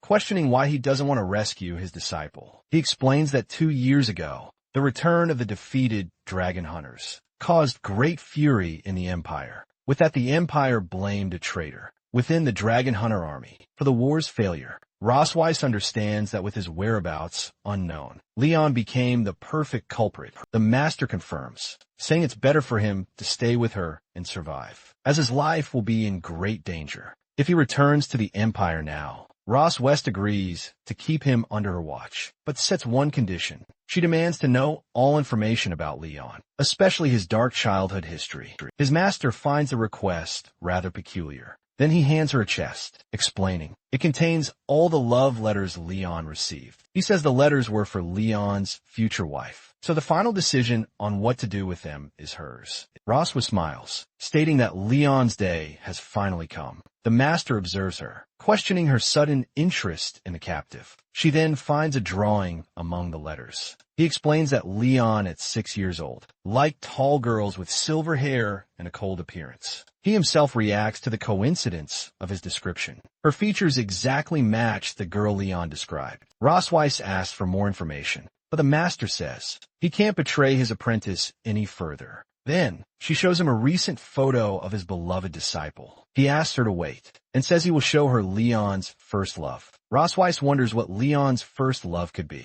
Leon's master arrives with a donkey, and apologizes for the delay, explaining the animal woke up irritated. Rosweiss then asks Shock if Leon's first love is a donkey. He laughs, and confirms it is. He then explains that Leon could never tame the animal, which followed him all day, and he considered it his childhood love. Leon's master reveals the young man has marks on his nose from a kick he took from the donkey. Rosweiss sighs, relieved by the story. She realizes she felt relieved. Then she stares at the animal and concludes there's no reason to be nervous. She turns, stating she will leave the photos and go. But she asks the master for proof that Leon is still alive. Rosweiss tosses a card to him and says Leon will understand the message. She says goodbye, declaring this might be their first and last meeting, and she states that for Leon, she doesn't just want 1 year of his life. Then she disappears in a flash of energy. Leon's master watches the spot, questioning the meaning of her words. Leon's master notices the card, left a piece of metal behind. He is startled by the object. Then a woman approaches as he limits Leon's name. Charlotte Poseidon, his wife, appears and asks if the young man is okay. He hands her the photos, saying Leon's life is better than one could describe. Charlotte looks at the family picture and comments that the boy is living better than his master. Afterward, she asks him if he has made a decision. Tiger grabs his weapon and states, "It's time to restore his apprentice's reputation." And he declares, this will be a gift for his granddaughters. At the Silver Dragon Castle, the night deepens. Leon thinks Ross Weiss is acting strange, as she disappeared for 2 days without warning. He questions a servant about Her Majesty's whereabouts, who replies she left on business. Back in the present, he hears that she would prepare dinner personally. As soon as she arrived, Ross Weiss appears with the meal, but he feels something is wrong. She invites him to eat with her. Mon gets excited, seeing the steak her mother made looks delicious, but Leon is stunned,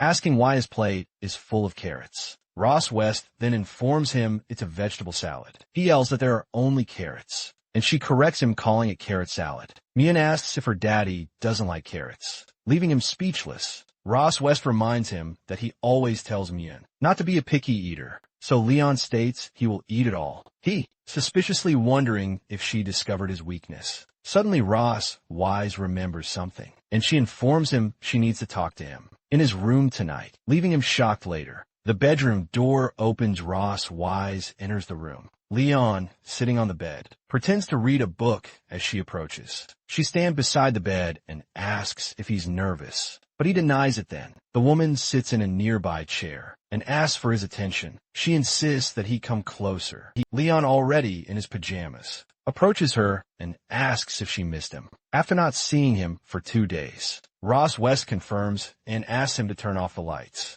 Then the bedside lamp is turned off. They lie side by side on the bed. But half an hour later, nothing happens. He hides under the blanket, wondering what's going on. Then he whispers, asking if she's really just sleeping, with one eye half open. She asks what else he was expecting. He turns away and replies that he just wants to sleep. Leon then decides to save his energy, planning to turn the tables when she least expects it. The clock on the nightstand marks the passing of time. Suddenly, Ross Wise opens her eyes. She sits up in bed and picks up the clock, and she remembers the master's advice that at 2:30 in the morning, Leon might reveal his thoughts in his sleep. Ross Wise moves closer to him and decides to run a simple test first. So she asks for the name of his youngest daughter. Leon answers Myun in his sleep, and she confirms the plan is working. She asks him what kind of girl he likes, and he replies that he prefers tall girls with silver hair. Next, she asks why he rejected girls who look like that in school, and he says he didn't like her.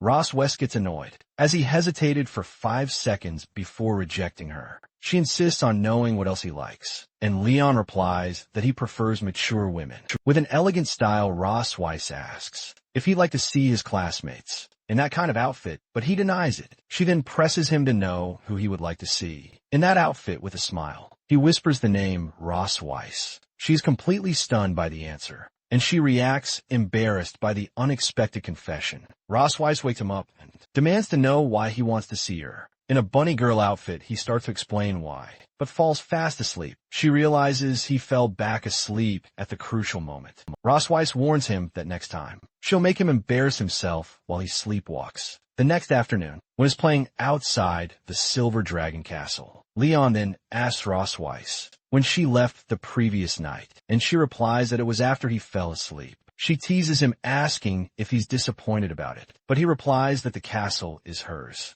and she can sleep wherever she wants. Ross West reveals that she heard him talking in his sleep, and he asks, startled, what he said. She lies, saying he seemed to regret not accepting a classmate's confession. Leon denies everything, explaining that he was too focused on serving his country to think about love. She suggests that dreams can reveal true feelings, but he continues to deny it. Mon, who was picking flowers, reacts to a sound. Then she calls for her sister and runs towards a pillar of light, as Leon tells her to slow down. Noah appears with Myun and announces that she's back. Leon notices an object in Noah's hand and asks what it is. Noah explains that it's a homework assignment. From her academy, they read the assignment, which is to write an 800-word essay about family and happiness. Ross Weiss is surprised to learn it's a competition, and Noah says the other families are dragons and cocoons. Then the girl states she wants to use her family's unique advantage as viviparous dragons. Moana asks what that advantage would be, and Noah prepares to tell her.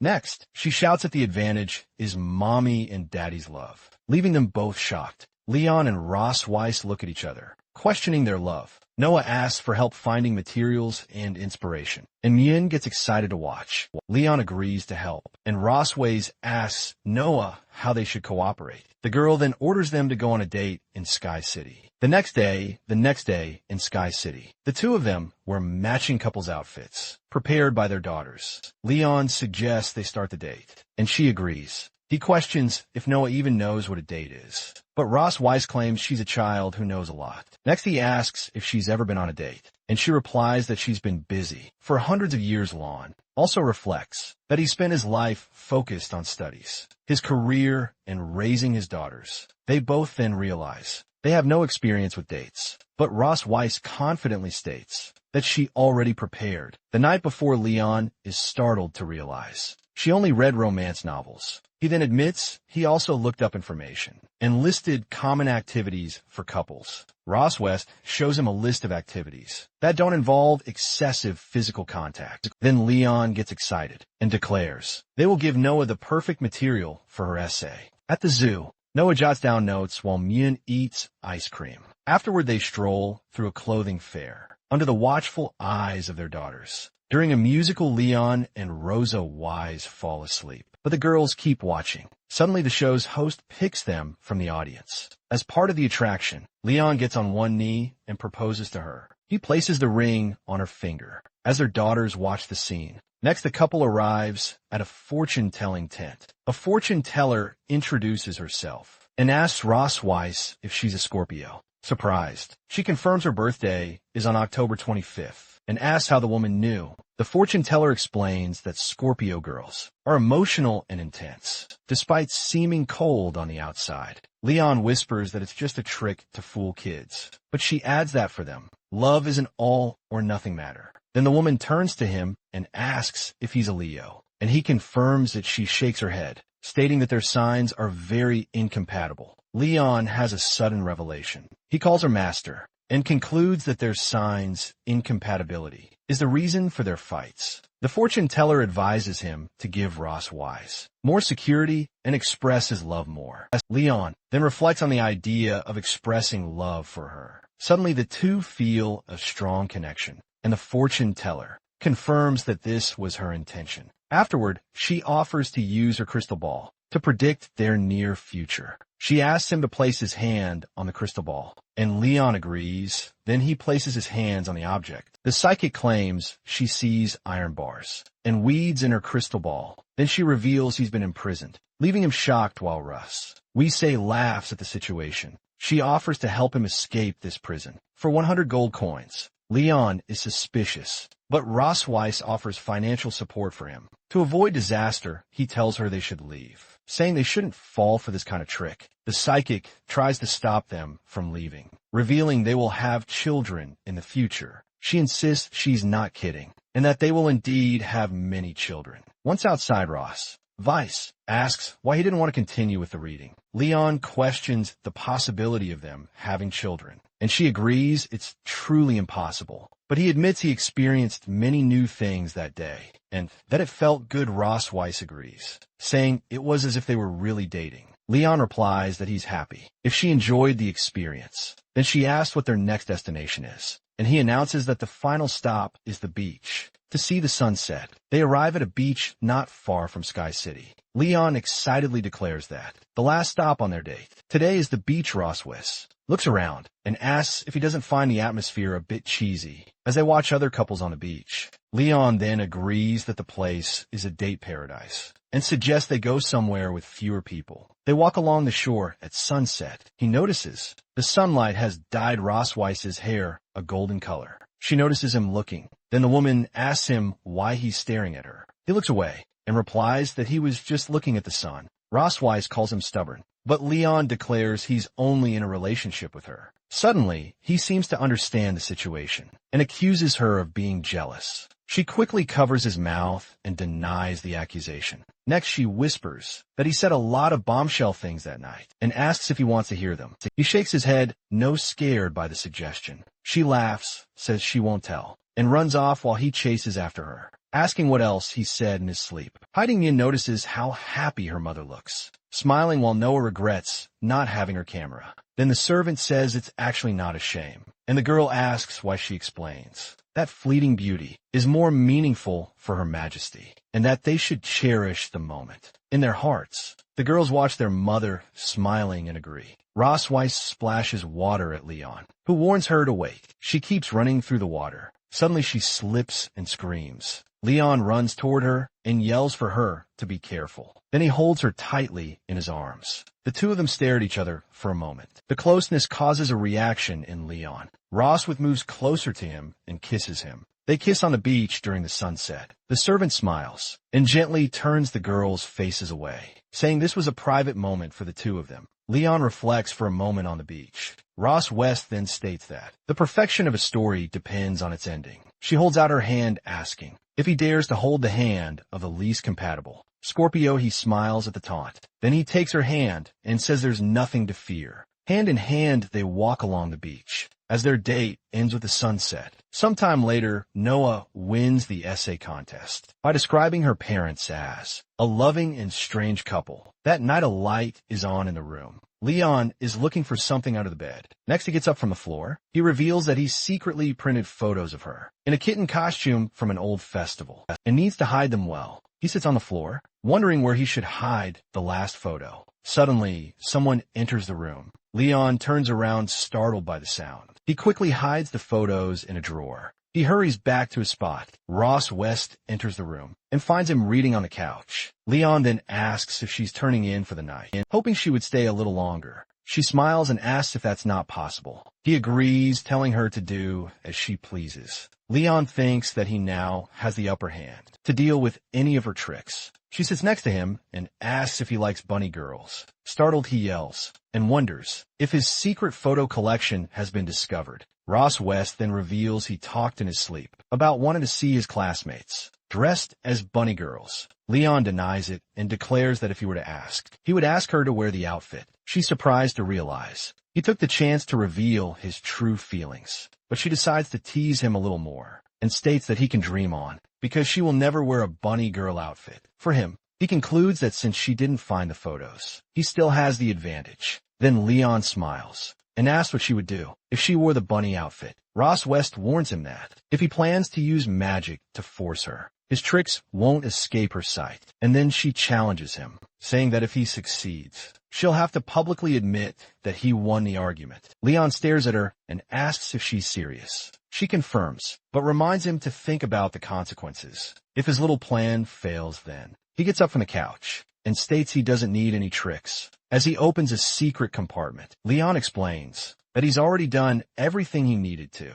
Next, he throws a photo of her in a bunny costume onto the table, calling it a masterpiece. Ross West glares at him as he reveals another photo, calling it a once-in-a-lifetime opportunity. He spreads several photos on the table, declaring the last won the final art. An aura of energy erupts around her. She asks when the photos were taken, and Leon realizes the dragoness is furious. He tells her to calm down and reminds her of the days she was unconscious due to the blood curse with a dark expression. She asks if he intends to use this against her. Ross Weisberg grabs him by the collar and asks if he's going to threaten her with it. Leon denies the threat, reminding her she promised to do whatever he wanted if she wore the bunny costume. Then sitting on the sofa, she lets him go and asks what he wants her to do. He reminds her she said she'd never wear a bunny costume and tells her to put one on for him now. Ross Weiss then asks what will happen if she doesn't agree. He replies it's no problem, but the next time she visits her sister, he can show the picture to her entire family. She asks how many copies of the photo there are, and Leon reveals that there are actually 4. Then he tells her to be a good girl, since she wouldn't want her sister to know about the costume. He asks if she's going to run away, but Ross Weiser replies that she'll go find the outfit, and Leon gives her until 7 tonight. With his arms crossed, he declares that it's finally his turn to be in charge. 7 o'clock, Leon walks toward her room, peeks through the door, and asks if she's dressed yet. Covered by a sheet, she says she couldn't find the ears, and he decides to be more tolerant. Since it's the first time, Ross Weiss agrees to cooperate, but demands that he destroy the copies of the photos. Afterward, he replies that it depends on his mood, as he unties the sash of her robe. Ross Weiss warns him not to let her find the photo first, or else then the robe falls. revealing her in the costume. He comments on how exciting it is to combine his favorite outfit with the most irritating creature. Ross Weiss glares at him and asks if he's seen enough. Leon replies that of course not, as they still have things to do. She then questions him about what else he wants. He tells Ross Weiss to sit down so they can begin the lesson. Kneeling, she realizes he's getting revenge for the lesson she gave him last time. Leon instructs the Dragon Slayer teacher to recite the 3 honors and 3 shames until she has them memorized. She raises her hand and reminds him that she's actually a dragon, not a slayer. He moves closer and tells Ross Weiser to watch her attitude and just do as the professor says. She replies, "Yes, professor." Leon then dictates the first rule about being loyal to the Empire, and Ross Weiser repeats it in a low voice, and he strikes her with a whip. Ross Weiser turns and asks why he's hitting her, and if she didn't read it correctly. He claims she's speaking too softly and tells her to read it aloud again. So she repeats the phrase loudly, swearing to herself that she'll make that dragon slayer pay for what he's done. Time passes. He comments that Ross Wise is very smart and can already recite everything fluently. She asks the professor if it isn't time to end the class, and he agrees. He starts taking off his shirt, leaving her confused. Leon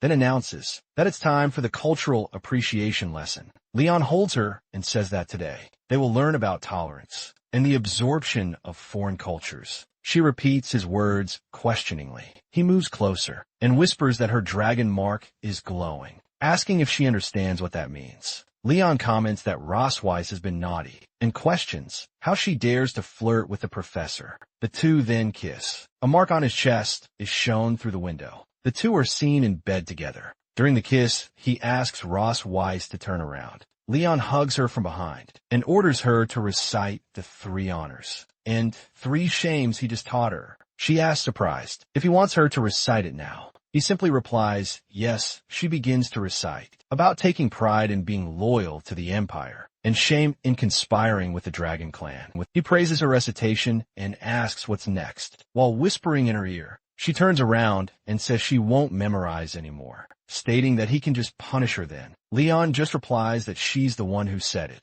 He explains that, since she has already learned to tolerate, she must now learn to absorb foreign cultures. Leon says she did a great job, and that the lesson is over for today. He tells her he's going back to his room, and that she should get some rest. She then swears he's a dead man the moment she finds those photos. The next day, Leon is seen outside with Myun and Noah. Meanwhile, Ross Weiser desperately searches the room, wondering where he hid the photos. She affirms that only by finding the pictures can she regain control and protect her position in the family. Leon walks with Myun and says he has other things to do, asking her to find Anna, and the girl agrees. Myun turns to look at her father, who is standing behind her. Upon entering his room, Leon notices the door is open. Remembering he had closed it when he left, he observes that the furniture is exactly as he left it. Then he notices a faint fragrance in the air. Leon concludes that Ross Weiss couldn't resist and came to look for the photos. He then announces that he forgot his favorite coat in the garden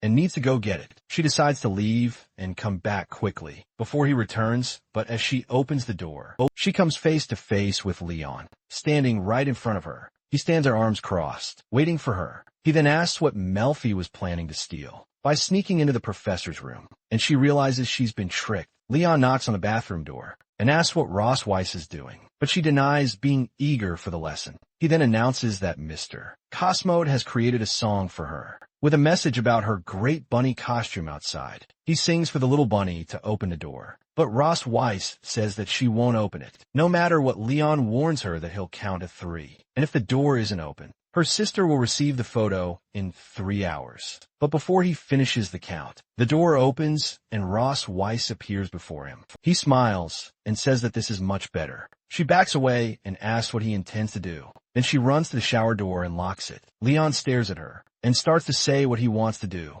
He finishes the sentence by saying he's going to rectify the law. Right there lying next to Leon, she calls him a bastard and complains that he didn't go easy on her. And she observes that even the strongest dragon slayer is defenseless while sleeping and asks where he hid the photos. She notices there's no response, concluding that last time she was lucky to hear his true feelings. Then, she decides that maybe she should try another method. This time she places her hand on his head and orders him to take her to where the photos are hidden. She realizes it worked when he sits up in bed. He gets up and starts walking down the hall, and Ross Weiss follows him closely. She tells herself that when this man wakes up, everything will be back to square one. They arrive at the back mountain of the Silver Dragon. Castle Ross Weiss calls him a cunning dragon slayer, realizing that finding the photos there will be like looking for a needle in a haystack. But she feels that the route he made her follow was a bit strange. She then remembers that the places they passed were all the ones he took her to.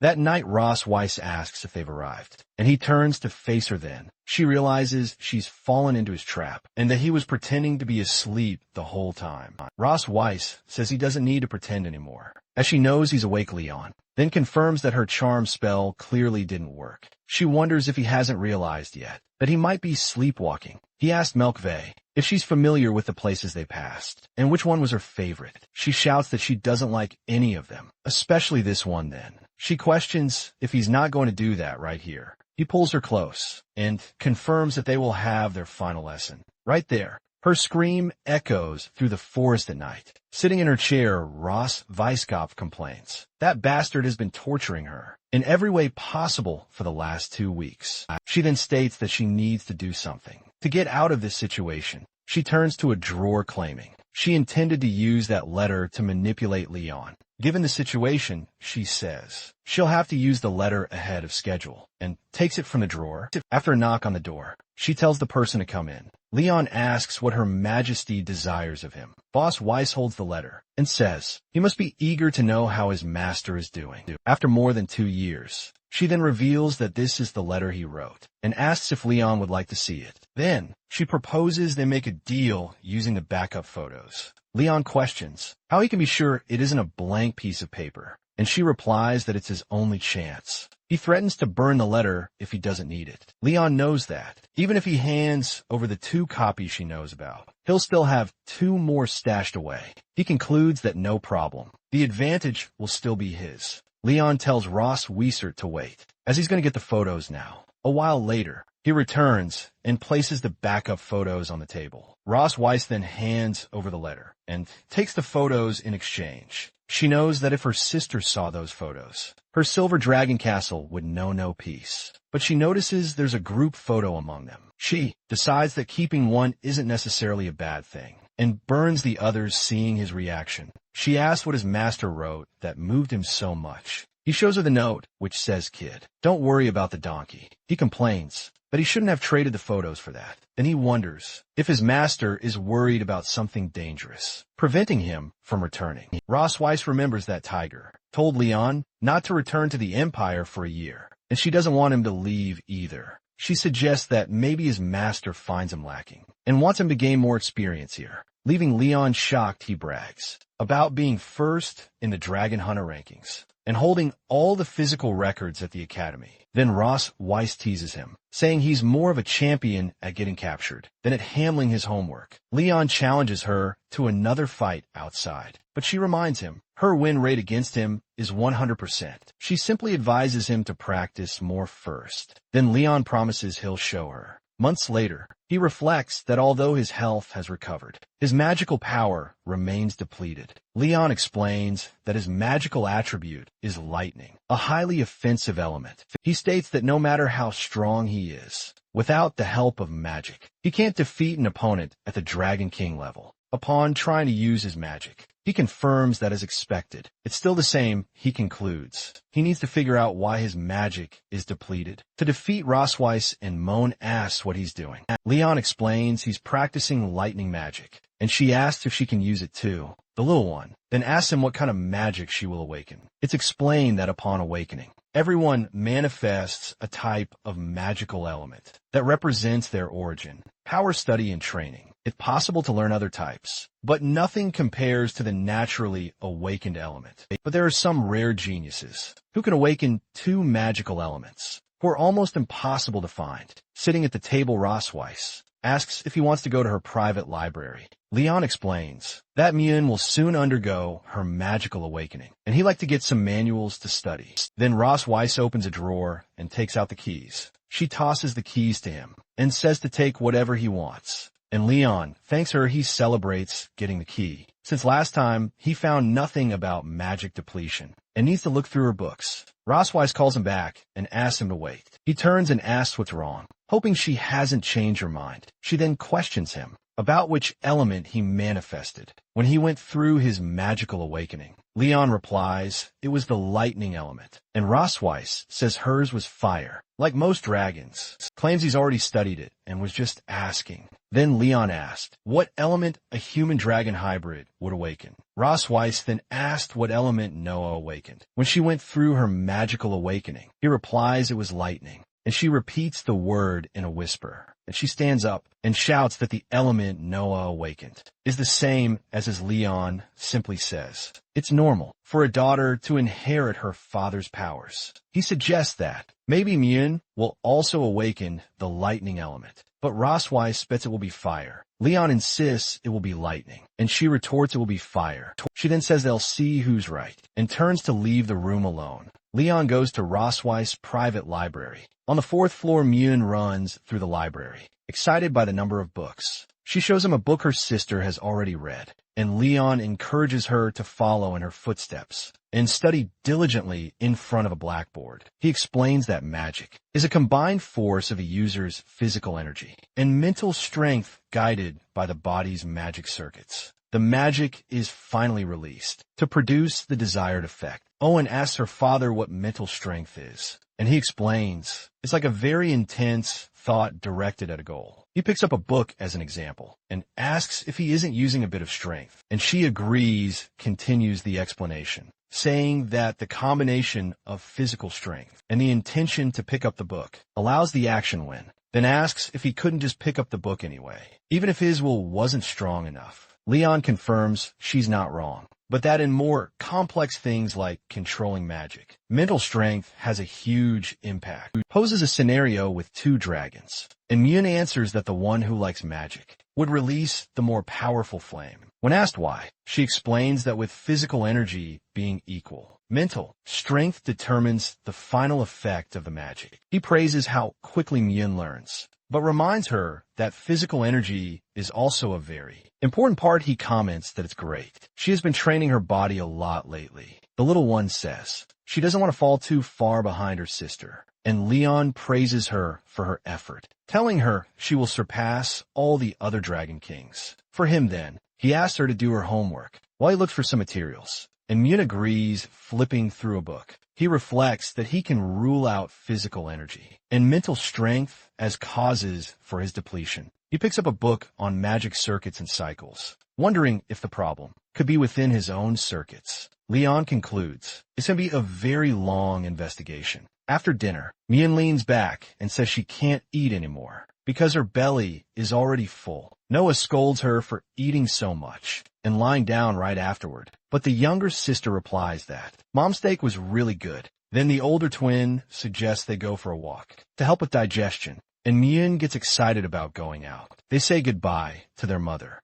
and Rossweiss asks her daughters to be careful. In the kitchen, she takes the last plate to Leon, who tells her she can leave it there. Leon asks if next Tuesday is her birthday. Rossweiss confirms that October 25th is indeed the day she was born. She explains that dragons celebrate birthdays every 10 years, but decides not to tell him that. There are still 2 years left until the next one. Then she asks him why he remembered and whether he is going to give her a present, but Leon denies it immediately. He retorts by asking since when a prisoner gives a birthday present to the one who defeated him. Rossweiss approaches him and says that since he won't give her a present, he could at least show another form of affection. He then asks what that is supposed to mean. Rossweiss suggests that he could organize a birthday party for her, and Leon asks if she is talking about him. He argues that, as the queen of the Silver Dragon's sanctuary, she wouldn't need him to organize something like that for her boss. Weiss reminds him that last year, he was in a coma,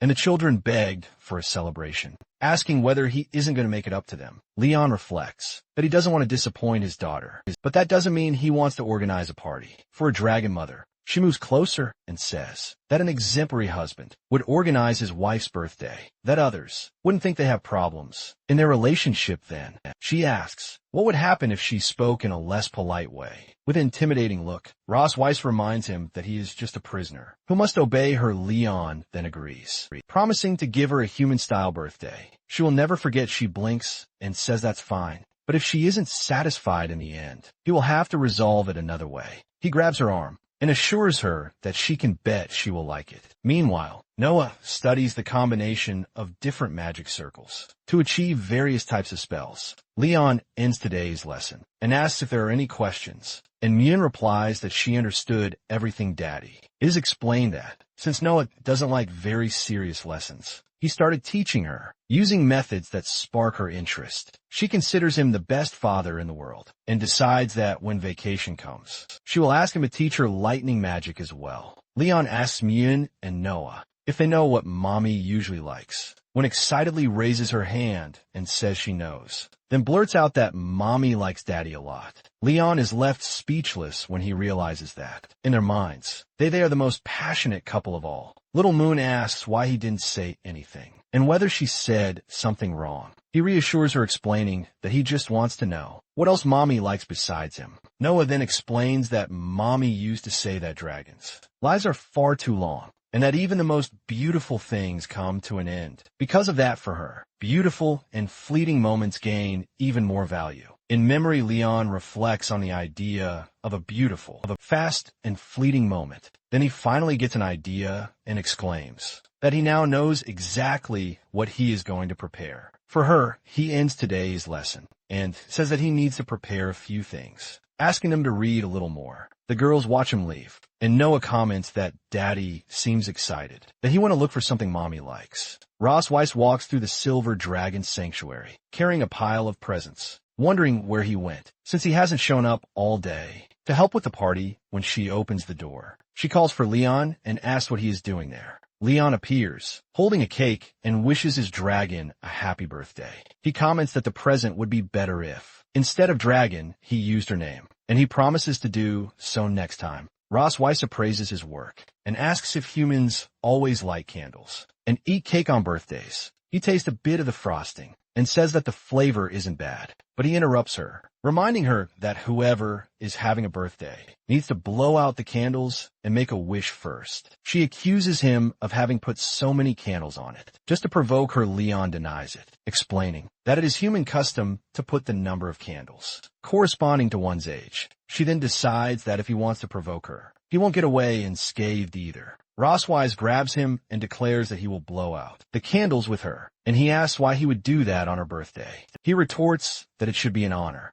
and while he agrees, she thinks to herself that he dug his own grave. Together, the two of them blow out the candles on the cake, but their breath lifts the smoke from the little candles. Ross Weiss comments that humans are strange, and Leon explains that normally there are at most 20 candles. He then urges her to make the wish quickly, since the candles have already gone out. Leon wonders what the wish of a dragon, who as a queen can easily get everything she wants, would be with hands clasped and eyes closed. She begins to say her wish. She wishes that her prisoner will never manage to escape, leaving him surprised. Leon complains that that's not how a wish is supposed to be used, but she retorts that it's her birthday, and the problem is his. He agrees not to argue and sits down to cut the cake. Then he hands her a slice, and she thanks him. Ross Weiss asks him why he picked exactly the slice with her name on it, and he replies that he just wanted to taste her. He tastes the cake and says that Ross Weiss, he means the cake is delicious. He then swears that on his birthday, she will cut a slice called Leon and shove it in his face until he is completely stuffed, holding a plate with cake. He wonders why he feels like this won't end well.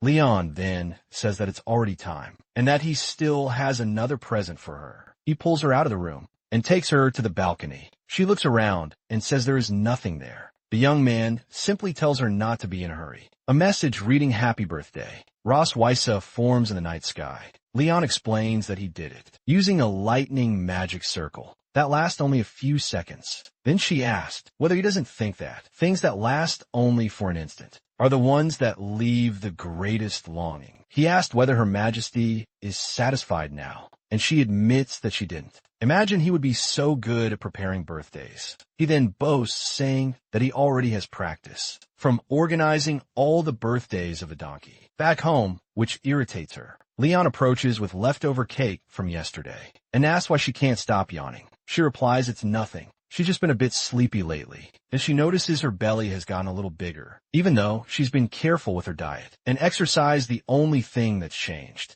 is how often she performs her duties. With him, he teases her, saying that even the queen can be lazy. And here he thought she was a workaholic. She retorts that she works all year, and asks what's wrong, with wanting to sleep a little more. He backs off, telling her to get some rest. Suddenly, Ross Weiss feels dizzy. Leon rushes to catch her, asking if she's really feeling unwell. He then checks her forehead and says she doesn't have a fever. She claims she's fine. She just stood up too fast and felt a little dizzy. He suggests she drink more hot water, but she gets irritated. Leon then grabs the cake box and runs out the door. Days later, Noah asks her father if he's looking for something. Leon replies that it's nothing. He's just looking around to pass the time. Decides it's better not to tell them about his depleted magic so he doesn't worry them for no reason. Besides, if Roswise found out, she would mock his weakness. Leon asks Noah if she's finished her homework, and she says not yet, but she's almost done. Leon then asks Noah if she thinks her sister will awaken lightning or fire. His daughter says she would try to awaken fire. To make her mom happy, he laughs and says that awakening an element isn't something you can decide with effort alone. Noah then changes the subject and starts talking about the lightning element. She asks if he can teach her lightning magic during the break to make the next semester easier. Leon realizes this isn't good, as he can't show her powerful spells. In his current state, he tries to summon a celestial bolt, but the result is very weak. Noah consoles him, saying he looks kind of cute like that. She then says if he keeps this up, she'll just ask her mom to teach her, which makes him desperate. Leon stands up, declaring that can't happen under any circumstances. He decides that his place in the family and in his daughter's heart must be won by force. Noah asks if it would be a bother and suggests they forget about it, but he refuses, assuring her he'll teach her properly. When the time comes, she asks if he's for real, and Leon promises he is. Noah hugs him. She then says she's going to check on Myun and runs off. Determined, he swears that for his daughter's sake, he must recover his magic before the break. He reflects that he's made no progress in the last 2 weeks and wonders if he's been researching the wrong way. Then he hypothesizes that the problem isn't him, but some external factor. He remembers the only new thing in his body since he became a prisoner is the dragon's mark touching the mark on his chest. He finally wonders if it's the thing draining his magic. The dragon's mark is an auxiliary magic used to seal fidelity between draconic couples. Normally, the mark is almost invisible, but it turns a deep purple when the couple unites. Physically in front of the mirror, Leon reflects that Rosweiss would have definitely taken advantage if she knew the mark was stealing his magic. So he decides to run a test. His flow of magic passes through his body and finally reaches his chest. As expected, the magic vanishes when it reaches his chest, but he notices the mark only absorbed a tiny part. It's explained that any magic user can concentrate and store energy in their magic circuit. Leon realizes something inside him is stealing the magic that passes through his circuit, preventing him from storing energy. He wonders when this magic thief appeared and why it's siphoning his magic like that. Looking at his reflection, he notes that he hasn't shown any strange symptoms, so everything must be fine. He then theorizes that, since the mark's own magic isn't being drained, he could probably store a portion of his magic in it. The storage would be slow, but it's still better than having nothing left at all. Determined, he decides to start concentrating his magic, little by little, starting today. Then the day of Myun's awakening arrives. Seeing Rosweiss, he greets her with a good morning. She notices his good mood, and Leon explains it's because Myun will awaken the same magic element as her father. Rosweiss insists that Myun will definitely awaken the fire element, but he reminds her that Noah has the lightning element. He says he wants to see her reaction when the lightning symbol glows, and she just replies, "We'll see." In the castle chapel, a large magic circle is prepared for the awakening. As Leon and Rosweiss approach, Noah thinks to herself that Myun will surely follow in her footsteps. Owen runs to meet them, calling for her mommy and daddy. The little one then asks if they're going to be watching the whole time. Ross Weiss assures her that she and her daddy will be with her the whole time. Leon advises her not to be nervous and to do exactly as he taught her, and she agrees amazed. He informs them that Princess Moon's awakening circle is ready. Moon closes her eyes and begins to concentrate her magic. Ross Weiss comments that the process went very smoothly, and Leon boasts that he was the one who taught her. Then flames erupt around her. Ross Weiss exclaims that she has awakened fire magic, leaving Leon in disbelief. She teases him, asking why he isn't smiling with a pat on his shoulder. She celebrates her victory in their bet, but Leon interrupts her, saying something isn't right. He points to his daughter and states that the awakening isn't over yet. Then bolts of lightning begin to crackle amidst the flames surrounding Myun. Ross Weiss is stunned